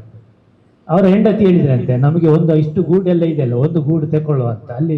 ಅಲ್ಲಿ ಕುರಿಮೇಯಿಸುವ ಒಬ್ಬ ಹುಡುಗ ಇದ್ದ. ಅವನ ಹತ್ರ ಹೇಳ್ತಾರೆ, ಅವನಿಗೆ ಒಂದು 10 ರೂಪಾಯಿ ಕೊಟ್ಟರೆ ಆ ಒಂದು ಗೂಡು ತಂದು ಕೊಡ್ತಾನೆ. ಕಾರು ನಿಲ್ಲಿಸಿದ್ರು. ಆ ಹುಡುಗನ ಹತ್ರ ಹೇಳಿದ್ರು, ಒಂದು 10 ರೂಪಾಯಿ ಕೊಡ್ತೇವೆ, ಒಂದು ಗೂಡು ನನಗೆ ತಂದು ಕೊಡು. ಆ ಹುಡುಗ ಹೇಳಿದಂತೆ, ನೀವು 10 ರೂಪಾಯಿ ಅಲ್ಲ 100 ರೂಪಾಯಿ ಕೊಟ್ಟರು ಸಹ ನಾನು ನಿಮಗೆ ತಂದು ಕೊಡೋದಿಲ್ಲ ಆ ಗೂಡನ್ನು. ಮತ್ತೆ ಹೇಳ್ತೇವೆ 10 ರೂಪಾಯಿ ಅವರಿಗೆ. ಮತ್ತೆ ಹೆಂಡತಿ ಹೇಳಿದಂತೆ, 10 ರೂಪಾಯಿ ನೀವು ಕೊಟ್ಟದ್ದು ಕಡಿಮೆ ಇರಬೇಕು, ಸ್ವಲ್ಪ ಜಾಸ್ತಿ ಕೊಡಿ. ಅವ್ರು 200 ರೂಪಾಯಿ ಒಂದು ನೋಟು ಕೊಟ್ಟರಂತೆ. ಆ ಹುಡುಗ ತರಲಿಕ್ಕೆ ಒಪ್ಪಲೇ ಇಲ್ಲಂತೆ. ಆಗ ಅವರು ಕರೆದು ಕೇಳಿದ್ರಂತೆ ಶೇಷನ್ನವರು, ಯಾಕೆ ನೀನು ಆ ಮರದಿಂದ ನಮಗೆ ತಂದು ಕೊಡುವುದಿಲ್ಲ ಗೂಡನ್ನು ಅಂತೇಳಿ. ನಾನು ಗೂಡನ್ನು ತಂದು ಕೊಟ್ಟರೆ ಸಂಜೆ ಆ ಹಕ್ಕಿ ಬರ್ತದೆ, ಅದರ ಸಂಸಾರ ಅಲ್ಲಿ ಇರ್ತದೆ. ಅದು ಅದರ ಸಂಸಾರದ ಯಾವುದಾದ್ರೂ ಒಂದು ಹಕ್ಕಿ ಒಂದು ಭಾಗ. ಅದು ಅದರ ಮನೆಯನ್ನು ನಾನು ಕಿತ್ಕೊಂಡ ಹಾಗೆ. ನಾನೊಂದು ಸಣ್ಣ ಗುಡಿಸಲಿನಲ್ಲಿರುವವನು. ನಾನು ಮನೆಗೆ ಹೋಗುವಾಗ ಆ ಗುಡಿಸಲೇ ಇಲ್ಲದಿದ್ದರೆ ಹೇಗೆ ನನಗೆ ಆಗ್ತದೆ? ನನಗೆ ನನ್ನ ಮಕ್ಕಳಿಗೆ ಯಾವ ರೀತಿಯಾದಂಥ ವೇದನೆ ಆಗ್ತದೆ. ಅದಕ್ಕಾಗಿ ನೀವು ಎಷ್ಟು ಹಣ ಕೊಟ್ಟರು ನಾನು ಆ ಕೆಲಸವನ್ನು ಮಾಡೋದಿಲ್ಲ, ಆ ಪಾಪದ ಕೆಲಸ ನಾನು ಮಾಡೋದಿಲ್ಲ ಅಂತೇಳಿ ಇವರು ಸೋಲಿಗರ ಜೊತೆ ಆ ಕೆಲಸ ಮಾಡಿದಂಥ ಸಂದರ್ಭದಲ್ಲಿ ಆ ಜನರಿಗೆ ಆ ರೀತಿಯಾದಂಥ ಒಂದು ಭಾವನೆ ಇತ್ತು. ಅದರಿಂದ ಪರಿಸರ ಉಳಿದಿದೆ. ನೀವತ್ತು ಉತ್ತರ ಪ್ರದೇಶದ ಉತ್ತರ ಖಂಡದ ಅಥವಾ ಉತ್ತರ ಪ್ರದೇಶದ ಕೆಲವು ಈಶಾನ್ಯ ರಾಜ್ಯಗಳನ್ನು ನೀವು ಗಮನಿಸಿದ್ರೆ, ಅಲ್ಲಿ ಇವತ್ತು ದೇಶದ ಅತ್ಯಂತ ಹೆಚ್ಚು ಪರಿಸರ ವಿಷಯಕ್ಕೆ ಸಂಬಂಧಪಟ್ಟ ಕಾಳಜಿ ಇರುವಂತಹ ಜನರಿದ್ದಾರೆ. ಅಲ್ಲಿ ಒಂದು ರೈಲು ಮಾಡಲಿಕ್ಕೆ ಬಿಡುವುದಿಲ್ಲ ಅವರು, ರೈಲು ಮಾರ್ಗ ಹೋಗ್ಲಿಕ್ಕೆ. ಎಲೆಕ್ಟ್ರಿಸಿಟಿ ಹೋಗೋದಾದ್ರೆ ಅದಕ್ಕೆ ವಿರೋಧ ಮಾಡ್ತಾರೆ. ಇತ್ತೀಚೆಗೆ ಒಬ್ಬರು ಅಲ್ಲಿ ಹೋಗಿ ಬಂದವರು ನನ್ನ ಹತ್ರ ಮಾತಾಡಿದ್ರು ಅಲ್ಲಿಯ ಪರಿಸ್ಥಿತಿಯ ಬಗ್ಗೆ. ಯಾಕೆಂದ್ರೆ ಅದು ಪರಿಸರದ ಬಗ್ಗೆ ಅವರಿಗಿರುವಂಥ ಕಾಳಜಿ. ಅದು ಹೆಚ್ಚಿನವರು ಪ್ರೈವೇಟ್ ವೆಹಿಕಲ್ ಅನ್ನು ಯೂಸ್ ಮಾಡೋದಿಲ್ಲ, ಪಬ್ಲಿಕ್ ಟ್ರಾನ್ಸ್ಪೋರ್ಟ್ಗಳನ್ನು ಯೂಸ್ ಮಾಡ್ತಾರೆ. ನಮಗೆ ಸಹ ಮೊನ್ನೆ ಖುಷಿ ಆಯ್ತು, ಎಲೆಕ್ಟ್ರಿಕ್ ಬಸ್ ಮಂಗಳೂರಿಗೆ ಬರ್ತದೆ ಅಂತ. ಅದು 0% ಪೊಲ್ಯೂಷನ್ ಇರುವಂಥದ್ದು. ಅನಿವಾರ್ಯ. ನಮ್ಮದು ಈಗ ಕೃಷ್ಣಮೂರ್ತಿ ಹೇಳಿದರು, ಇಲ್ಲಿಯ ಸಹ ಪೊಲ್ಯೂಷನ್ ಯಾವ ಪ್ರಮಾಣದಲ್ಲಿ ಇದೆ ಅಂತೇಳಿ. ಮತ್ತೆ ನಾವು ಮಂಗಳೂರಿನಂಥ ಪ್ರದೇಶದಲ್ಲಿ ವಿಷಗಾಳಿ ಸೇವಿಸ್ತಾ ಇದೆ ಅಂತ ಅರ್ಥ ಅದು ನಮಗೆ ಒಂದಲ್ಲ ಒಂದು ದಿನ ನಮ್ಮ ಇಮ್ಯುನಿಟಿ ಪವರ್ ಡೌನ್ ಆದಾಗ ಕಾಯಿಲೆಗೆ ಖಂಡಿತ ತುತ್ತಾಗ್ತೀವಿ. ಯಾವ ಕಾಯಿಲೆನೂ ಬರ್ಬೋದು, ಹೇಳಲಿಕ್ಕೆ ಸಾಧ್ಯ ಇಲ್ಲ. ಅದರಿಂದ ನಮ್ಮ ಆಯುಷ್ಯದ ಪ್ರಮಾಣ ಈಗ 100 ವರ್ಷ ಇರುವವರು 60 ವರ್ಷ 70 ವರ್ಷಕ್ಕೆ, ನಮ್ಮಲ್ಲಿ ಭಾಳ ಯುವಕರು ನಮ್ಮ ಮಧ್ಯೆನೇ ಹೋಗ್ತಾ ಇದ್ದಾರೆ. ಮಂಗಳೂರಿನಲ್ಲೇ ಇದ್ದಂಥವ್ರು ಒಬ್ರು ಜಿಮ್ಮಿಗೆ ಹೋಗ್ತಾ ಇದ್ರು. ನಾನು ಅರಣ್ಯ ಇಲಾಖೆಯಲ್ಲಿ ಒಬ್ರು ಫಾರೆಸ್ಟ್ ಆಫೀಸರ್ ಅವರು ನೋಡುವಾಗ ಗಟ್ಟಿಮುಟ್ಟಾಗಿ ಇದ್ರು. ಇದ್ದಕ್ಕಿದ್ದಾಗೆ 52 ವರ್ಷದಲ್ಲಿ ನಿಧನರಾದ್ರು. ನಮಗೆ ಆಶ್ಚರ್ಯ ಆಗ್ತದೆ, ಕಾಯಿಲೆ ಏನು ಅಂತ ಯಾವುದು ಗೊತ್ತಿಲ್ಲ, ಹಾರ್ಟ್ ಅಟ್ಯಾಕ್ ಅಂತ ಹೇಳ್ತಾರೆ. ಇಷ್ಟು ಸಣ್ಣ ಏಜ್ನಲ್ಲಿ ಅಂಥದ್ದೆಲ್ಲ ಬರ್ತದೆ. ಅದರಿಂದ ನಾವಿವತ್ತು ಸಮೂಹದಲ್ಲಿ ಯಾವುದಾದ್ರೂ ನಮ್ಮ ಪುರಸಭೆಯಲ್ಲಿ ಎಷ್ಟು ವಾರ್ಡ್ ಇದೆ, ಎಷ್ಟು ಮನೆ ಇದೆ, ಗ್ರಾಮಗಳು, ಸೋಮೇಶ್ವರ ಪುರಸಭೆ ಇದೆ ಮತ್ತು ಉಳ್ಳಾಲ ನಗರ ಸಭೆ ಇದೆ. ಅಲ್ಲಿ ನಮ್ಮ ಪರಿಸರದಲ್ಲಿ ನಾವು ಎಷ್ಟೆಷ್ಟು ಕೆಲಸ ಮಾಡ್ಬೋದು, ಸಂಘ ಸಂಸ್ಥೆಗಳಿದ್ದರೆ ಅದರ ಬಗ್ಗೆ ನಾವು ಆಲೋಚನೆಗಳನ್ನು ಮಾಡಬೇಕು. ಕಾಂಕ್ರೀಟ್ ಆದ ಕೆಲಸಗಳ ಬಗ್ಗೆ, ಮತ್ತು ತ್ಯಾಜ್ಯಗಳು ಎಲ್ಲಿ ಸಂಗ್ರಹ ಆಗ್ತಾ ಇದೆ, ಮತ್ತೊಂದು ಅಭಿಯಾನದ ಬಗ್ಗೆ ಹೇಳಿ. ಮೊದಲು ಅದನ್ನು ನಮ್ಮ ಟಾರ್ಗೆಟ್ ನೋಡಬೇಕು, ಎಲ್ಲೆಲ್ಲ ಆಗ್ತಾ ಇದೆ ಅದನ್ನು ಹೇಳಬೇಕಾಗ್ತದೆ. ಎಲ್ಲಿ ಅಂದರೆ ಅಧಿಕಾರಿಗಳವರೆಗೆ. ಆನಂತರ ನಮ್ಮ ಕೆಲಸ ಆರಂಭ ಆಗಬೇಕು. ಇಲ್ಲದಿದ್ದರೆ ನಾವು ಕಸ ತೆಗೆದು ಅವ್ರು ಕಸ ಹಾಕೋದು, ಇದೇ ನಡೀತದೆ. ಇವರು ಕಸ ತೆಗಿಲಿಕ್ಕೆ ಇರುವಂಥವ್ರು ಅಂತ ಅವ್ರು ತಿಳ್ಕೊಳ್ತಾರೆ. ಈ ಭಾವನೆ ಹೋಗಬೇಕು ಅಂತ. ಒಂದು ಮಗುವಿಗೆ ಕಸದ ಬಗ್ಗೆ ಜಾಗೃತಿ ಮೂಡಿಸಿದ್ರೆ ಅದೊಂದು ಪ್ಲಾಸ್ಟಿಕ್ನ ಇದು ಚಾಕ್ಲೇಟ್ ತಿಂದ ರ್ಯಾಪರ್ ಅನ್ನು ಕೆಳಗೆ ಬಿಸಾಡಲಿಕ್ಕೆ ಆಲೋಚನೆ ಮಾಡ್ತೇವೆ. ಈ ಜಾಗೃತಿ ಹುಟ್ಟಬೇಕಾಗ್ತದೆ ಅಂತ ಹೇಳಿದ್ರೆ ಸಣ್ಣ ಹಂತದಲ್ಲಿ. ಅಪ್ಪ ಅಮ್ಮ ಹೇಳಿದ್ರು ಸಹ ಮಗು ಚಾಕ್ಲೇಟ್ನ ರ್ಯಾಪರ್ ಅನ್ನು ಕೆಳಗೆ ಬಿಸಾಡುದಿಲ್ಲ, ಅದು ತನ್ನ ಬ್ಯಾಗ್ನಲ್ಲೇ ಇಟ್ಕೊಳ್ತದೆ. ಅದಕ್ಕೆ ಅಷ್ಟು ಜಾಗೃತಿ ಇರ್ತದೆ. ಆ ಗಟ್ಟಿಯಾದಂತಹ ಜಾಗೃತಿಯನ್ನು ಒಂದು ಮಗುವಿನ ಮನಸ್ಸಿನಲ್ಲೇ ಬಿತ್ತಬೇಕಾಗ್ತದೆ. ಇದು ಜನಸಾಮಾನ್ಯರಲ್ಲಿ ಸಹ ಬಿತ್ತಬೇಕಾಗ್ತದೆ. ಹೇಗೆ ಉತ್ತರ ಭಾರತದ ಕೆಲವು ಪ್ರದೇಶದಲ್ಲಿ ಆ ಪರಿಸರವನ್ನು ಉಳಿಸಿಕೊಂಡಿದ್ದಾರೆ, ಆ ರೀತಿ ಜಗತ್ತಿನ ಅತ್ಯಂತ ಸೂಕ್ಷ್ಮ ಸಂವೇದನೆ ಇರುವಂತಹ ಪ್ರದೇಶದಲ್ಲಿ ಪಶ್ಚಿಮ ಘಟ್ಟ ಒಂದು. ಅದು ಪರಿಸ್ಥಿತಿ ಯಾವ ಹಂತಕ್ಕೆ ಬಂದಿದೆ ನಮಗೆ ನೋಡಿದ್ರೆ ಬೇಸರ ಆಗ್ತದೆ. ಕೆಲವು ಕಡೆ ಅದರ ಮೇಲೆ ಆಗಿರುವಂಥ ಅನಾಹುತಗಳನ್ನು ಗಮನಿಸಿದ್ದೆ. ನಾನು ಒಂದು 10ನೇ ಕ್ಲಾಸ್ನಲ್ಲಿರುವಾಗ ತಂದೆಯ ಜೊತೆ ರಾಮನಗರದ ರೇಷ್ಮೆ ಮಾರುಕಟ್ಟೆಗೆ ಹೋಗಿದ್ದೆ ಟ್ರೈನಲ್ಲಿ. ಆಗ ನನಗೆ ಬೆಂಗಳೂರಿಂದ ಮಂಗಳೂರಿಗೆ ಆ ಟ್ರೈನಲ್ಲಿ ಬರುವುದು ಬಹಳ ಖುಷಿಯಾಗಿದೆ. ಯಾಕಂದ್ರೆ ಆ ಸಕಲೇಶ್ಪುರದ ಅಲ್ಲಿಂದ ಈಚೆ ಬರುವಾಗ ಒಂದು ಅದ್ಭುತವಾದಂಥ ನೋಟ. ಅದು ಬೆಳಗಿನ ಹೊತ್ತು ನೋಡಬೇಕು. ಅಷ್ಟು ಸುಂದರವಾದಂಥ ಒಂದು ರಮಣೀಯ ಪ್ರದೇಶ ನಮಗೆ ದಕ್ಷಿಣ ಭಾರತದಲ್ಲಿ ಎಲ್ಲೂ ಸಿಗಲಿಕ್ಕಿಲ್ಲ. ಉತ್ತರ ಪ್ರದೇಶಕ್ಕೆ ಹೋಗ್ಬೇಕಾಗ್ತದೆ, ಉತ್ತರ ಭಾರತದ ಪ್ರದೇಶಕ್ಕೆ ಹೋಗ್ಬೇಕು. ಇವತ್ತು ಅಂತ ಪರಿಸ್ಥಿತಿ ಕ್ರಮೇಣವಾಗಿ ನಾಶ ಆಗ್ತಾ ಇದೆ. ನಮಗೆ ಕೆಲವು ದೊಡ್ಡ ದೊಡ್ಡ ಅಗತ್ಯ ಮಾಡಿರುವಂಥದ್ದು, ಪೈಪ್ಗಳನ್ನು ಹಾಕಿರುವಂಥದ್ದು ಎಲ್ಲ ಕಾಣಲಿಕ್ಕೆ ಸಿಗ್ತದೆ. ಅಲ್ಲಿ ಅಂದ್ರೆ ಒಂದು ಕಾಣಲಿಕ್ಕೆ ಸಿಗ್ತಾ ಇರಲಿಲ್ಲ. ಹಿಂದಿನ ವಿಷಯಗಳನ್ನು ನಾನು ಹೇಳ್ತಾ ಇರುವಂಥದ್ದು. ಸ್ವಲ್ಪ ಹೆಚ್ಚು ಮಾತಾಡಿದೆ. ನಿಮ್ಮ ಅಭಿಪ್ರಾಯಗಳನ್ನು ಮತ್ತೆ ಸಹ ಸುಮಾರು ಜನ ಹಂಚಿಕೊಳ್ಳಿಕ್ಕಿದ್ದಾರೆ ಸರ್. ವಂದನೆಗಳು ಪುಷ್ಪರಾಜ್ ಸರ್. ಈಗ ಮೋಹನ್ ಅವರಿಂದ ಒಂದು ಪ್ರಶ್ನೆ ಇದೆ ಸರ್. ಈಗ ಕೋಟ್ಯಂತರ ಅನುದಾನಗಳು ಬರ್ತಾ ಇದಾವೆ, ಅದು ಗ್ರಾಮ ಪಂಚಾಯತ್ ಮಟ್ಟಕ್ಕೂ ಬರ್ತದೆ. ಆದರೆ ಇದರ ಬಗ್ಗೆ ಅಷ್ಟು ಬರುವ ಅನುದಾನದಂತೆ ಇಲ್ಲಿ ಕೆಲಸಗಳಾಗ್ತಾ ಇಲ್ಲ. ಈ ಬಗ್ಗೆ ಯಾವುದು ಒಂದು ಹೋರಾಟ ಅಲ್ಲ, ಅಭಿಯಾನದಲ್ಲಿ ಇದನ್ನು ಸೇರಿಸ್ಬೋದಲ್ಲ ಅಂತ ಗೊತ್ತಾಗ್ತದೆ ನೋಡಿ. ಕಟ್ಟಿಸಿ, ಬಳಸಿ, ಅಳಿಸಿ. ಒಂದು ಟಾಯ್ಲೆಟ್ ಕಟ್ಟಿದರೆ ಟಾಯ್ಲೆಟ್ ಕಟ್ಟಬೇಕು, ಅದು ಬಳಕೆ ಆಗಬೇಕು, ಬಯಲು ಶೌಚಾಲಯ ಅಳಿಬೇಕು. ಇದು ಮೊದಲಿದ್ದು ಆರಂಭ ಶೌಚಾಲಯ. ಈಗ ಕಸದ ಬಗ್ಗೆ ಬಂದಾಗ ಕಸ ಘಟಕ ಕಟ್ಟಿ, ಘಟಕ ಬಳಸಿ, ಬಯಲು ಕಸಲೆ ಅಳಿಸಿ. ಈಗ ಕಟ್ಟಡ ಕಟ್ಟುವುದಕ್ಕೆ ಮಾತ್ರ ಆದ್ಯತೆ ಉಂಟು, ಕಟ್ಟಿದ ಮೇಲೆ ಬಳಕೆ ಇಲ್ಲ. ಹಾಗಾದರೆ ಕಟ್ಟಡ ಮಾತ್ರ ಕಟ್ಟುವುದು ಯಾಕೆ? ಒಂದು ಘಟಕ ಕಟ್ಟುವ ಮೊದಲೇ, ಒಂದು ಕಸ ನಿರ್ವಹಣಾ ಘಟಕ ಕಟ್ಟುವ ಮೊದಲೇ ಒಂದು ವಾಹನ ಬರ್ತದೆ. ಯಾಕೆ ಬರುತ್ತೆ? ವಾಹನ ಬರುವುದು ಯಾವಾಗ? ಕಟ್ಟಡ ಕಟ್ಟಿದ ಮೇಲೆ, ಆದ ಮೇಲೆ ವಾಹನ ಬರಬೇಕು. ವಾಹನ ಮೊದಲು ಖರೀದಿಸಿ ಯಾಕೆ? ಇದು ನಮಗೆ ನಿಮಗೆ ಚೆನ್ನಾಗಿ ಗೊತ್ತಿದೆ. ನಂದೀಗ ನಿಮ್ಮ ತಂಡಕ್ಕೆ ಒಂದು ಕೋರಿಕೆ ಏನಂದರೆ, ನಮ್ಮದು ಇವತ್ತಿನ ಸಂವಾದ ಆದ ನಂತರ ವಿದಿನ್ 15 ಡೇಸಲ್ಲಿ ಮಂಗಳೂರು ಟು ಮೂಳೂರು ಕೈಗಾರಿಕಾ ಪ್ರದೇಶದ ರಸ್ತೆ ಕ್ಲೀನ್ ಆಗುತ್ತಾ? ನಾನು ಶ್ರೀನಿವಾಸ್ ಪುಷ್ಪಲತಾವಿದ್ದೇನೆ. DC ಕಚೇರಿಯಿಂದ ಹೊರಟು ಅಲ್ಲಿಂದ ನೇರ ಹೈವೇ ಆಗಿ ನೇರ ಹೋಗುದು ಮಂಗಳೂರು ಟು ಮೂಳೂರು ಕೈಗಾರಿಕಾ ಪ್ರದೇಶ. ಒಂದು ಕಾರ್ಯಕ್ರಮ ಫಿಕ್ಸ್ ಮಾಡಿತಾವೆ. ಕಾರ್ಯಕ್ರಮ ಫಿಕ್ಸ್ ಆದ ಕೂಡಲೇ DC ಅಲ್ಲಿ ಹೋಗೋದು ಮೊದಲ ದಿವಸ ಕ್ಲೀನ್ ಆಗ್ತದೆ. ಹಾಗೆ ಆಗದೇ ಒಂದು ಕಾರ್ಯಕ್ರಮ ಇವತ್ತೇ ತಾವು DC ಮಾತನಾಡಿ, ಅತಿ ಜರೂರು ತುರ್ತು ಭೇಟಿ. ಎಲ್ಲಿಗೆ? ಮಂಗಳೂರು ಟು ಮೂಳೂರು ಕೈಗಾರಿಕಾ ಪ್ರದೇಶ. DC ಇಲ್ಲಿಗೆ ಬರುವಾಗ ಇಲ್ಲಿಯ ತಂಡ ಸೇರ್ಕೋಬೇಕು. ನಾವು ಕುತ್ತಾರಿನ ನಮ್ಮ ತಂಡ ಸೇರ್ತಾ ಹೋಗ್ತದೆ. ಎಲ್ಲ ಮೂಲೂರು ಕೈಗಾರಿಕೆ ಎಲ್ಲ ನೋಡಿದ ಮೇಲೆ ಜನ ಶಿಕ್ಷಣ ಟ್ರಸ್ಟಲ್ಲಿ ಸೇರುವುದು. ಹೆಕ್ಲಿಕ್ಕಿಲ್ಲ. ಕಸ ದರ್ಶನ ಕಾರ್ಯಕ್ರಮ TP ಆಗಬೇಕು. DC ಕಾರ್ಯಕ್ರಮ ಏನನ್ಸ್ ಹೋಗ್ಬೇಕು ಪತ್ರಿಕೆಯಲ್ಲಿ. ಒಂದು ವೇಳೆ ಪತ್ರಿಕೆಯಲ್ಲಿ ಬಂದ ನಂತರ ಮರ್ದು ಕ್ಲೀನ್ ಆಗ್ಬೋದು. ನೋಡಿ, ನಾವು ಈಗ ಮಧ್ಯದಲ್ಲಿ 4 ವರ್ಷ ಒಮ್ಬುಡ್ಸ್ಮನ್ ಆಗಿದ್ದೆ. ನಾನು ಒಮ್ಬುಡ್ಸ್ಮನ್ ಆಗಿದ್ದ ಕೂಡ ಈ ಬಯಲ ನೋಟಿಸ್ ಕೊಡ್ತಾ ಇತ್ತು. ನೋಟಿಸ್ ಕೊಟ್ಟ ತಕ್ಷಣ ಮರುದಿವಸ ಕ್ಲೀನ್ ಆಗ್ತಾ ಇತ್ತು. ಈಗ ಯಾಕೆ ಆಗುದಿಲ್ಲ? ಈಗ ನೋಡಿ, ಮೂಲೂರು ಕೈಗಾರಿಕಾ ಪ್ರದೇಶದಲ್ಲಿ ಕಸದ ವಿಷಯ ಉದಯವಾಣಿ ಸ್ಟೋರಿ ಬಂತು, ವಿಜಯವಾಣಿ ಬಂತು, ಕಟ್ಟಿಂಗ್ ನಾವು ಬರ್ದು 1 ವರ್ಷ ಆಗ್ತಾ ಬಂತು. ಎಷ್ಟು ಮಳೆ 1 ವರ್ಷ ಆಗ್ತಾ ಬಂತು. ಡಿಸ್ಟ್ರಿಕ್ಟ್ ಮಿನಿಸ್ಟ್ರು ಜಿಲ್ಲಾಡಳಿತಕ್ಕೆ ಪತ್ರ ಬರೆದಿದ್ದಾರೆ. ಇನ್ನು ಹಾಗೆ ಉಂಟು ಅಂತ ಆದರೆ ಈ ಸಮಾಜ ಕಾರ್ಯಕರ್ತರಿಗೆ, ಪತ್ರಕರ್ತರಿಗೆ, ಪತ್ರಿಕೆ ಬರೆದ ಕಥೆಗಳಿಗೆ ಒಂದು ಲೆಕ್ಕನೇ ಇರುವುದಿಲ್ಲ ಅಂತ ಆದರೆ ನಾವು ಎಲ್ಲಿದ್ದೇವೆ? ಅದಕ್ಕೆ ಶ್ರೀನಿವಾಸ್ ಸರ್ ಇವತ್ತೇ ಸಾಧ್ಯ ಇದೆ. ಇಬ್ಬರು DC ಮತ್ತು CEO ಸಾಧ್ಯ ಉಂಟಾ? ಫಿಕ್ಸ್ ಮಾಡಿದ್ರು. ಬನ್ನಿ, ಅಲ್ಲಿಂದ ಹೋಗುದು. ನೀವು ಅವ್ರ ಜೊತೆಗೇ ಬರಬೇಕು. DC ಆಫೀಸಿನಿಂದ ರೋಡ್ ನೋಡ್ತಾ ಬರಬೇಕು, ಎರಡು ಸೈಡ್ ನೋಡ್ತಾ ಬರಬೇಕು. ಸಾಧ್ಯ ನಿಮ್ಮೊಟ್ಟಿಗೆ ವಿಡಿಯೋ ಅವರು ಇದ್ರೆ ಒಳ್ಳೆ ಜೀವರು ಕೂಡ ಮಾಡ್ತಾ ಬರೋದು. ಮೂಲೂರು ಕೈಗಾರಿಕಾ ಪ್ರದೇಶ ನೋಡಿದ ಮೇಲೆ ಒಂದು ಕಡೆ ಸೇರೋದು, ಅಲ್ಲಿ ಮುಖಾಮುಖಿ ಆಗೋದು. ಯಾಕೆ ಹೀಗೆ? ಯಾಕೆ ಈ ವಾಹನದಲ್ಲಿ ಗಾಡಿ ಅಲ್ಲ, ವಾಹನದಲ್ಲಿ ನೋಡ್ಕೊಂಡು ಹೋಗೋದು. ಕಸ ಪಾದಯಾತ್ರೆ ಬೇಡ, ವಾಹನ ಒಂದು ಮೋಹನ್ರ ಪ್ರಶ್ನೆಗೆ ಒಂದು ದುಡ್ಡುದ್ದು ಅದು ಉಂಟು. ಅದು ಕಟ್ಟಡ ಕಟ್ಟಿದ ಖರ್ಚಾಗಿರ್ತದೆ. ನಮ್ಮ ಪ್ರಧಾನಮಂತ್ರಿ ಮನಮೋಹನ್ ಸಿಂಗ್ ಹೇಳಿದರು, sanitation is not A civil engineering activity, it is about attitude ಅಂತ. ಇದು ಕ್ಲಿಯರ್. ಈಗೇನೇ ಮನೋಸ್ಥಿತಿ, ನಾವೆಲ್ಲ ಈಗೇನಾಗಿದೆ, ಮನೋಸ್ಥಿತಿ ಬಿಟ್ಟಿದೆ. ನಮ್ಮ ಏನು ಇಂಜಿನಿಯರಿಂಗ್ ಆಕ್ಟಿವಿಟಿ, ಘಟಕ ಕಟ್ಟೋದು, ಘಟಕದ ಅಷ್ಟು ವರ್ಕ್ ಆಗೋದು, ಇದರಲ್ಲೇ ಇದ್ದೇವೆ. ಈ ಮನಸ್ಥಿತಿ ಬದಲಾವಣೆ ಕೆಲಸ ಇಲ್ಲ. ಆದ್ರೆ ಮನೆ ಮಂದಿ ಕೊಡ್ತಾ ಇಲ್ಲ. 100 ರೂಪಾಯಿ ಚಾರ್ಜ್ ಮಾಡ್ತಾರೆ, ಮನೆ ಮಂದಿ ಕೊಡ್ತಾ ಇಲ್ಲ. ಈಗ ಮನೆ ಮಂದಿಗೆ ಚಾರ್ಜ್ ವಿಧಿಸಿದ್ರೆ ಪಂಚಾಯತಿಗಳಲ್ಲಿ ಸಾಧ್ಯ ಇಲ್ಲ. ಈಗ ತಪ್ಪು ಯಾರದು? ಮನೆ ಮಂದಿ ಅವರು ಹೇಳ್ತಾರೆ ನಾವು ಕೊಡುದಿಲ್ಲ, ನಾವು ಅಲ್ಲಿ ಸುಧಾರಿಸ್ತೇವೆ ಅಂತ ಹೇಳಿ 100 ರೂಪಾಯಿ ಅವರಿಗೆ ಕೊಡ್ವಿ ತಿಂಗಳಿಗೆ ಅಂತ ಹೇಳಿ. ಒಂದು ಆ ಕಾರಣದಿಂದ ತ್ಯಾಜ್ಯ ಹೋಗುದಿಲ್ಲ. ವೆಹಿಕಲ್ಗಳಲ್ಲಿ ಚಾರ್ಜ್ ಭರಿಸುವುದು ಬರಲೇಬೇಕು, ಚಾಲಕನಿಗೆ ಕೂಡ ಸಂಬಳ ಕೊಡಲೇಬೇಕು. ಪ್ರಜೆಗಳು ಪ್ರಜಾಡಳಿತ ವ್ಯವಸ್ಥೆ ಉಂಟು. ಇಲ್ಲಿ ಸುರಿಗೆ ಬಿಸಾಡುದು ಜನರ ತಪ್ಪು ಸರ್. ಸುರಿಗೆ ಕಸ ಬಿಸೋದು ಜನರ ತಪ್ಪು. ಆದ್ರೆ ಜನಪ್ರತಿನಿಧಿ ಅಧಿಕಾರಿಗಳಿದ್ದಾರಲ್ಲ, ಅವರು ಮಹಾ ತಪ್ಪಾಗ್ತದೆ. ಯಾಕೆ ನೋಡ್ತಾ ಇದ್ದಾರೆ? ಯಾಕೆ ತಡೆಯಲಿಲ್ಲ? ತಡಿಬೇಕಲ್ಲ. ತಪ್ಪೌದು ಅಂತ ತಿಳುವಳಿ.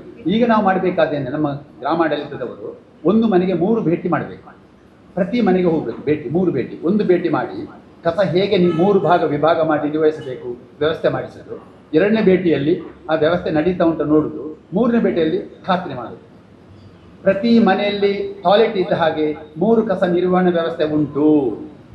ವಿಂಗಡಿಸ್ತಾರೆ, ಕೊಡುತ್ತಾರೆ ಅಂತಾಗಿ. ಈಗಿನ ಕಾನೂನು ಪ್ರಕಾರ ಮನೆಯಲ್ಲಿ ಕಸವನ್ನು ಮಿಕ್ಸ್ ಮಾಡಿ ಕೊಟ್ಟರು ದಂಡ ಹಾಕ್ತದೆ. ಮನೆಯಲ್ಲಿ ಕಸ ವಿಂಗಡಿಸಿ ಇಟ್ಟು ಕೊಂಡು ಹೋಗದಿದ್ರೆ ಪಂಚಾಯತ್ನ ಲೋಪ ಆಗ್ತದೆ. ನೋಡಿ, ನಾನು ಇಲ್ಲಿ ಪಂಚಾಯತ್ ರಾಜ್ ಕಾನೂನು ಪುಸ್ತಕಗಳನ್ನು ತಂದಿದ್ದೇನೆ. ವಾರ್ಡ್ ಸಭೆ ಹೇಳ್ತೇವೆ, ಗ್ರಾಮ ಸಭೆ ಹೇಳ್ತೇವೆ. ವಾರ್ಡ್ ಸಭೆಗೆ ಒಂದು ಕಾನೂನಲ್ಲಿ ಅವಕಾಶ ಉಂಟು ನಿಯಂತ್ರಣ ಮಾಡಲಿಕ್ಕೆ, ಗ್ರಾಮ ಸಭೆಗೆ ಉಂಟು, ಪಂಚಾಯತ್ಗೆ ಎಲ್ಲ ಕಾನೂನು ಆ್ಯಕ್ಟ್ ಎಲ್ಲ ಉಂಟು. ಆದರೆ ಆ್ಯಕ್ಟ್ ಕಾನೂನು ಪ್ರಕಾರ ಯಾರು ಮಾಡ್ತಾ ಇಲ್ಲ. ಇದಕ್ಕೆ ನಾವು ಗ್ರಾಮಾಡಳಿತ, ಜಿಲ್ಲಾಡಳಿತ, ಜನರು ಲಿಂಕ್ ಮಾಡುವಂಥ ಕೆಲಸವನ್ನು ಈ ಕೂಟ ಮಾಡಬೇಕು. ಅದಕ್ಕೆ ಇದಕ್ಕೆ ಫಸ್ಟ್ ಕಾರ್ಯಕ್ರಮವೇ ಮಂಗಳೂರು ಟು ಮೂಳೂರು ಬದುಕು ಹೇಗೆ ಉಂಟು ಅಂತ. ಅಪಾಯ ಅಂದ್ರೆ ನನಗೆ ಮಂಗಳೂರು ಹೋಗೋದೇ ಬೇಡ ಅಂತ ಆಗಿದೆ. ನಾವು ಮುಡಿಪಲ್ಲಿ ಮಧ್ಯಾಹ್ನ ಮೇಲೆ ಕೂತ್ಕೊಳ್ಳಿಕ್ಕೆ ಆಗಲ್ಲ. ನನಗೆ ಯಾವುದು ಪ್ಲಾಸ್ಟಿಕ್ ಹೊಗೆ ಕಂಡ ಗೊತ್ತಾಗ್ತದೆ. ನಾನೀಗ ಸೂಕ್ಷ್ಮ ಆದಾಗೆ ಅದು ಅಂದಾಜಾಗ್ತದೆ. ಆಯ್ತು, ಅಂತ ಅಪಾಯದಲ್ಲಿ ಇದ್ದೇವೆ. ಗೊತ್ತಿಲ್ಲ ಇದು ನಮಗೆ ಕರೆಕ್ಟ್ ಅಪಾಯ ಗೊತ್ತಾಗಿದೆ. ಅದಕ್ಕೆ ನಾವು ಇದನ್ನು ಸೀರಿಯಸ್ ಆಗಿ ಹೇಳಲಿಕ್ಕೆ ಶುರು ಮಾಡಿದ್ದೇವೆ. ಮಹಾ ಅಪಾಯದಲ್ಲಿದ್ದೇವೆ. ನಮಗೂ ನಮ್ಮ ಮನೆಗೂ ನಾಳೆ ಗಂಡಾಂತರ ಬರುತ್ತೆ. ನಮ್ಮ ಉಳ್ಳಾಲ ತಾಲೂಕಲ್ಲಿ ಎಷ್ಟು ಮಹಾ ಗಣ್ಯ ವ್ಯಕ್ತಿಗಳು ತೀರ್ಕೊಂಡು ಹೋದ್ರು, ಅನಿರೀಕ್ಷಿತ ಸಾವು ಬಂತು. ಯಾಕೆಂದ್ರೆ ಅವ್ರಿಗೆ ಏನಾದ್ರು ಸ್ವಲ್ಪ ಸಮಸ್ಯೆ ಇದ್ರೆ ಈ ಪ್ಲಾಸ್ಟಿಕ್ ಹೊಗೆ ಅದು ಬಂದ್ರೆ ಸಾಕು, ಅದು ಏರುಪೇರು ಮಾಡುತ್ತೆ. ಮಹಿಳೆಯರನ್ನು ಹಾರ್ಮೋನ್ ಇಂಬ್ಯಾಲೆನ್ಸ್ ಮಾಡೋದು ಪ್ಲಾಸ್ಟಿಕ್ ಹೊಗೆ. ಅವ್ರ ಮುಟ್ಟಿನ ಸಮಸ್ಯೆ ಇರ್ಬೋದು, ಬೇರೆ ಸಮಸ್ಯೆ ಇಂಬ್ಯಾಲೆನ್ಸ್ ಯಾವುದು ಮಾಡುತ್ತೆ? ಪ್ಲಾಸ್ಟಿಕ್ ಹೊಗೆ. ಇದು ಚಿಕ್ಕ ವಿಷಯ ಅಲ್ಲ, ಎಲ್ಲರೂ ಮಾಮೂಲಿಗಿದ್ದಾರೆ. ಅದಕ್ಕೆ ನಾವು ಇವತ್ತು ಇಲ್ಲಿದ್ದವರು ನಾನು ಚಂದ್ರಾಸನ ಹತ್ರ ಕೇಳುದು, ಒಂದು ಚಿಕ್ಕ ಪುಸ್ತಕ ಬರಿಬೇಕು. ತಾವು ಬರೀ ಒಂದು ಚಿಕ್ಕ ಪುಸ್ತಕ ಬರಲಿ. ಆ ಕಳ್ಳೂರು ಏನಾದ್ರು ಬರೆದಿದ್ದು ಏನಾದರೂ ಬರೀಬೇಕು. ನಾವು ಪತ್ರಿಕೆಗೆ ಬರೀಬೋದು ಅಥವಾ ಪತ್ರ ಬರೀಬೋದು. ನೋಡಿ, ನಮ್ದು ಒಂದು ನೋಡಿ ಪತ್ರ, ಇಲ್ಲಿ 2 ಪುಸ್ತಕ ಉಂಟು. ಇದೊಂದು ಪತ್ರ ಪ್ರಯತ್ನ ಅಂತ, ಒಂದು ಟಾಯ್ಲೆಟ್ ಕಟ್ಟೋ ವಿಷಯಕ್ಕೆ, ಇನ್ನೊಂದು ಕಸದ ವಿಷಯಕ್ಕೆ ಪತ್ರ ಪ್ರಯತ್ನ ಅಂತ ಪುಸ್ತಕ ಮಾಡಿದ್ದೇವೆ. ನೋಡಿ, ಇಲ್ಲೊಂದು ಪುಸ್ತಕ ಉಂಟು, the role of NGOs and media ಅಂತ. ನಾವು ಕೂಡ ಎಂಥದ್ದು ನಿಮ್ಮ ನ್ಯೂಸಲ್ಲಿ ಅಂತ ಕೊಡ್ತಾರಲ್ಲ, ನಾವು ಕೂಡ ಚಿಕ್ಕ ಪತ್ರ ಕಟ್ತಾರೆ. ನಾವು ನಿರಂತರವಾಗಿ ಕಳೆದ 30-40 ಬರಿತಾ ಇರ್ತೀವಿ. ನಾವು ಕೂಡ ಡಿಪ್ಲೊಮಾ ಆಗಿದೆ, ಆದರೆ ನಾವು ಪರೀಕ್ಷೆಯಲ್ಲಿ ಕೂತ್ಕೊಳ್ಳಿಲ್ಲ, ಬರಿತಾ ಇರ್ತೇವೆ ನಾವು. ಹಾಗಿರುವಾಗ ನಾವು ಇವತ್ತು ಇಲ್ಲಿ ಬಂದವರು ಈ ಕಸದ ವಿಷಯದಲ್ಲಿ ಅದು ಒಂದು 3 ಮಂತ್ಸ್ಗೆ ತೆಗೆದುಕೊಳ್ಳು, 24 ಗಂಟೆ ಕೂಡ ನಿದ್ದೆ ಒಂದು 8 ಗಂಟೆ ಹೋಗಿ ನಿದ್ದೆಯಲ್ಲಿ ಇದೇ ಕನಸು ಬರುವ ರೀತಿಯಲ್ಲಿ ಇಲ್ಲಿ ಬಂದು ನಾವೆಲ್ಲ ಒಂದು ಕಾರ್ಯ ಮಾಡಬೇಕು. ನನಗೆ ಈಗ ಈ ತಂಡದವರು ಅತಿ 15 ಡೇಸ್ ಒಳಗಡೆ ಈ ಒಂದು ರೋಡು ಪರಿವರ್ತನೆ ಕಾಣ್ತೀವಿ. ಅದು ಮತ್ತೆ ನೀವು ಉತ್ತರ ಕೊಡಬೇಕು ತುರ್ತು ಕಾರ್ಯಕ್ರಮ. ಆಮೇಲೆ ಡಿಸ್ಟ್ರಿಕ್ಟ್ ಮಿನಿಸ್ಟ್ರದ್ದು ಕೂಡ ನಾವು ಜನಸ್ಪಂದನ ಇನ್ನೊಂದು ಕಾರ್ಯಕ್ರಮ ಮಾಡ್ತೇವೆ. ಕಸಕ್ಕಾಗಿ ಮಾಡಲಿಕ್ಕೆ ಒಂದು ಚರ್ಚೆ ನಡೆಯಿದೆ. ಇವತ್ತು ಏನಾಗಿದೆ ಅಂದರೆ ಒಂದು ಮಹಾ ಅಭಿಯಾನ ಕಾರ್ಯಕ್ರಮ ಕೆಲವೇ ಮಂದಿಯ ಕಾರ್ಯಕ್ರಮ ಆಗಿದೆ. ಒಂದು ಬೇರೆ ರಿಪೋರ್ಟ್ ಕೊಡೋದು, ಬೇರೆ ರಿಪೋರ್ಟ್ ಕೊಡೋದು. ಇದಕ್ಕೆ ಒಂದು ನೋಡಿ, ಇದನ್ನು ಧೈರ್ಯ ಮಾಡುವ ನೀವು ಇದನ್ನು ಸ್ವಚ್ಛತೆ ಕಾರ್ಯ ನೀನಾಗುದೋರೆ ಸ್ವಚ್ಛತೆ ಕಾರ್ಯ ಮಾಡ್ತಾ ಮಾಡ್ತಾ ಮಾಡ್ತಾ ಬಂದದರಿಂದ ನಮ್ಮ ಆಯುಷ್ಯ ಹೆಚ್ಚಾಗ್ತದೆ. ನಮಗೆ ಕಾಯಿಲೆ ಬರುವುದಿಲ್ಲ, ಚೆನ್ನಾಗಿ ನಿದ್ದೆ ಬರ್ತದೆ. 8:30 ಗಂಟೆಗೆ ಮಲಗಿಬಿಟ್ಟು 4 ಎಚ್ಚರಾಗ್ತೀವಿ ನಾವು. ಯಾಕೆ? ಸ್ವಚ್ಛತೆ ಕಾರ್ಯ ಅವರ ಅಣ್ಣ ಹೇಳಿದಾಗೆ, ಮಾಧವ್ ಹೇಳಿದಾಗೆ, ಸ್ವಚ್ಛತೆ ಚಿಕ್ಕದಲ್ಲ, ಸ್ವಚ್ಛತೆ ಸಮೃದ್ಧಿ, ಸ್ವಾಭಿಮಾನಕ್ಕೆ ಸ್ವಚ್ಛತೆ. ಸ್ವಚ್ಛತೆ ಎಲ್ಲಿದೆಯಾ? ಸ್ವಚ್ಛತೆ ಅಂದರೆ ದೇವರು ಇಲ್ಲ, ಸ್ವಚ್ಛತೆ ಶಕ್ತಿ. ಅದಕ್ಕಾಗಿ ಇದರ ಬಗ್ಗೆ ಆದ್ಯತೆ ಕೊಡಬೇಕು. ನನಗೆ ಪತ್ರಕರ್ತರ ಮಿತ್ರರು 3 ತಿಂಗಳಲ್ಲಿ ಉಳ್ಳಾಲದಲ್ಲಿ ಒಂದು ಪರಿವರ್ತನೆ ಆಗಬೇಕು. ಎಲ್ಲ ವ್ಯವಸ್ಥೆ ಎಲ್ಲ ಉಂಟು, ಎಲ್ಲ ವ್ಯವಸ್ಥೆ ಉಂಟು. ಈಗ ಒಂದು ಜಿಲ್ಲಾಡಳಿತ ಗ್ರಾಮಾಡಳಿತವನ್ನು ಅವರನ್ನು ಎಚ್ಚರಿಸಬೇಕು. ಅದರ ಒಂದು ಆ ಕಾನೂನನ್ನು ಜಾರಿ ಮಾಡೋದಿರ್ಬೋದು, ನಿಷೇಧ ಮಾಡಬೇಕು. ಇದನ್ನು ಮಾಡೋ ಬಗ್ಗೆ ಜಿಲ್ಲಾ ಪತ್ರಕರ್ತರ ಸಂಘ, ರಾಜ್ಯ ಪತ್ರಕರ್ತರ ಸಂಘ ಅವರು ಪ್ರಯತ್ನ ಮಾಡಬೇಕು. ಮುಖ್ಯಮಂತ್ರಿಯ ಪತ್ರ ಸಲಹೆಗಾರಿಗೆ ನಾವೆಲ್ಲವನ್ನು ಕಳಿಸ್ತಾ ಇದ್ದೇವೆ. ಎಲ್ಲವೂ ಅದಕ್ಕೆ ಸ್ಪಂದನೆ ಉಂಟು. ಇನ್ನು ಅವರಿಗೆ ಕೆಲವೆಲ್ಲ ಬೇರೆ ಬೇರೆ ಮಂದಿ ಇದ್ದಾರೆ, ಎಲ್ಲ ಒಳಗಿನ ಸರ್ಕಾರದವರಿಗೆ ಗೊತ್ತುಂಟು. ನಾವು ಮೊನ್ನೆ ಒಂದು ಕಾರ್ಯ ಮಾಡಿದ್ವಿ, ಮಹಿಳಾ ಆಯೋಗದ ಅಧ್ಯಕ್ಷರು ಬಂದರು, ಅವರು ಇದಕ್ಕೆ ಸ್ಪಂದನೆ ಕೊಟ್ಟು ಡಾಕ್ಟರ್ ನಾಗಲಕ್ಷ್ಮಿ ನಾವು ಅವರಿಗೆ ಮನವಿ ಕೊಟ್ಟಿದ್ದೇವೆ. ಏನು ಅಂದರೆ ಈ ಕಸ ಅದು ಪ್ರಕೃತಿಗೆ ಬಹಳ ಅಪಾಯ, ಹಾಗೆ ಮಹಿಳೆ ಮೇಲೆ ದೌರ್ಜನ್ಯ. ನಾವು ಮಹಿಳೆ ಮೇಲೆ ದೌರ್ಜನ್ಯ ತಡೆ ಅಭಿಯಾನ ಶುರು ಮಾಡಬೇಕು ಅಂತ ಸರ್ಕಾರಕ್ಕೆ 2 ವರ್ಷ ಹಿಂದೆ ಪತ್ರ ಬರೀತು. ಮುಂದೊಂದು ಪತ್ರ ಬರೆದು ಮಹಿಳಾ ದೌರ್ಜನ್ಯ ತಡೆ ಅಭಿಯಾನ ಮಾಡಬೇಕು. ಮಹಿಳೆಯರದೊಂದು ತಡೆ ಅಭಿಯಾನ ಮಾಡಿದ್ರೆ ಮಹಿಳೆಯ ಮೇಲೆ ದೌರ್ಜನ್ಯ ಅತ್ಯಾಚಾರ ಆದ ಮೇಲೆ ನಾವು ನ್ಯಾಯ ತಗೊಳ್ಳಿಕ್ಕೆ ಸುಲಭ ಇಲ್ಲ, ಕಷ್ಟ ಆಗ್ತದೆ, ತಡೆ ಮಾಡಬೇಕು ಅಂತ ನಾವು ಪತ್ರ ಬರೆದ ಕೂಡಲೇ ಚೀಫ್ ಸೆಕ್ರೆಟರಿ ಕೂಡ ಅದಕ್ಕೆ ಸ್ಪಂದನೆ ಎಸ್ ಅಂತ ಒಂದು ಉತ್ತರ ಕೊಟ್ಟರು. ಎಲ್ಲ ಪತ್ರಿಕೆಯಲ್ಲಿ ಬಂತದ್ದು, ಪತ್ರಿಕೆಯನ್ನು ಶೇರ್ ಮಾಡಿದರು. ಬೆಂಗಳೂರಿಂದ ಮೈಸೂರು ಟ್ರೈನಿಂಗ್ ಇನ್ಸ್ಟಿಟ್ಯೂಟ್ಗೆ ಹೋಗಿ ಅಲ್ಲಿಂದ ಕಸ್ಟಮರ್ಗೆ ಫೋನ್ ಬಂತು, ಏನದು ಅಭಿಯಾನ ಅಂತ. ಮಹಿಳಾ ದೌರ್ಜನ್ಯ ತಡೆಯ ಅಭಿಯಾನ, ಕಸ ಮುಕ್ತ, ಇದೆಲ್ಲ ನಾವು ತಗೊಳ್ಳೇಬೇಕು. ಇದು ನಮಗೆ ಮಾಧ್ಯಮದವರು ಈಗ ನಾವು ಒಟ್ಟಾಗಿ, ಒಬ್ಬೊಬ್ಬರಲ್ಲ, ಒಟ್ಟಾಗಿ ಜಂಟಿಯಾಗಿ ಪ್ರಯತ್ನ ಮಾಡಿದರೆ 3 ತಿಂಗಳಲ್ಲಿ ಪವಾಡ ಪರಿವರ್ತನೆ ಆಗ್ತದೆ. Thank you. ಧನ್ಯವಾದಗಳು. ನನ್ನೊಂದು ಸಣ್ಣ ಕ್ವಶನ್ ಏನಂತ ಹೇಳಿದ್ರೆ, ಈ ಪ್ರೈವೇಟ್ ಹಾಸ್ಪಿಟಲ್ಗಳಲ್ಲಿ ನಾವು ಡೆಲಿವರಿ ಆದಮೇಲೆ ಏನು ಮಾಡ್ತಾರೆ ಅಂತ ಹೇಳಿದರೆ, ಒಂದು ಪ್ಯಾಕೇಜ್ ಆಗಿ ಅಂದರೆ ಒಂದು ಕಾಂಪ್ಲಿಮೆಂಟ್ ಆಗಿ ಡೈಪರ್ ಆಗಿರ್ಬೋದು, ಸ್ಯಾನಿಟರಿ ಪ್ಯಾಡನ್ನು ಕೊಡ್ತಾರೆ. ಅಷ್ಟೇ ಅಲ್ಲದೆ ಪ್ರತಿಷ್ಠಿತ ಮಾಲ್ಗಳಲ್ಲೂ ಕೂಡ ನೀವು ಹೋಗಿ ನೋಡ್ಬೋದು, ಈ ಸ್ಯಾನಿಟರಿ ಪ್ಯಾಡ್ಗಳನ್ನು ಅಲ್ಲಿ ವಾಶ್ರೂಮಲ್ಲಿ ಇಟ್ಟಿರ್ತಾರೆ. ನೀವೀಗಾಗಲೇ ಹೇಳಿದರೆ ಅದು ಮಾರಕ ರೋಗಕ್ಕೆ ಕಾರಣ ಆಗತ್ತೆ ಅಂತೇಳಿ. ಇಷ್ಟೆಲ್ಲ ಇದ್ರೂ ಕೂಡ ಸರ್ಕಾರ ಏನಕ್ಕೆ ಈ ಬಗ್ಗೆ ಕ್ರಮ ಕೈಗೊಳ್ತಾ ಇಲ್ಲ? ಆರೋಗ್ಯ ಇಲಾಖೆ ಕೂಡ ಯಾಕೆ ಈ ಬಗ್ಗೆ ಏನು ಇದು ಕ್ರಮ ಕೈಗೊಳ್ತಾ ಇಲ್ಲ ಅಂತೇಳಿ ನನ್ನದೊಂದು ಸಣ್ಣ ಕ್ವಶನ್. Very good. ಇದು ಇಲಾಖೆ ನೋಡಿ, ಪ್ಲಾಸ್ಟಿಕ್ ನಿಷೇಧ ಕಾಯ್ದೆ ಜಾರಿಗೆ ತಂದಿದ್ದಾರೆ, ಅನುಷ್ಠಾನಕ್ಕೆ ಕಟ್ಟುನಿಟ್ಟಿನ ಕ್ರಮ ಇಲ್ಲ. ಈ ಫ್ಲೆಕ್ಸ್ ಉಂಟಲ್ಲ, ಪ್ಲಾಸ್ಟಿಕ್ ಫ್ಲೆಕ್ಸ್ ಅಲ್ಲಿ ಮುಖ್ಯಮಂತ್ರಿ ಫೋಟೋ ಇರ್ತದೆ, ಪ್ರಧಾನಮಂತ್ರಿ ಫೋಟೋ ಇರ್ತದೆ. ಅಲ್ಲ ಈಗ ಆ ನಿಷೇಧಿತ ಫ್ಲೆಕ್ಸ್ ಅಲ್ಲಿ ಅವರ ಫೋಟೋ ಹಾಕಲೇಬಾರ್ದಲ್ಲ. ಅಂತ ಫ್ಲೆಕ್ಸಿನ ಬದಲು ಪರ್ಯಾಯವಾದ ಮಾಡಬೇಕು, ಬಂದಿದ್ದಾರೆ, ಯಾಕೆ ಮಾಡುವುದಿಲ್ಲ? ಇದನ್ನ ಯಾರು ಪ್ರಶ್ನೆ ಮಾಡ್ತಾರೆ? ಈಗ ವಿದೇಶದಲ್ಲಿ ಅಮೆರಿಕದಲ್ಲಾದ್ರೆ ಪ್ರೆಸಿಡೆಂಟ್ಗೆ ಫೈನ್ ಹಾಕ್ತಾರೆ, ನಮ್ಮಲ್ಲಿ ಮುಖ್ಯಮಂತ್ರಿಗೆ ಪ್ರಧಾನಮಂತ್ರಿ ಫೈನ್ ಹಾಕೋರು ಯಾರು? ಒಂದು ಪ್ರಶ್ನೆ. ಎರಡನೇದು, ಪ್ಯಾಡ್ ಪ್ಯಾಂಪರ್ ಡೈಪರ್ಸ್ ನಾನು ಹೇಳಿದೆ 6,000 ಕೋಟಿ ಬಿಸ್ನೆಸ್ ಅಂತ. ಎಲ್ಲ ನಮ್ಮ ದೇಶ ನಡೆಯುವುದೆಲ್ಲ ವ್ಯಾಪಾರ, ಹಣ. ಅದು ನಿಮಗೆ BM ಭಾಳ ಚೆನ್ನಾಗಿ ಹೇಳ್ತಾರೆ. ಎಲ್ಲ ಹಣ ಉಂಟಾ, ಏನು ಬೇಕಾದ್ರೂ ಮಾಡ್ಬೋದು. ಹಾಗಿರೋ ನಾವು ಎಲ್ಲವನ್ನೂ ಒಪ್ಕೊಳ್ಳಿಕ್ಕೆ ಆಗುದಿಲ್ಲ ಕೆಲವೆಲ್ಲ ವಿಷಯ. ಈಗ ಪ್ಯಾಡ್ ಪ್ಯಾಂಪರ್ಸ್ ಡೈಪರ್ಸ್ದು ನಮಗೆ ಯಾವಾಗ ಗೊತ್ತಾಯಿತು? ನಮ್ಮ ಹತ್ರ ಇಲ್ಲೊಂದು ಪೇಪರ್ ಉಂಟು, ರಿಸರ್ಚ್ ಆದದ್ದು. 500 ವರ್ಷ 800 ವರ್ಷ ಕರಗುವುದಿಲ್ಲ, ಹೆಚ್ಚು ಪ್ಲಾಸ್ಟಿಕ್ ಇರುವುದು. ಅದು ಬಳಕೆ ಮಾಡಿದರೆ ಮಹಿಳೆಯರಿಗೆ ಚಿಕ್ಕ ಚಿಕ್ಕ ಸಮಸ್ಯೆ ಬಂದೇ ಇರ್ತದೆ, ಯಾರು ಹೇಳಲ್ಲ. ಆದರೆ ಅದನ್ನು ಹೆಚ್ಚು ನಿರಂತರ ಬಳಕೆ ಮಾಡಿದರೆ ಸರ್ವಿಕಲ್ ಕ್ಯಾನ್ಸರ್ಗೆ ಗ್ಯಾರಂಟಿ. ಅದಕ್ಕೆ ಪರ್ಯಾಯ ಏನು? ಅದಕ್ಕೆ ನಾವು ಬಟ್ಟೆದ್ದು ಹುಟ್ಟಿನ ಕಪ್ಪು. ನಮ್ಮಲ್ಲಿ ಒಬ್ಬರು ನಡುಪದವಲ್ಲಿ ಒಬ್ಬರು ಇದ್ದಾರೆ ಮೇಡಮ್. ಆ ಮೇಡಮ್ ಅವರೇನು, ಅವ್ರು BEd ಮಾಡಿದ್ರು, ಬೀದರಿಂದ ಬಂದವರು. ಹೊಲಿಗೆ ಮಿಷನ್ ಇಟ್ಕೊಂಡಿದ್ದಾರೆ ಮನೆಯಲ್ಲಿ, ಮಕ್ಕಳಿಗೆ ಹೆಣ್ಮಕ್ಳಿಗೆ ಬೇರೆ ಬೇರೆ ಬಟ್ಟೆದೇ ಮಾಡ್ತಾರೆ. ಆ ಬಟ್ಟೆಯದು ಬಳಕೆ ಮಾಡಿದ ನಂತರ ಅವ್ರು ಯಾವುದೇ ಸಮಸ್ಯೆ ಇಲ್ಲ. ನೋಡಿ, ಇದರಲ್ಲಿ ಈ ಕಂಪನಿಯ ಪ್ಯಾಂಪರ್ಸ್ ಬಳಕೆ ನಿಲ್ಲಿಸಿದ್ರೆ 3 ಲಾಭ. ಒಂದು, ಮಹಿಳೆಯ ಆರೋಗ್ಯ, ಸುಸ್ಥಿರವಾದ ಆರೋಗ್ಯ ಬರುತ್ತೆ. ಎರಡನೇದು, ಹಣ ಉಳಿತಾಯ, ತುಂಬ ಹಣ ಉಳಿಯುತ್ತದೆ ಆ ಪ್ಯಾಡ್ ಬಳಕೆ ಮಾಡಿದ್ರೆ. ಆಯ್ತಾ? 2 ಲಾಭ ಆ ಮಹಿಳೆಗೆ. ಇನ್ನೊಂದು, ಪರಿಸರ ಮಾಲಿನ್ಯ ತಡೆ ಆಗ್ತದೆ. ಈ ಪರಿಸರ ಪ್ರಕೃತಿಯಲ್ಲಿ ಎಂಥದ್ದು? ಈ ಪ್ರಕೃತಿ ಪರಿಸರಕ್ಕೆ ದೇವರು ಇನ್ನೊಂದಿಲ್ಲ. ಈ ಭೂಮಿ, ನೀರು, ಮಣ್ಣೇ ದೇವರು ಅಂತ. ಆ ದೇವರನ್ನು ಬಿಟ್ಟರೆ ಬೇರೆ ಯಾವ ದೇವರನ್ನ ನಮಗೆ ಪೂಜೆ ಮಾಡಲಿಕ್ಕೆ ಆಗುದಿಲ್ಲ. ಮಂದಿರ ಮಸೀದಿ ಏನಿಲ್ಲ. ನೀರು, ಮಣ್ಣು, ಗಾಳಿ ದೇವರು. ಆ ನೀರು, ಮಣ್ಣು, ಗಾಳಿ ದೇವರ ವಿಷ ಮಾಡಿದ ಮೇಲೆ ಮತ್ತೆ ನಾವು ಎಂತ ಮಾಡ್ತೇವೆ? ಈ ಮಂದಿರ, ದೇವಸ್ಥಾನ ಒಟ್ಟಲ್ಲಿ ಕಸ ಸುಡ್ತಾರಂದ್ರೆ ಹಸಿ ಒಣ ಹಾಕಿ ಸುಡ್ತಾರೆ, ಹೊಗೆ ಬರ್ತಾ ಉಂಟಂತಾದ್ರೆ ಇದನ್ನು ಯಾರು ನೋಡಿದ್ರು ಮಾತಾಡಲ್ಲ ಅಂದ್ರೆ ಇದಕ್ಕೆ ಎಂತ ಮಾಡುದು ಮೇಡಮ್? ಅದಕ್ಕೆ ಇದು ಬಹಳ ಗಂಭೀರವಾದ ವಿಷಯ ಉಂಟು. ಪ್ರಶ್ನೆ ಕೇಳಿದ್ದೀವಿ, ನಾವು ಒಟ್ಟಾಗಿ ಮಾಡುವ. ಕೆಲವು ವಿಷಯ ನೀವು ಮಾಡಿದಾಗ ನನಗೆ ಆಗಲ್ಲ, ನಾವು ಕೆಲವು ಮಾಡಿದ್ರೆ ಆಗಲ್ಲ. ನಾವೀಗ ಎಲ್ಲವನ್ನು ಭಯಮುಕ್ತರಾಗಿದ್ದೇವೆ ಈ ವಿಷಯದಲ್ಲಿ. ನಾವು ಎಲ್ಲರೂ ಕಡಿತೇವೆ, ಎಲ್ಲದಕ್ಕೂ ಹೆದರಿಕೆ ಇಲ್ಲ ನಮಗೆ. ನಾವು ಈ ಕೆಲಸ ಮಾಡಿ ಯಾರು ಗುಂಡಿಟ್ಟು ಕೊಂದ್ಬಿಟ್ಟು ಇದು ಪ್ರಕೃತಿಗಾಗಿ ನಮ್ದೊಂದು ಇದಕ್ಕೆ ಈ ದಾರಿಗೆ ಬಂದಾಗಿದೆ. ನಾವು ಸ್ವಚ್ಛತೆಗಾಗಿ ನಮ್ಮೊಂದು ಮೊದಲ ಪ್ರಯತ್ನ ಫೋಕಸ್ ಆಗಿ ಕೊಟ್ಟಿದ್ದೇವೆ. ಆಮೇಲೆ ಮಹಿಳಾ ದೌರ್ಜನ್ಯ ತಡೆ ಅಭಿಯಾನಕ್ಕೆ ಶುರು ಮಾಡಿದ್ದೇವೆ. ಮತ್ತು ಕ್ಯಾನ್ಸರ್ ತಡೆ ಅಭಿಯಾನ, ಕಸದ ಹಾಕಿ ಕ್ಯಾನ್ಸರ್ ತಡೆ ಅಭಿಯಾನ ಕೂಡ ಶುರು ಮಾಡಿದ್ದೇವೆ. ಕ್ಯಾನ್ಸರ್ ತಡೆಗೆ ಕೂಡ ನಾವು ಅಷ್ಟೇ ಕಸವನ್ನು ಈ ಥರ ಸಂಪೂರ್ಣ ಸ್ವಚ್ಛತೆ ಮಾಡಿಕೊಂಡ್ರೆ ಮತ್ತು ನಮ್ಮ ಜೀವನ ಶೈಲಿ ಆಹಾರ ಕ್ರಮದಲ್ಲಿ ಸ್ವಲ್ಪ ವ್ಯತ್ಯಾಸ ಮಾಡಿಕೊಂಡ್ರೆ ನಾವು ಕ್ಯಾನ್ಸರ್ನ ತಡಿಬೋದು. ಅದಕ್ಕೂ ಕೆಲವೆಲ್ಲ ನಮ್ಮ ಸಂಪ್ರದಾಯವಾದ ಎಲೆ ಕಷಾಯ ಎಲ್ಲ ಉಂಟು, ಸ್ವರ್ಗದ ಸಸಿ ಉಂಟು, ಎಂಥದ್ದು ಸಿಮರೋಪ ಅಂತ ಎಲೆ ಕಷಾಯ ಮಾಡಿದರೆ ಅದಕ್ಕೆ ರೆಗ್ಯುಲರ್ ಕುಡಿದರೆ ಕ್ಯಾನ್ಸರ್ ತಡೀಲಿಕ್ಕೆಲ್ಲ ಆಗ್ತದೆ. ಅದೆಲ್ಲ ಉಂಟು, ಅದೇ ಮಾಡ್ತಾ ಹೋಗುವ. ಇದನ್ನು ಈಗ ಬಿ ಎಂ ಹೆಗ್ಡೆಯವರು ಅದನ್ನೇ ವಾದ ಮಾಡ್ತಾರೆ, ಆಯುರ್ವೇದದೆಲ್ಲ ಮಾಡ್ತಾರೆ. ನಾವು ಬಿ ಎಂ ಹೆಗ್ಡೆ ಪಾಠವನ್ನು ಕೇಳ್ತಾ ಇದ್ದೇವೆ. ಅವ್ರು ಭಾಳ ಸತ್ಯ, ಈಗ ಜ್ಞಾನೋದಯ ಸಂಪೂರ್ಣ ಜ್ಞಾನೋದಯ ಥರ ಅವರಿಗೆ ಆಗಿದೆ, ಅವರ ಪಾಠ ಕೇಳ್ತೇವೆ. ಈಗ ನಾವೇನು ಮಾಡಿದಂದರೆ ಯಾರೋ ಹೇಳಿದಂತಲ್ಲ, ನಾವೊಂದು ಸ್ವಯಂ ಚಿಂತನೆಯಲ್ಲಿ ಮಾಡುವ, ವೈಯಕ್ತಿಕವಾಗಿ ನಾವು ಚಿಂತನೆ ಮಾಡುವ. ಈ ಒಂದು ಸ್ವಚ್ಛತೆಗೆ ಆದ್ಯತೆ ಕೊಟ್ಟರೆ ಎಷ್ಟೋ ಆಸ್ಪತ್ರೆಗಳು ಕಡಿಮೆ ಆಗ್ತವೆ. ಈಗ ನೋಡಿ, ಕ್ಯಾನ್ಸರ್ ಆಸ್ಪತ್ರೆ ಜಿಲ್ಲೆಗೊಂದಂತೆ, ನಾಳೆ ತಾಲೂಕಿಗೊಂದು ಬೇಕಾಗ್ಬೋದು. ಹೌದಲ್ಲ ನೋಡಿ, ಬರೆದಿಟ್ಕೊಡಿ. ಇವತ್ತು ಜಿಲ್ಲೆಗೊಂದು ಕ್ಯಾನ್ಸರ್ ಆಸ್ಪತ್ರೆ ಆದರೆ ನಾಳೆ ತಾಲೂಕಿಗೊಂದು, ಇವತ್ತು ವಾರ್ಡಿಗೊಬ್ಬರು ಆಶಾ, ನಾಳೆ ಇನ್ನೊಂದು ಬೇಕಾಗ್ತದೆ. ಏನು ವ್ಯವಸ್ಥೆ ಮಾಡಿದ್ರು ಇದನ್ನು ಮಾತ್ರ. ಈಗ ನಾವು ಪೊಲ್ಯೂಷನ್ ಫ್ರೀ ಗ್ರಾಮ ಜಿಲ್ಲೆ ದೇಶ ಮಾಡಿಲ್ಲ ಅಂದರೆ ಏನಾಗುವುದಿಲ್ಲ. ಅದಕ್ಕಾಗಿ ಇದಕ್ಕೆ ಪ್ರಥಮ ಆದ್ಯತೆ ಕೊಡಬೇಕು. ಈಗ ನನಗೆ ಹೆಚ್ಚು ನಾವು ಈಗ ಸಹಕಾರ ಬೇಕಾದರೆ ಪತ್ರಕರ್ತರ ಮಿತ್ರರು ಡಿಂಕಿಂಗ್ಗೆ, ಯಾಕಂದರೆ ಮುಖ್ಯಮಂತ್ರಿ ಜೊತೆಗೂ ಪತ್ರ ಸಲಹೆಗಾರಿದ್ದಾರೆ, ತಾವು ಕೂಡ ಪ್ರಭಾವಿ ವ್ಯಕ್ತಿಗಳು ತಾವಿದ್ದೀರಿ. ಎಲ್ಲ ಲೆವೆಲಲ್ಲಿ ಮಾಡಬೇಕು. ಒಂದು ಕಾಲಮಿತಿಯಾದ ಕಾರ್ಯಕ್ರಮ ಹಾಕೊಳ್ಳುವ, ವರ್ಷಗಟ್ಟಲೆ ಮಾಡೋದು ಬೇಡ. ಒಂದು 3 ತಿಂಗಳ ಕಾರ್ಯಾಚರಣೆ, ಶ್ರೀನಿವಾಸ್ ಸರ್ 3 ತಿಂಗಳ ಕಾರ್ಯಾಚರಣೆ ಮಾಡೋದು. ಈಗ ಇವತ್ತಿನಿಂದ 15 ಡೇಸ್ ಒಳಗಡೆ ಉಳ್ಳಾಲ ತಾಲೂಕಲ್ಲಿ ಒಂದು ಕಡೆ ಪರಿವರ್ತನೆ ಶುರು ಆಗಬೇಕು. ಅದಕ್ಕೆ ನಿಮ್ಮ ಸಹಾಯ ಬೇಕು. 2 ಬಾರಿ ಬಹಳ ಸುಂದರವಾದ ಕಾರ್ಯಕ್ರಮ ಕೊಟ್ಟವರು ಸಿನ್ನರವರು. ಕಾರ್ಯದರ್ಶಿ ಪತ್ರಕರ್ತರ ಸಂಘಕ್ಕೆ ಒಂದು ಶೋಭೆಯನ್ನು, ಒಂದು ಮೆರುಗನ್ನು ಹೆಚ್ಚಿಸಿದವರು.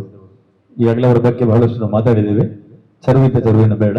ಹಾಗಾಗಿ ನೇರವಾಗಿ ಈಗ ಅವರ ಅನುಭವದ ಅನಿಸಿಕೆಗಳ ನಮ್ಮ ಕರ್ನಾಟಕ ಕಾರ್ಯನಿರತ ಪತ್ರಕರ್ತರ ಸಂಘ ಉಳ್ಳಾಲ ಅಧ್ಯಕ್ಷರು ಮತ್ತು ಇಡೀ ಪದಾಧಿಕಾರಿಗಳ ತಂಡಕ್ಕೆ ನಾನು ಅಭಿನಂದನೆಯನ್ನು ಸಲ್ಲಿಸ್ತಾ ಇದ್ದೇನೆ. ಇದರೊಟ್ಟಿಗೆ ಯಾಕೆಂದರೆ ಯಾವುದೇ ಒಳ್ಳೆಯ ಕೆಲಸಗಳಾಗಬೇಕಾದ್ರೆ ಅದಕ್ಕೊಂದು ತಂಡ ಬೇಕಾಗುತ್ತೆ, ನೇತೃತ್ವ. ಅದರೊಟ್ಟಿಗೆ ನನಗೆ ಅನಿಸ್ತದೆ ಶ್ರೀನಶೆಟ್ಟಿ ಮತ್ತು ಕೃಷ್ಣಮೂರ್ತಿ ಅವರು ಆರಂಭಿಸಿದ ಈ ಅಭಿಯಾನ ಇವತ್ತು ಸರ್ಕಾರ ಮನಸ್ಸು ಮಾಡಿದೆ.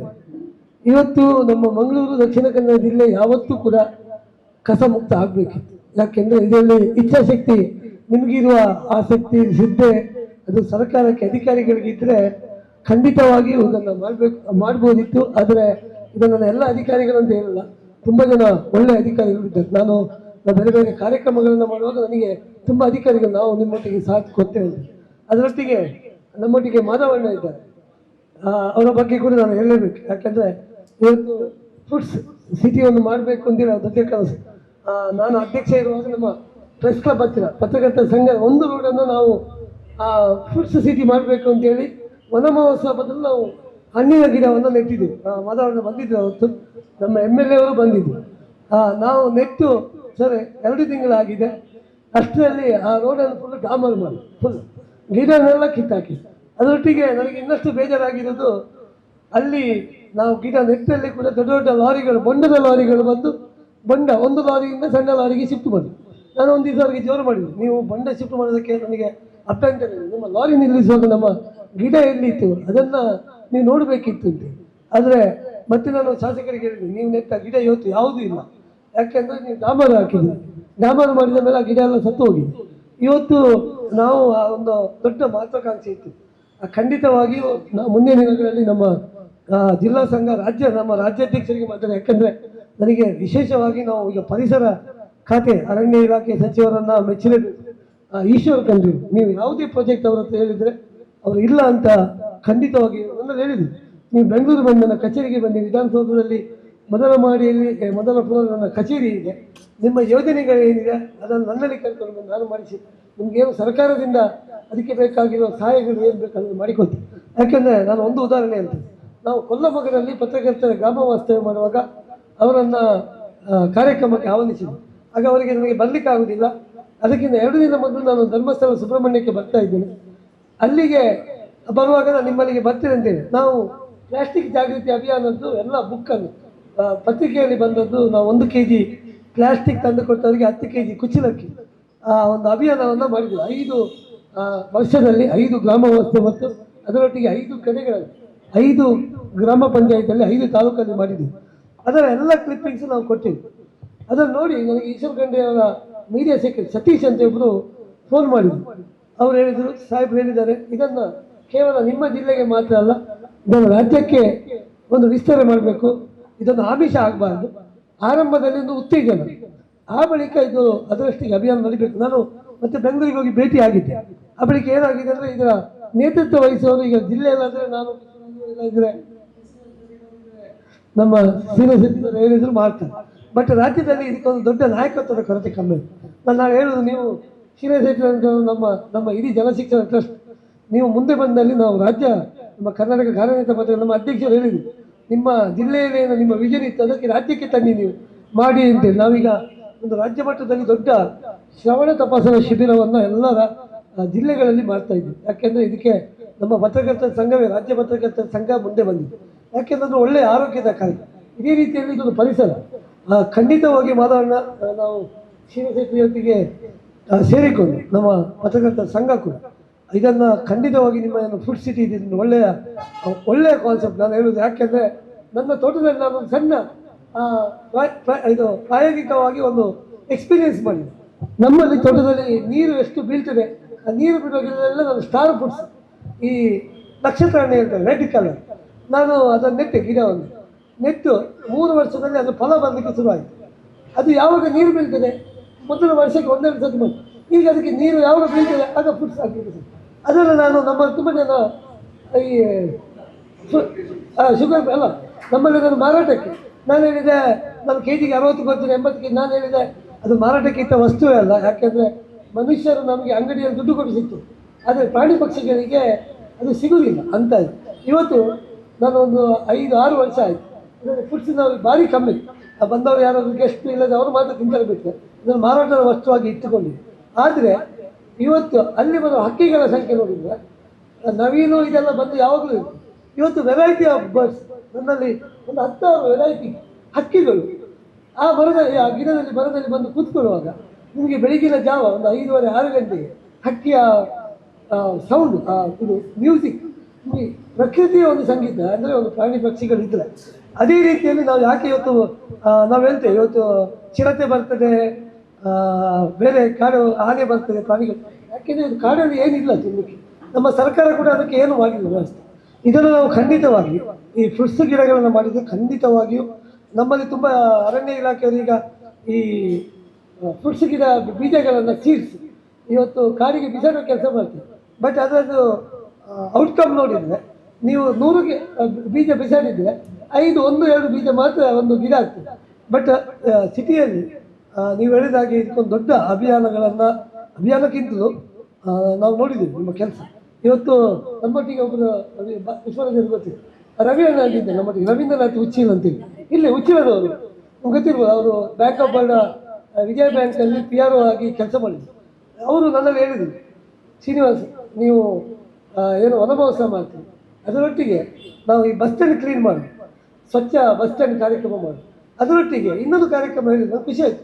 ಅವರು ಈ ನಮ್ಮ ಕಾಸ್ಟಿಕಲ್ಲಿ ಗೌರ್ಮೆಂಟ್ ಮಹಿಳಾ ಕಾಲೇಜ್ ಇದೆ, ಅದರ ಹೊರಗಡೆ ಅವರು ಅಲಸಂದೆ ಗಿಡ ಮತ್ತು ಮೆಣಸಿನ ಗಿಡಗಳನ್ನು ನೆಟ್ಟು ಅಲ್ಲಿ ಅದಕ್ಕೆ ನೀರನ್ನು ಹಾಕುವ ಕೆಲಸವನ್ನು ಮಾಡಿ ಅದಕ್ಕೆ ಈಟನ್ನು ಹಾಕಿ ಬೇಸಿಗೆಗಾಲದಲ್ಲಿ ಅವರ ಮನೆಯಿಂದ ಅವರ ಒಮ್ಮಿಯಲ್ಲಿ ಡ್ರಮ್ಮಲ್ಲಿ ನೀರು ತಂದು ಹಾಕಿದ್ರು. ಅದರ ಫಲವಾಗಿ ಒಂದು 10-12 kg ಒಟ್ಟು ಟೋಟಲ್ ತರಕಾರಿ ಅಲಸಂದೆ ಶಾಲೆ ಅದನ್ನು ನೋಡಿ ಅಲ್ಲಿಂದ ರಿಕ್ಷಾ ಪಾರ್ಕಿದೆ ಹತ್ತಿರ. ಆ ರಿಕ್ಷಾ ಪಾರ್ಕಿನವರು ಏನು ಮಾಡಿದ್ರು, ಅವರು ನೆಡ್ತಾರೆ, ನೀರು ಹಾಕ್ತಾರೆ, ಅಲಸಂದೆ ಯಾರೋ ತೆಗೆದುಕೊಳ್ತಾರೆ. ಲಾಸ್ಟಿಗೆ ಅಲ್ಲಿ ಇದ್ದ ರಿಕ್ಷಾ ಪಾರ್ಕಿನವರು ಅವರು ನೀರು ಹಾಕಲಿಕ್ಕೆ ಶುರು ಮಾಡಿದ್ರು. ಇವಾಗ ತಂದದ್ದು ಅಲಸಂದೆ ಅವರೇ ತಗೊಂಡು ನಾವು ಅದನ್ನೇ ನೋಡಿದೆವು. ಇಂಥ ಈಗ ಮಾತಾಡೋಣ ಹೇಳಿದಾಗೆ ಇವತ್ತು ನಾವು ನಮಗೆ ಬೇಕಂತಲ್ಲ, ಅಟ್ಲೀಸ್ಟ್ ಅಂತ ಇದಾಗಿದ್ದರೆ ಕೆಲಸಗಳಾದರೆ ನಮ್ಮ ಉಳ್ಳಾಲದಲ್ಲಿ ನಾವು ಆರಂಭಿಕ ಹಂತದಲ್ಲಿ ಮಾಡ್ಬೋದು. ಯಾಕೆಂದರೆ ಇವತ್ತು ಕರ್ನಾಟಕ ನಮ್ಮ ಉಳ್ಳಾಲ ಪತ್ರಕರ್ತರ ಸಂಘ ಭಾಳಷ್ಟು ಆ್ಯಕ್ಟಿವ್ ಇದೆ.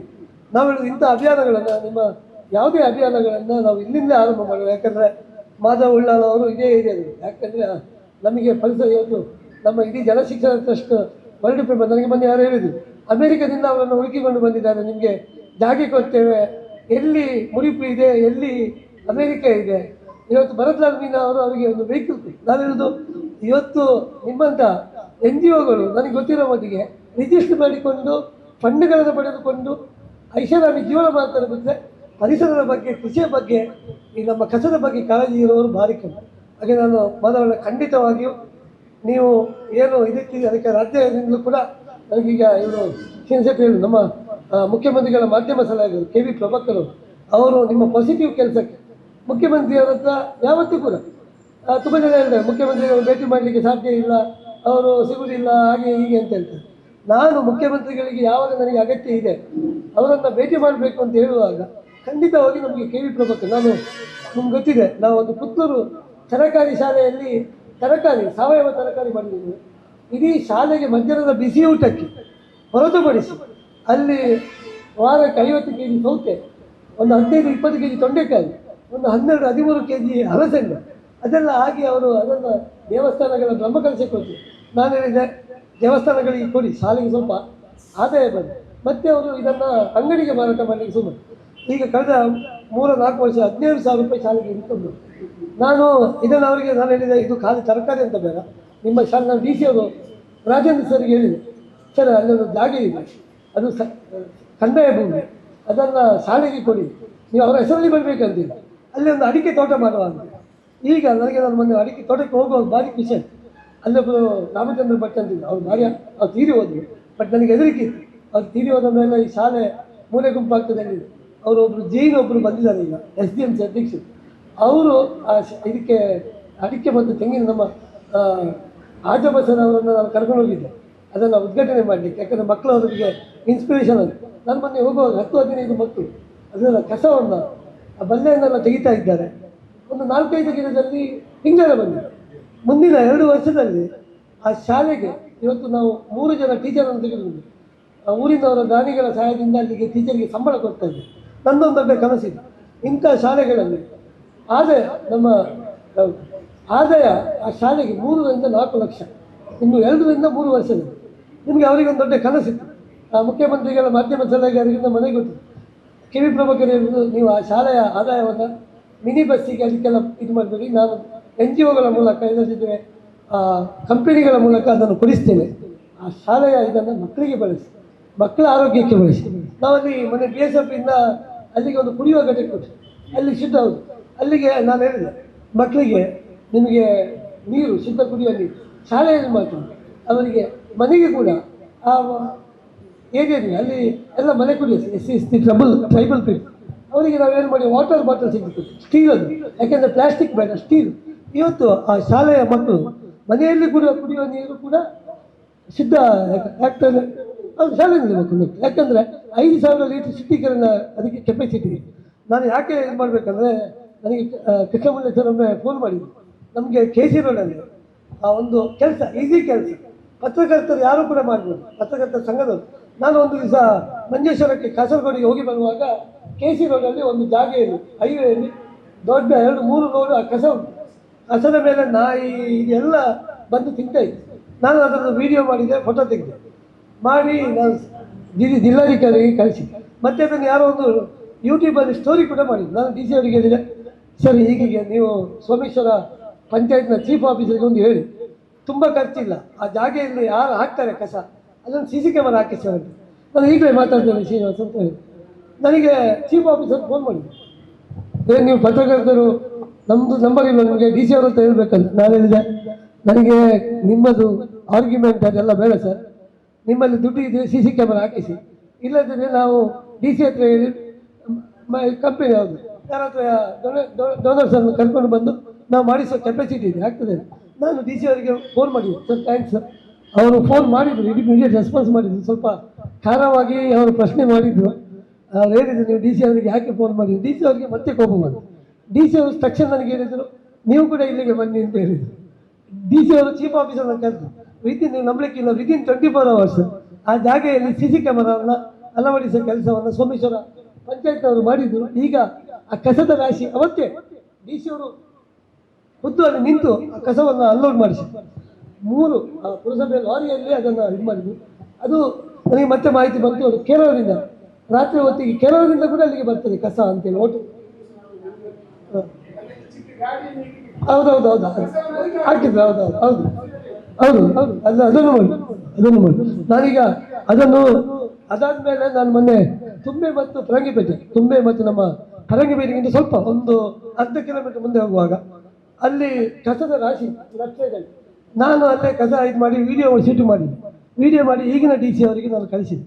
ಅವರು ಹೇಳಿದ್ರು, ಶ್ರೀನಿವಾಸ್ ನಾನು ಜಯಲಕ್ಷ್ಮಿ ಜಿಲ್ಲಾ ಪಂಚಾಯತ್ ಉಪ ಕಾರ್ಯದರ್ಶಿ ಅವರು, ಹೌದು ಅವರಿಗೆ ನಾನು ಕಳಿಸಿದ್ದೆ. ನಾನು ಹೇಳಿದೆ, ಸರ್ ಅವರು ಮಾತ್ರ ಇಲ್ಲೋ ಗೊತ್ತಿಲ್ಲ, ನೀವು ಮುತುವರ್ಜಿ ವಹಿಸಿ, ಇಲ್ಲಂದರೆ ತುಂಬೆ ಪಂಚಾಯತ್ ಯಾರಿದ್ದಾರೆ ನಾವು ಸುದ್ದಿ ಮಾಡ್ತೀವಿ, ನಮಗೆ ಏನಾದರೂ ಕೆಲಸ ಆಗಬೇಕು, ಸುದ್ದಿ ಮಾಡಿದರೆ ನಾಳೆ ನೀವೇ ಅದಕ್ಕೆ ರೆಸ್ಪಾನ್ಸ್ ಮಾಡಬೇಕು, ನೀವು ಕೆಲಸ ಮಾಡಬೇಕು. ನಾನು ಮತ್ತೆ ಪಂಚಾಯತ್ ಇವರಿಗೆ ಫೋನ್ ಮಾಡಿದ್ದೆ, PDO ಮತ್ತು ಸೆಕ್ರೆಟರಿಗೆ ಫೋನ್ ಮಾಡಿ, ಸರ್ ಹೀಗೀಗೆ ನಾನು ಹೀಗೀಗೆ ಮಾತಾಡೋದು ಪತ್ರಕರ್ತರ ಸಂಘದಿಂದ. ಅವರೆಲ್ಲ ಸರ್ ನಾವು ಏನು ಮಾಡಿ ಸರ್ 24 ಗಂಟೆ ನಾನು ಹೋಗಿ ಕೂತ್ಕೊಳ್ಳಿಕ್ಕಾಗುತ್ತೆ. ನಾನು ಹೇಳಿದೆ ಏನಿಲ್ಲ ಸರ್, ನೀವು CC ಕ್ಯಾಮರಾವನ್ನು ಹಾಕಿ ಅಂತ. ಅವರೆಲ್ಲ ನಮ್ಮಲ್ಲಿ ದುಡ್ಡಿಲ್ಲ ಸರ್ ಅಂತ. ನಾನು ಹೇಳಿದೆ ಎಸ್ಟಿಮೇಷನ್ ಮಾಡಿಕೊಳ್ಳಿ ಸರ್, ನಿಮಗೆ ದುಡ್ಡಿನ ವ್ಯವಸ್ಥೆ ನಾನು ಮಾಡ್ತೀನಿ, ಡೋನರ್ಗಳನ್ನು ನನಗೆ ಹೇಳಿದ್ದೀನಿ. ನಾನು 2 ಕಂಪನಿಯವರಿಗೆ, ಕಾರ್ಡಲೈಟ್ ಕಂಪನಿ ಅಂತೇಳಿ ನಮ್ಮ ಮಾಜಿ ಮೇಯರ್ ಅವರು ದಿವಾಕರ್, ನಾನು ಅವರಿಗೆ ಹೇಳಿದೆ ಒಂದು 15,000ರಿಂದ 18,000 ರೂಪಾಯಿ ಖರ್ಚಾಗ್ಬೋದು CC ಕ್ಯಾಮರಾ ಮತ್ತು ಅದೊಂದು ಕಂಟ್ರೋಲ್ ಇದು ಮಾಡಲಿಕ್ಕೆ. ಹಾಗಾಗಿ ನೀವು ಅದಕ್ಕೆ ವ್ಯವಸ್ಥೆಯನ್ನು ಮಾಡಿದರೆ ಆ ಪಂಚಾಯತ್ಗೆ, ಯಾಕೆಂದರೆ ನೀವು ಒಮ್ಮೆ ಮಾಡಿದ ಯೂನಿವರ್ಸಿಟಿ ಮತ್ತೊಮ್ಮೆ ಅಭ್ಯಾಸ ಆದರೆ ಯಾರು ಹಾಕೋದಿಲ್ಲ. ಹಾಗಾಗಿ ಆ ರೀತಿ ಮಾಡಬೇಕು. ನಾನು ಯಾಕೆ ಹೇಳಿದೆ ಅಂದರೆ ಈ ರೀತಿಯ ಕಾರ್ಯಕ್ರಮಗಳನ್ನು ಮಾಡುವಾಗ ನಾವು ಕೂಡ ಅದನ್ನು ಸ್ವಲ್ಪ ಮುಂಜಾಗ್ರತೆ ವಹಿಸಿದರೆ ಸ್ವಲ್ಪ ಆಸಕ್ತಿಯನ್ನು ಖಂಡಿತವಾಗಿ ಮಾಡ್ಬೋದು. ಮತ್ತು ಈಗಾಗಲೇ ನಾನು ಹಿಂದೆ ಕೂಡ ಜಿಲ್ಲಾಧಿಕಾರಿ ಮತ್ತು ಕುಮಾರ್ ಅವರು CO ಆಗಿರುವಾಗ ನಾನು ಹೇಳಿದೆ, ಒಂದು ತ್ಯಾಜ್ಯ ಮುಕ್ತ ಇದರ ಬಗ್ಗೆ ಒಂದು ನಮ್ಮ ಜಿಲ್ಲಾ ಪಂಚಾಯತ್ನಲ್ಲಿ ಎಲ್ಲ ಪಂಚಾಯತ್ PDOಗಳನ್ನು ಕರೆದು ಒಂದು ನಮ್ಮ ಜನಶಿಕ್ಷೆ ಖಂಡಿತವಾಗಿ ಮಾಡೋ ಸರ್. ಯಾಕಂದರೆ ಈಗಿನ ಜಿಲ್ಲಾಧಿಕಾರಿಗಳು ತುಂಬ ಆಸಕ್ತಿ ಇದೆ ಅವರಿಗೆ. ಟೈಮ್ ಅಂದರೆ ಅವ್ರೇನು ಮಾಡ್ತಾರೆ, ಸ್ವಲ್ಪ ಕನ್ಫ್ಯೂಷನ್ ಜಾಸ್ತಿ ಮಾಡಿಕೊಳ್ತಾರೆ, ಇದು ಏನು ಒಳ್ಳೆಯ ಕೆಲಸ ಅಲ್ವಾ, ಒಳ್ಳೆ ನಾಳೆ ಯಾರಾದರೂ ಅದಕ್ಕೆ ನೆಗೆಟಿವ್ ರಿಯಾಕ್ಷನ್ ಬರ್ಬೋದು ನಾನು ಮಾಡಿದರೆ. ನೀವೀಗ ಕಸ ದರ್ಶನ ಅಂತ ಹೇಳಿದ ಕೂಡಲೇ ಅಧಿಕಾರಿಗಳು ಎದುರ್ತಾರೆ. ಯಾಕೆಂದರೆ ಜಿಲ್ಲಾಧಿಕಾರಿಗಳಿಗೆ ಪತ್ರಕರ್ತರು ಇಲ್ಲದಿದ್ದರೆ ಕಸ ದರ್ಶನ ಮಾಡಿಸಿದ್ರು ಅಂತೇಳಿ ನಾವು ಅವರಿಗೆ ಅದಕ್ಕಿಂತ ಒಂದು ಭೇಟಿ ಕೊಡುವ ಸರ್ ಅಂತ ಹೇಳಿದರೆ ದರ್ಶನ ಮಾಡಿ. ಯಾಕಂದರೆ ನಾಳೆ ಅಂತ ಕೆಲವೊಂದು ಕಾರ್ಯಕ್ರಮಗಳು, ಹಾಗಾಗಿ ನಾವು ಖಂಡಿತ ಹೊರಡೋರು ಇದ್ದರು. ಖಂಡಿತವಾಗಿ ಸರ್ ತಮ್ಮ ಇದಕ್ಕೆ ನಮ್ಮ ಖಂಡಿತ ಜಿಲ್ಲಾ ಸಂಘದಿಂದ ಮತ್ತು ನಾವು ಇದನ್ನು ಕೇವಲ ಜಿಲ್ಲೆ ಅಲ್ಲ, ನಾವು ಇದಕ್ಕೆ ವಿಧಾನಸೌಧದಿಂದಲೇ ಚಾಲನೆ ಕೊಡುವ. ಯಾಕೆಂದರೆ ಇದನ್ನು ನಾವು ಈಗ ಸ್ಪೀಕರ್ ಅವರು ಇದ್ದಾರೆ, ಗೊತ್ತಿದೆ ಖಾದರ್ ಸರ್ ಅವರು ಸಂಶೋಧನೆಗೆ ಇನ್ನೋವೇಷನ್ಗೆ ಇನ್ನೊಂದು ಹೆಸರಿದ್ರೆ ಅವರೇ, ಯಾವುದೇ ಹೊಸತನ ಇದ್ದರೆ ಅವರು ಖಂಡಿತವಾಗಿ ಈಗ ನಾಳೆ ನೀವು ಹೇಳಿದರೆ ವಿಧಾನಸೌಧವನ್ನೇ ನಾವು ಫುಡ್ ಸಿಟಿ ಅಂತ ಮಾಡುವ ಅಂತ ಹೇಳಿದರೆ ಅಲ್ಲಿ ನಿಮಗೆ ಜಾಗ ಇದೆ, ನೀವು ಗಿಡ ಮಾಡ್ತೀರಾ, ಅದಕ್ಕೆ ಅವ್ರು ಖಂಡಿತವಾಗಿ ಕೂಡ ಖಾದರ್ ನಾನು ಮೊನ್ನೆ ಅವರೊಟ್ಟಿಗೆ ನನ್ನನ್ನು ಕಾರಲ್ಲಿ ಕೂತ್ಕೊಳಿಸಿ ಕರ್ಕೊಳ್ಳೋದು, ಇಡೀ ದಿನ ಒಂದು ದಿನ ನಾನು ಖಾದರ್ ಒಟ್ಟಿಗೆ ಇದ್ದೆ. ಅವ್ರು ಹೇಳಿದ್ರು ನಾನು ಸ್ಮಾರ್ಟ್ ಸಿಟಿ ಬಗ್ಗೆ ಹೇಳಿದೆ, ಅವ್ರು ಹೇಳಿದ್ರು ನಮ್ಮೀಗ ಪಾಸ ಮುಗಿಲಿ, ಒಂದು ದಿವಸ ನನ್ನೊಟ್ಟಿಗೆ ನೀವು ಬನ್ನಿ, ಏನೆಲ್ಲ ಮಾಡ್ಬೋದು ಅಂತ ಹೇಳಿ ಖಂಡಿತವಾಗಿ ಮಾಡುವ ಅಂತ ಹೇಳಿ. ಯಾಕಂದ್ರೆ ಅವ್ರಿಗೆ ಆಸಕ್ತಿ, ನೀವು ಹೇಳಿದ್ದನ್ನು ಕೇಳ್ತೀವಿ. ಮತ್ತು ಅವ್ರಿಗೆ ಏನಾಗಿದೆ ಅಂದರೆ ಅವ್ರು ಇವತ್ತಿಗೆ ಫಾಲೋ ಆಗಬೇಕು. ಯಾಕಂದರೆ ಅವ್ರು ತುಂಬ ಒಬ್ಬ ಸ್ಪೀಕರ್ ಹುದ್ದೆಯಲ್ಲಿ ಇರೋರು, ಇಲ್ಲೇ ಶಾಸಕರು ನಾವು ಇವತ್ತು ರಾಜ್ಯದಲ್ಲಿ ಅಂಥ ಒಂದು ಕಾರ್ಯಕ್ರಮಗಳನ್ನು, ಯಾಕಂದರೆ ಅದು ಮಂಗಳೂರಿಂದ ಈಗ ನಮ್ಮ ವಿಳಂಬ. ನಾನು ಯಾಕೆ ಹೇಳಿದೆ ಅಂದರೆ ನಮ್ಮ ಶ್ರೀನಶೆಟ್ಟರ್ ಅಂತ ಕೃಷ್ಣಮೂಲ್ಯರಂತ ಅವರು ಕೆಲಸ ಮಾಡುವವರು ಭಾರಿ ಕಮ್ಮಿ. ಈಗ ದುಡ್ಡು ಕೊಟ್ಟರೆ ಕೆಲಸ ಮಾಡುವುದು ಸಿಗುದು, ಅವರೊಂದು NGO ಮೂಲಕ ಮಾಡುವ ಕೆಲಸ ನಮಗೆ ಯೋಗ್ಯತೆ ಇದೆ, ಯೋಗ್ಯತೆಗೆ ಇಲ್ಲೋ ಗೊತ್ತಿಲ್ಲ.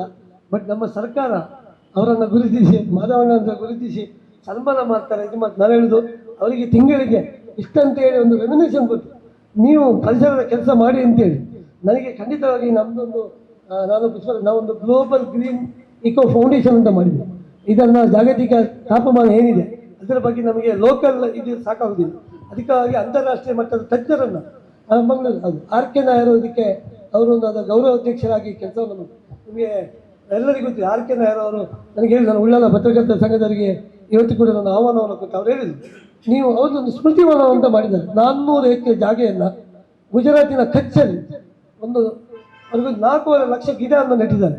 ಅಲ್ಲಿ ಅವ್ರು ಹೇಳಿದ್ದಾರೆ, ನಿಮ್ಮ ಪತ್ರಕರ್ತರನ್ನ ಕರ್ಕೊಂಡು ಬನ್ನಿ, ನಾನು ಉಚಿತ ಅಕಾಮಿಡೇಷನ್, ನೀವು ಮಂಗಳೂರಿಂದ ಬಾಂಬೆಗೆ ಟ್ರೈನ್, ಅಲ್ಲಿಂದ ಅವರ ಬಸ್ ಬರ್ತದೆ. ನಿಮ್ಮನ್ನು ಮೊನ್ನೆ ಸ್ವಸ್ತಿ ಕಾಲೇಜಿನ 30 ಮಕ್ಕಳು ಕರ್ಕೊಂಡು ಹೋದರು, NSS ಮಕ್ಕಳು. ಅವರು 1 ವಾರ ನಿಂತರು ಇಡೀ ಪರಿಸರದ ಬಗ್ಗೆ, ಅಲ್ಲಿ ಅವರು ಗಿಡ ನಿಂತರು. ಅಲ್ಲಿ ಬಂದ ಮೇಲೆ ಪರಿವರ್ತನೆ ಏನಂದರೆ ಅವರು ಅವರವರ ಏರಿಯಾದಲ್ಲಿ 4-5 ಗಿಡಗಳನ್ನು ನೆಟ್ಟಿದ್ದಾರೆ ಶಾಲೆಯನ್ನು.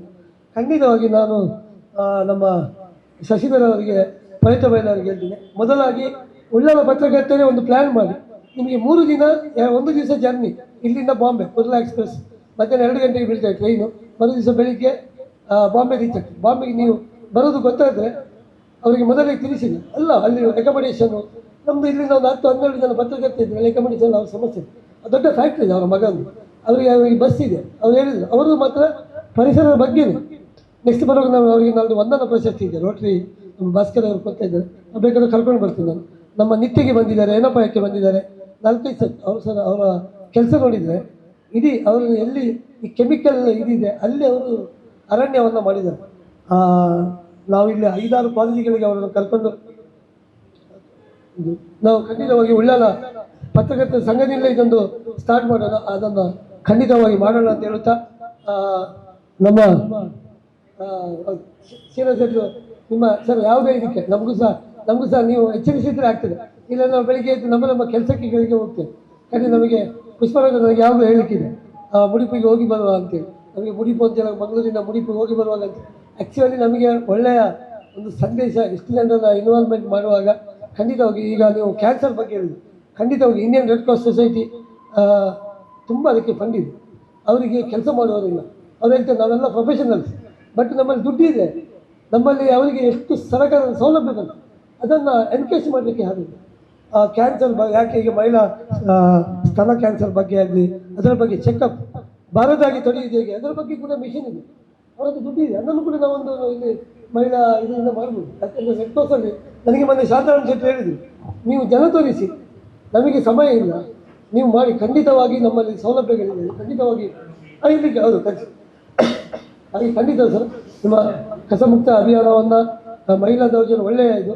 ಮತ್ತು ನಾನೊಮ್ಮೆ ನಿಮ್ಮನ್ನು ವಿಧಾನಸೌಧಕ್ಕೆ ನಮ್ಮ ಖಾದರ್ ಸರ್ ಹೇಳಿದ್ದಾರೆ ಈ ತಿಂಗಳಲ್ಲಿ ಹೋಗಿಸಿ ಮೊದಲು ನೀವು ನಾನು ನಾಲ್ದವರು ಪಾಸ ಮುಗ್ದ ಕೂಡಲೇ ಅವರು ಸಿಕ್ಕಿದ ಸರ್ ನೀವು ಬನ್ನಿ, ನಾವು ಒಂದು ದೊಡ್ಡ ಮಟ್ಟ ಇದನ್ನು ಉಳ್ಳಾಲದಿಂದ ಆರಂಭಿಸಿ ಅದಕ್ಕೆ ರಾಜ್ಯ ಮಟ್ಟಕ್ಕೆ ಕೊಂಡೊಯ್ಯುವ ಕೆಲಸವನ್ನು ನಮ್ಮ ಮತ್ತು ರಾಜ್ಯ ಸಂಘದ ಅಧ್ಯಕ್ಷರು ಕೂಡ ಶಿವಾನಂದ ಗಡೂರು ಅವರು ಕೂಡ ಇಂಥ ಕೆಲಸಕ್ಕೆ ಬಂದು ಅವರು ಖಂಡಿತವಾಗಿ ನಮಗೆ ಎಲ್ಲ ರೀತಿಯ ಸಹಕಾರವನ್ನು ಕೊಟ್ಟರು. ಹಾಗಾಗಿ ನೀವು ನಮಗೆ ಎಚ್ಚರಿಸುವ ಕೆಲಸವನ್ನು ಮತ್ತು ಆಗಾಗ ಮಾಡಿದರೆ ಖಂಡಿತವಾಗಿಯೂ ನಾವು ಮಾಡುವ ಅಂತ ಹೇಳ್ತಾ ಮತ್ತೊಮ್ಮೆ ಈ ಒಂದು ಒಳ್ಳೆಯ ಕಾರ್ಯಕ್ರಮವನ್ನು ಆಯೋಜನೆ ಮಾಡಿದ್ದಕ್ಕೆ ನಾನು ಉಳ್ಳಾಲ ಪತ್ರಕರ್ತರ ಸಂಘಕ್ಕೆ ಹಾಗೆ ಇಲ್ಲಿ ಎಲ್ಲ ಪದಾಧಿಕಾರಿಗೆ ಅಧ್ಯಕ್ಷರಿಗೆ ಮತ್ತು ನಮ್ಮ ಅಧ್ಯಕ್ಷರ ಬಗ್ಗೆ ಹೇಳಬೇಕಂತಲೇ ಇಲ್ಲ ಅವರು ಹಾಗಾಗಿ ಮತ್ತೊಮ್ಮೆ ನಾನು ಎಲ್ಲರಿಗೂ ಕೂಡ ಧನ್ಯವಾದಗಳು ಕೂಡ ಧನ್ಯವಾದಗಳು ಬೇಡ ಅಂತೇಳಿ. ಮತ್ತೆ ಸಿನ್ನರ್ ಅವರು ಯಾವುದೇ ಕಾರ್ಯಕ್ರಮವನ್ನು ಮುಂದುವರಿಸಿದರೆ ಅದು ಖಂಡಿತವಾಗಿ ಅದಕ್ಕೊಂದು ಎಂಡಿಂಗ್ ಪಾಯಿಂಟ್ ಇದೆ. ಈಗ ಕುರ್ಲಾ ಕರ್ಕೊಂಡು ಹೋಗೋದು ಪ್ಲಾನ್, ಅವ್ರು ಬೇಕಾದ್ರೆ ಫ್ಲೈಟ್ ಅಲ್ಲಿಯೂ ಕರ್ಕೊಂಡು ಹೋಗ್ಬೋದು, ಟ್ರೈನೇ ಬೇಕಂತಿಲ್ಲ, ಅವರಿಗೆ ಸಾಧ್ಯ ಇದೆ. ಹಾಗೆ ಮತ್ತೆ ವಿಧಾನಸೌಧಕ್ಕಾಗಿ ಅದಕ್ಕೂ ಕರ್ಕೊಂಡು ಹೋಗ್ಬೋದು. ಅದಕ್ಕೆ ನಮ್ಮ ಅಧ್ಯಕ್ಷರು ಇವರಿಗೆ 2-3 ದೊಡ್ಡ ದೊಡ್ಡ ಶಿಕ್ಷಣ ಸಂಸ್ಥೆಗಳು ಮತ್ತೆ ನಮ್ಮ ಇವರು ಶಿವಾಸ್ ಅದೆಲ್ಲ ತುಂಬಾ ಆತ್ಮೀಯರವರು. ಹಾಗಾಗಿ ಆರಿಫ್ ಅವರು ಇದ್ದಾರೆ, ಅಲ್ಲಿ ರೋನ್ಸ್ ಪಂಡ್ ಅವರೆಲ್ಲಿದ್ದಾರೆ, ನಮಗೆ ಸಮಸ್ಯೆ ಇಲ್ಲ. ಮುಂಬೈಗೆ ಹೋಗುದಾದ್ರೆ ಪರಿಸರವನ್ನು ಅಧ್ಯಯನ ಮಾಡುವ ಜೊತೆಯಲ್ಲಿ ಅದು ಕೇವಲ ಕೆಲವೊಂದು ರಾಜಕೀಯ ನಾಯಕರು ತಿರುಗಾಟದ ಉಪವಾಸ ಮುಗಿದ ಕೂಡಲೇ ಅವರಿಗೆ ಬೀದರ್ ಟೂರ್ ಉಂಟು, ಅದೆಲ್ಲ ಮುಗಿಬೇಕು. ಯಾರಿಗೆ ಸಿನ್ನರ್ ಅವರು ಸುದೀರ್ಘವಾಗಿ ಮಾತಾಡಿದ್ರು, ನನಗೆ ಸಹ ಸಿನ್ನರ್ ಅವರು ತುಂಬಾ ವಿಷಯಗಳು ಮಾತಾಡ್ತಾರೆ. ಯಾಕಂದ್ರೆ ಅದೆಲ್ಲವೂ ನಮಗೆ ಲಾಭದಾಯಕ ವಿಷಯಗಳು ಇರ್ತದೆ. ಅವರು ಪಕ್ಕಾ ಕಮರ್ಷಿಯಲ್ ಕೂಡ, ಯಾಕಂದ್ರೆ ಎಲ್ಲದರಲ್ಲೂ ಅವರು ಆರ್ಥಿಕವಾಗಿ ಸಂಘಕ್ಕೆ ಒಂದು ಆದಾಯವನ್ನು ತರುವಂತ ನಿಟ್ಟಿನಲ್ಲಿ ಕೆಲಸ ನಿರ್ವಹಿಸ್ತಾ ಬಂದವರು, ಅದು ನಮಗೆ ಲಾಭ. ಸಿನ್ನರು 2 ಮುಖ ಇದೆ, ಅವರು ಒಂದು ಸಂಘಕ್ಕೆ ಎಷ್ಟು ಹೆಲ್ಪ್ ಮಾಡ್ತಾರೆ ಅಷ್ಟೇ ಸಂಘದ ಸದಸ್ಯರ ಏಳಿಗೆ ಪ್ರಯತ್ನ ಪಟ್ಟು ಅದರಲ್ಲಿ ಆ ಕಾರಣದಿಂದ ಅವರ ಜನರು 2 ಬಾರಿ ಪ್ರಧಾನ ಕಾರ್ಯದರ್ಶಿ ಆಗಿದ್ದು 2 ಬಾರಿ ಅಧ್ಯಕ್ಷರಾಗಿ ಇವತ್ತಿವರ ಹೆಸರು ಚಿರಸ್ಥಾಯಿಯಾಗಿದೆ. ಇಂಥದ್ದೇ ಕೆಲಸವರಿಂದ ಮೂಡಿ ಬರಲಿ. ಮುಂದಕ್ಕೆ ನಮ್ಮ ಕಾರ್ಯಕ್ರಮದಲ್ಲಿ ಉಳ್ಳಾಲ ಕಾರ್ಯದರ್ಶಿ, ನಮ್ಮ ಕರ್ನಾಟಕ ಕಾರ್ಯದರ್ಶಿ ಉಳ್ಳಾಲ ತಾಲೂಕದ ಅಧ್ಯಕ್ಷರಂತ ಶಶಿಧರ್ ಪೈತ್ರ ಅವರು. ನಮಸ್ತೆ, ನನ್ನ ಹೆಸರು ಲತಾ ಅಂತ. ನಾನು ಜನಶಿಕ್ಷಣ ಟ್ರಸ್ಟ್ ನಲ್ಲಿ ಫೀಲ್ಡ್ ಕೋಆರ್ಡಿನೇಟರ್ ಆಗಿ ಕೆಲಸ ಮಾಡ್ತಾ ಇದ್ದೇನೆ. ನಮಸ್ತೆ, ನನ್ನ ಹೆಸರು ಶ್ವೇತಾ ಅಂತ. ನಾನು ಜನಶಿಕ್ಷಣ ಟ್ರಸ್ಟ್ ನಲ್ಲಿ ಅಕೌಂಟೆಂಟ್ ಆಗಿ ವರ್ಕ್ ಮಾಡ್ತೀನಿ. ಎಲ್ಲರಿಗೂ ನಮಸ್ತೆ, ನಾನು ಕಾರ್ತಿಕ್ ಅಂತ. ನಾನು ಜನಶಿಕ್ಷಣ ಟ್ರಸ್ಟ್ ಅಲ್ಲಿ ಫೀಲ್ಡ್ ಕೋಆರ್ಡಿನೇಟರ್ ಆಗಿ ಕೆಲಸ ಮಾಡ್ತಿದ್ದೆ. ಬಹಳ ಅವಸರದಲ್ಲಿ ನಾವೊಂದು ಕಾರ್ಯಕ್ರಮ ಮಾಡಿದ್ದು. ಈಗ ಸರ್ ಎಲ್ಲ ಹೊಗಳ್ತಾರೆ, ಈ ಉಳ್ಳಾಲದವರು ಅಷ್ಟು ಮಾಡಬಹುದು ಇಷ್ಟು ಮಾಡಬಹುದು ಅಂತ. ಇಲ್ಲಿರುವ 19 ಸದಸ್ಯರಿಗೆ 19 ರೀತಿಯ ತಾಪತ್ರಯ ಉಂಟು ಸರ್. ಒಬ್ಬೊಬ್ಬರಿಗೆ ಸಂಸ್ಥೆಯನ್ನು ಬದುಕಿಸುವ ಕೆಲಸ ಆದ್ರೆ ಬಾಕಿಯವರಿಗೆ ದನಿಯ ಮಾತು ಕೇಳುವಂತ ಕೆಲಸ. ಹಾಗೆ ಏನೋ ತಿಂಗಳಲ್ಲಿ ಒಂದು ಕಾರ್ಯಕ್ರಮವನ್ನು ಮಾಡಲೇಬೇಕು ಅನ್ನುವಂಥ ಕಾರಣಕ್ಕಾಗಿ ನಮ್ದು ನಿಕಟಪೂರ್ವ ಅಧ್ಯಕ್ಷರಿದ್ದಾರೆ, ಈ ನಿಕಟಪೂರ್ವ ಅಧ್ಯಕ್ಷರು ಅವರು ಬಹುಮುಖ ಪ್ರತಿಭೆಯವರು, ಅವರಿಗೆ ಗೊತ್ತಿಲ್ಲದ ರಂಗ ಇಲ್ಲ. ಈಗ ಅವರಿಂದ ಏನಾದ್ರೂ ಸಾಧನೆ ಆಗಬೇಕು ಅಂತೇಳಿ ನಾನು ಅಧ್ಯಕ್ಷ ಆದ್ದು. ಯಾಕೆ ಹೇಳಿದ್ರೆ ಒಂದು ಟ್ರಸ್ಟ್ ಆಗಬೇಕು, ಅದರ ಮೂಲಕ ದೊಡ್ಡ ಕೆಲಸ ಆಗಬೇಕು ಅಂತ. ಅವರು ಈಗ ಕೂಡ ಬೇರೆ ಯಾವುದೋ ಒಂದು ಕೆಲಸದಲ್ಲಿ ಇದ್ದಾರೆ. ಹಾಗೆ ಇನ್ನೊಂದು ಅಟ್ಲೀಸ್ಟ್ ಏಪ್ರಿಲ್ ಫೂಲ್ ಅಲ್ಲ, ಏಪ್ರಿಲ್ 1ರಿಂದ ಆದ್ರೂ ಒಂದು ಆ ಕೆಲಸ ಆರಂಭ ಆಗ್ಲಿ ಅಂತೇಳಿ ಆಶಿಸ್ತೇವೆ ನಾವು. ಅದೊಂದು ಆಗಿ ಬಿಟ್ರೆ ಹೇಳಿದ್ರ ನೀವು ಹೇಳಿದ್ರೆ ಆಗುದಿಲ್ಲ. ಅಟ್ಲೀಸ್ಟ್ ಅಷ್ಟೊಂದು ಹಾಗೆ ಅಂತೆ ಅವರು ಮಾಡ್ತಾರಂತೆ. ಅಂತೂ ಇವತ್ತಿನ ಈ ಕಾರ್ಯಕ್ರಮ ಸಾವಿರಗಟ್ಟಲೆ ಜನ ಇದ್ರು, ಖುಷಿ ಆಯ್ತು. ಆದ್ರೆ ನಮಗೆ ಅದು ಮುಖ್ಯ ಅಲ್ಲ, ಇದ್ದವರು ಹೇಗಿದ್ರು ಅನ್ನೋದು ಮುಖ್ಯ ಆಗ್ತದೆ. ಒಂದು ಒಳ್ಳೆಯ ಕಾರ್ಯಕ್ರಮವನ್ನು ಸಂಯೋಜಿಸಿದಂತಹ ಆ ಒಂದು ಸಂತೋಷ ನಮಗಿದೆ. ನಾವು ಕಳೆದ ಅವಧಿಯಲ್ಲಿ 3 ವರ್ಷದಲ್ಲಿ ತಿಂಗಳ ಬೆಳಕು 14 ಕಾರ್ಯಕ್ರಮ ಮಾಡಿ 14 ಜನ ಬಹಳ ಅರ್ಥಪೂರ್ಣವಾದಂತಹ ಗೆಸ್ಟುಗಳನ್ನು ತಂದವರ ಮಾತುಗಳನ್ನು ಕೇಳಿದ್ದೇವೆ. ಒಂದು ನೋವು ಅಂತ ಹೇಳಿದ್ರೆ ನಮ್ಮ ಮೋಹನ್ ಕುತ್ತಾರ್ ಅವರ ನೇತೃತ್ವದಲ್ಲಿ ಇಲ್ಲೊಂದು ಕಾಂಡ್ಲವನದ ಒಂದು ಬಗ್ಗೆ ನಾವು ಸಂವಾದ ಮಾಡಿದ್ದೆವು. ಆ ಕಾಂಡ್ಲವನ ಉಚ್ಚಿಲ ಬಟ್ಟಪ್ಪಾಡಿಯಲ್ಲಿ ಸಮುದ್ರ ಕೊರತೆ ಆಗಿ ಊರೆಲ್ಲ ಹೋಗುವ ಸ್ಥಿತಿ ಬಂದಾಗ ಕಾಂಡ್ಲವನ ಒಂದೇ ದಾರಿ ಅಂತೇಳಿ ನಮಗೆ ಅವತ್ತು ಹೇಳಿದ್ದು. ಬಟ್ ಇಲ್ಲಿವರೆಗೆ ನಾವು ಅದರದ್ದು ಯಾವುದೇ ಆಕ್ಟಿವಿಟೀಸ್ ಅನ್ನು ಮಾಡಲಿಲ್ಲ. ನಾನು ಸಾಹೇಬ್ರಿಗೆ ಹೇಳಿದ್ದೆ, ಯುಟಿಕಾದರ್ ಅವರಿಗೆ ಈ ತರ ಉಂಟು ಸರ್ ಅಂತ. ಆಗ ಅವರು ಬೇರೆ ಒಂದು ಪ್ಲಾನ್ ಹೇಳಿದ್ರು. ಅದು ನಮಗೆ ಮಾಡ್ಲಿಕ್ಕೆ ಆಗದಿದ್ರು ಕೂಡ ಈಗ ನಮ್ಮ ಶೆಟ್ಟಿ ಸರ್ ಅವರು ಮತ್ತು ಕೃಷ್ಣಣ್ಣ ಮತ್ತು ಮಾಧವಣ್ಣ, ಶ್ರೀನಿವಾಸ್ ಇವರೆಲ್ಲ ಹೇಳಿದ್ದೆಲ್ಲ ತುಂಬಾ ಸುಲಭದ ಕೆಲವೆಲ್ಲ ಯೋಜನೆಗಳು ಅದನ್ನು ಕಾರ್ಯರೂಪ ಮಾಡ್ಲಿಕ್ಕೆ ನಾವು ಎಲ್ಲರೂ ಕೂಡ ಕೈ ಜೋಡಿಸೋಣ ಅಂತ ಹೇಳ್ತಾ ಅರ್ಥಪೂರ್ಣ ಕಾರ್ಯಕ್ರಮಕ್ಕೆ ವೇಗವನ್ನು ಕೊಟ್ಟಿದ್ದೀರಿ. ಅದು ಅದೇ ರೀತಿಯಲ್ಲಿ ಒಂದೇ ಮಾತ್ರ ಬಾರಿ ಸ್ಪೀಡ್ ಅಲ್ಲಿ ಹೋಗಲಿ. ಯಾಕಂದ್ರೆ ಘನವ್ಯಕ್ತ ನಾಯಕರಂತ ನಿಮ್ಮೆಲ್ಲ ಸಹಕಾರ ನಮಗೆ ಸಿಗ್ಲಿ.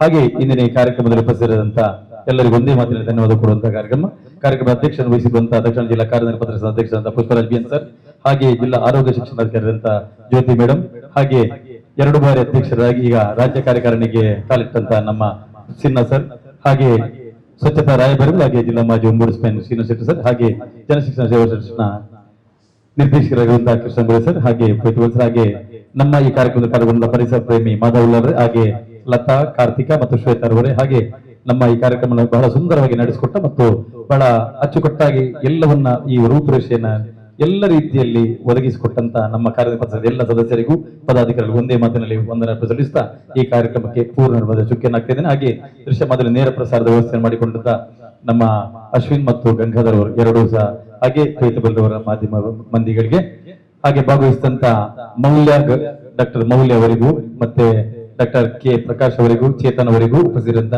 ಚಂದ್ರರಾಜ್ ಕಣತೂರ್ ಎಲ್ಲರಿಗೂ ಒಂದೇ ಮಾತಿನಲ್ಲಿ ಧನ್ಯವಾದ.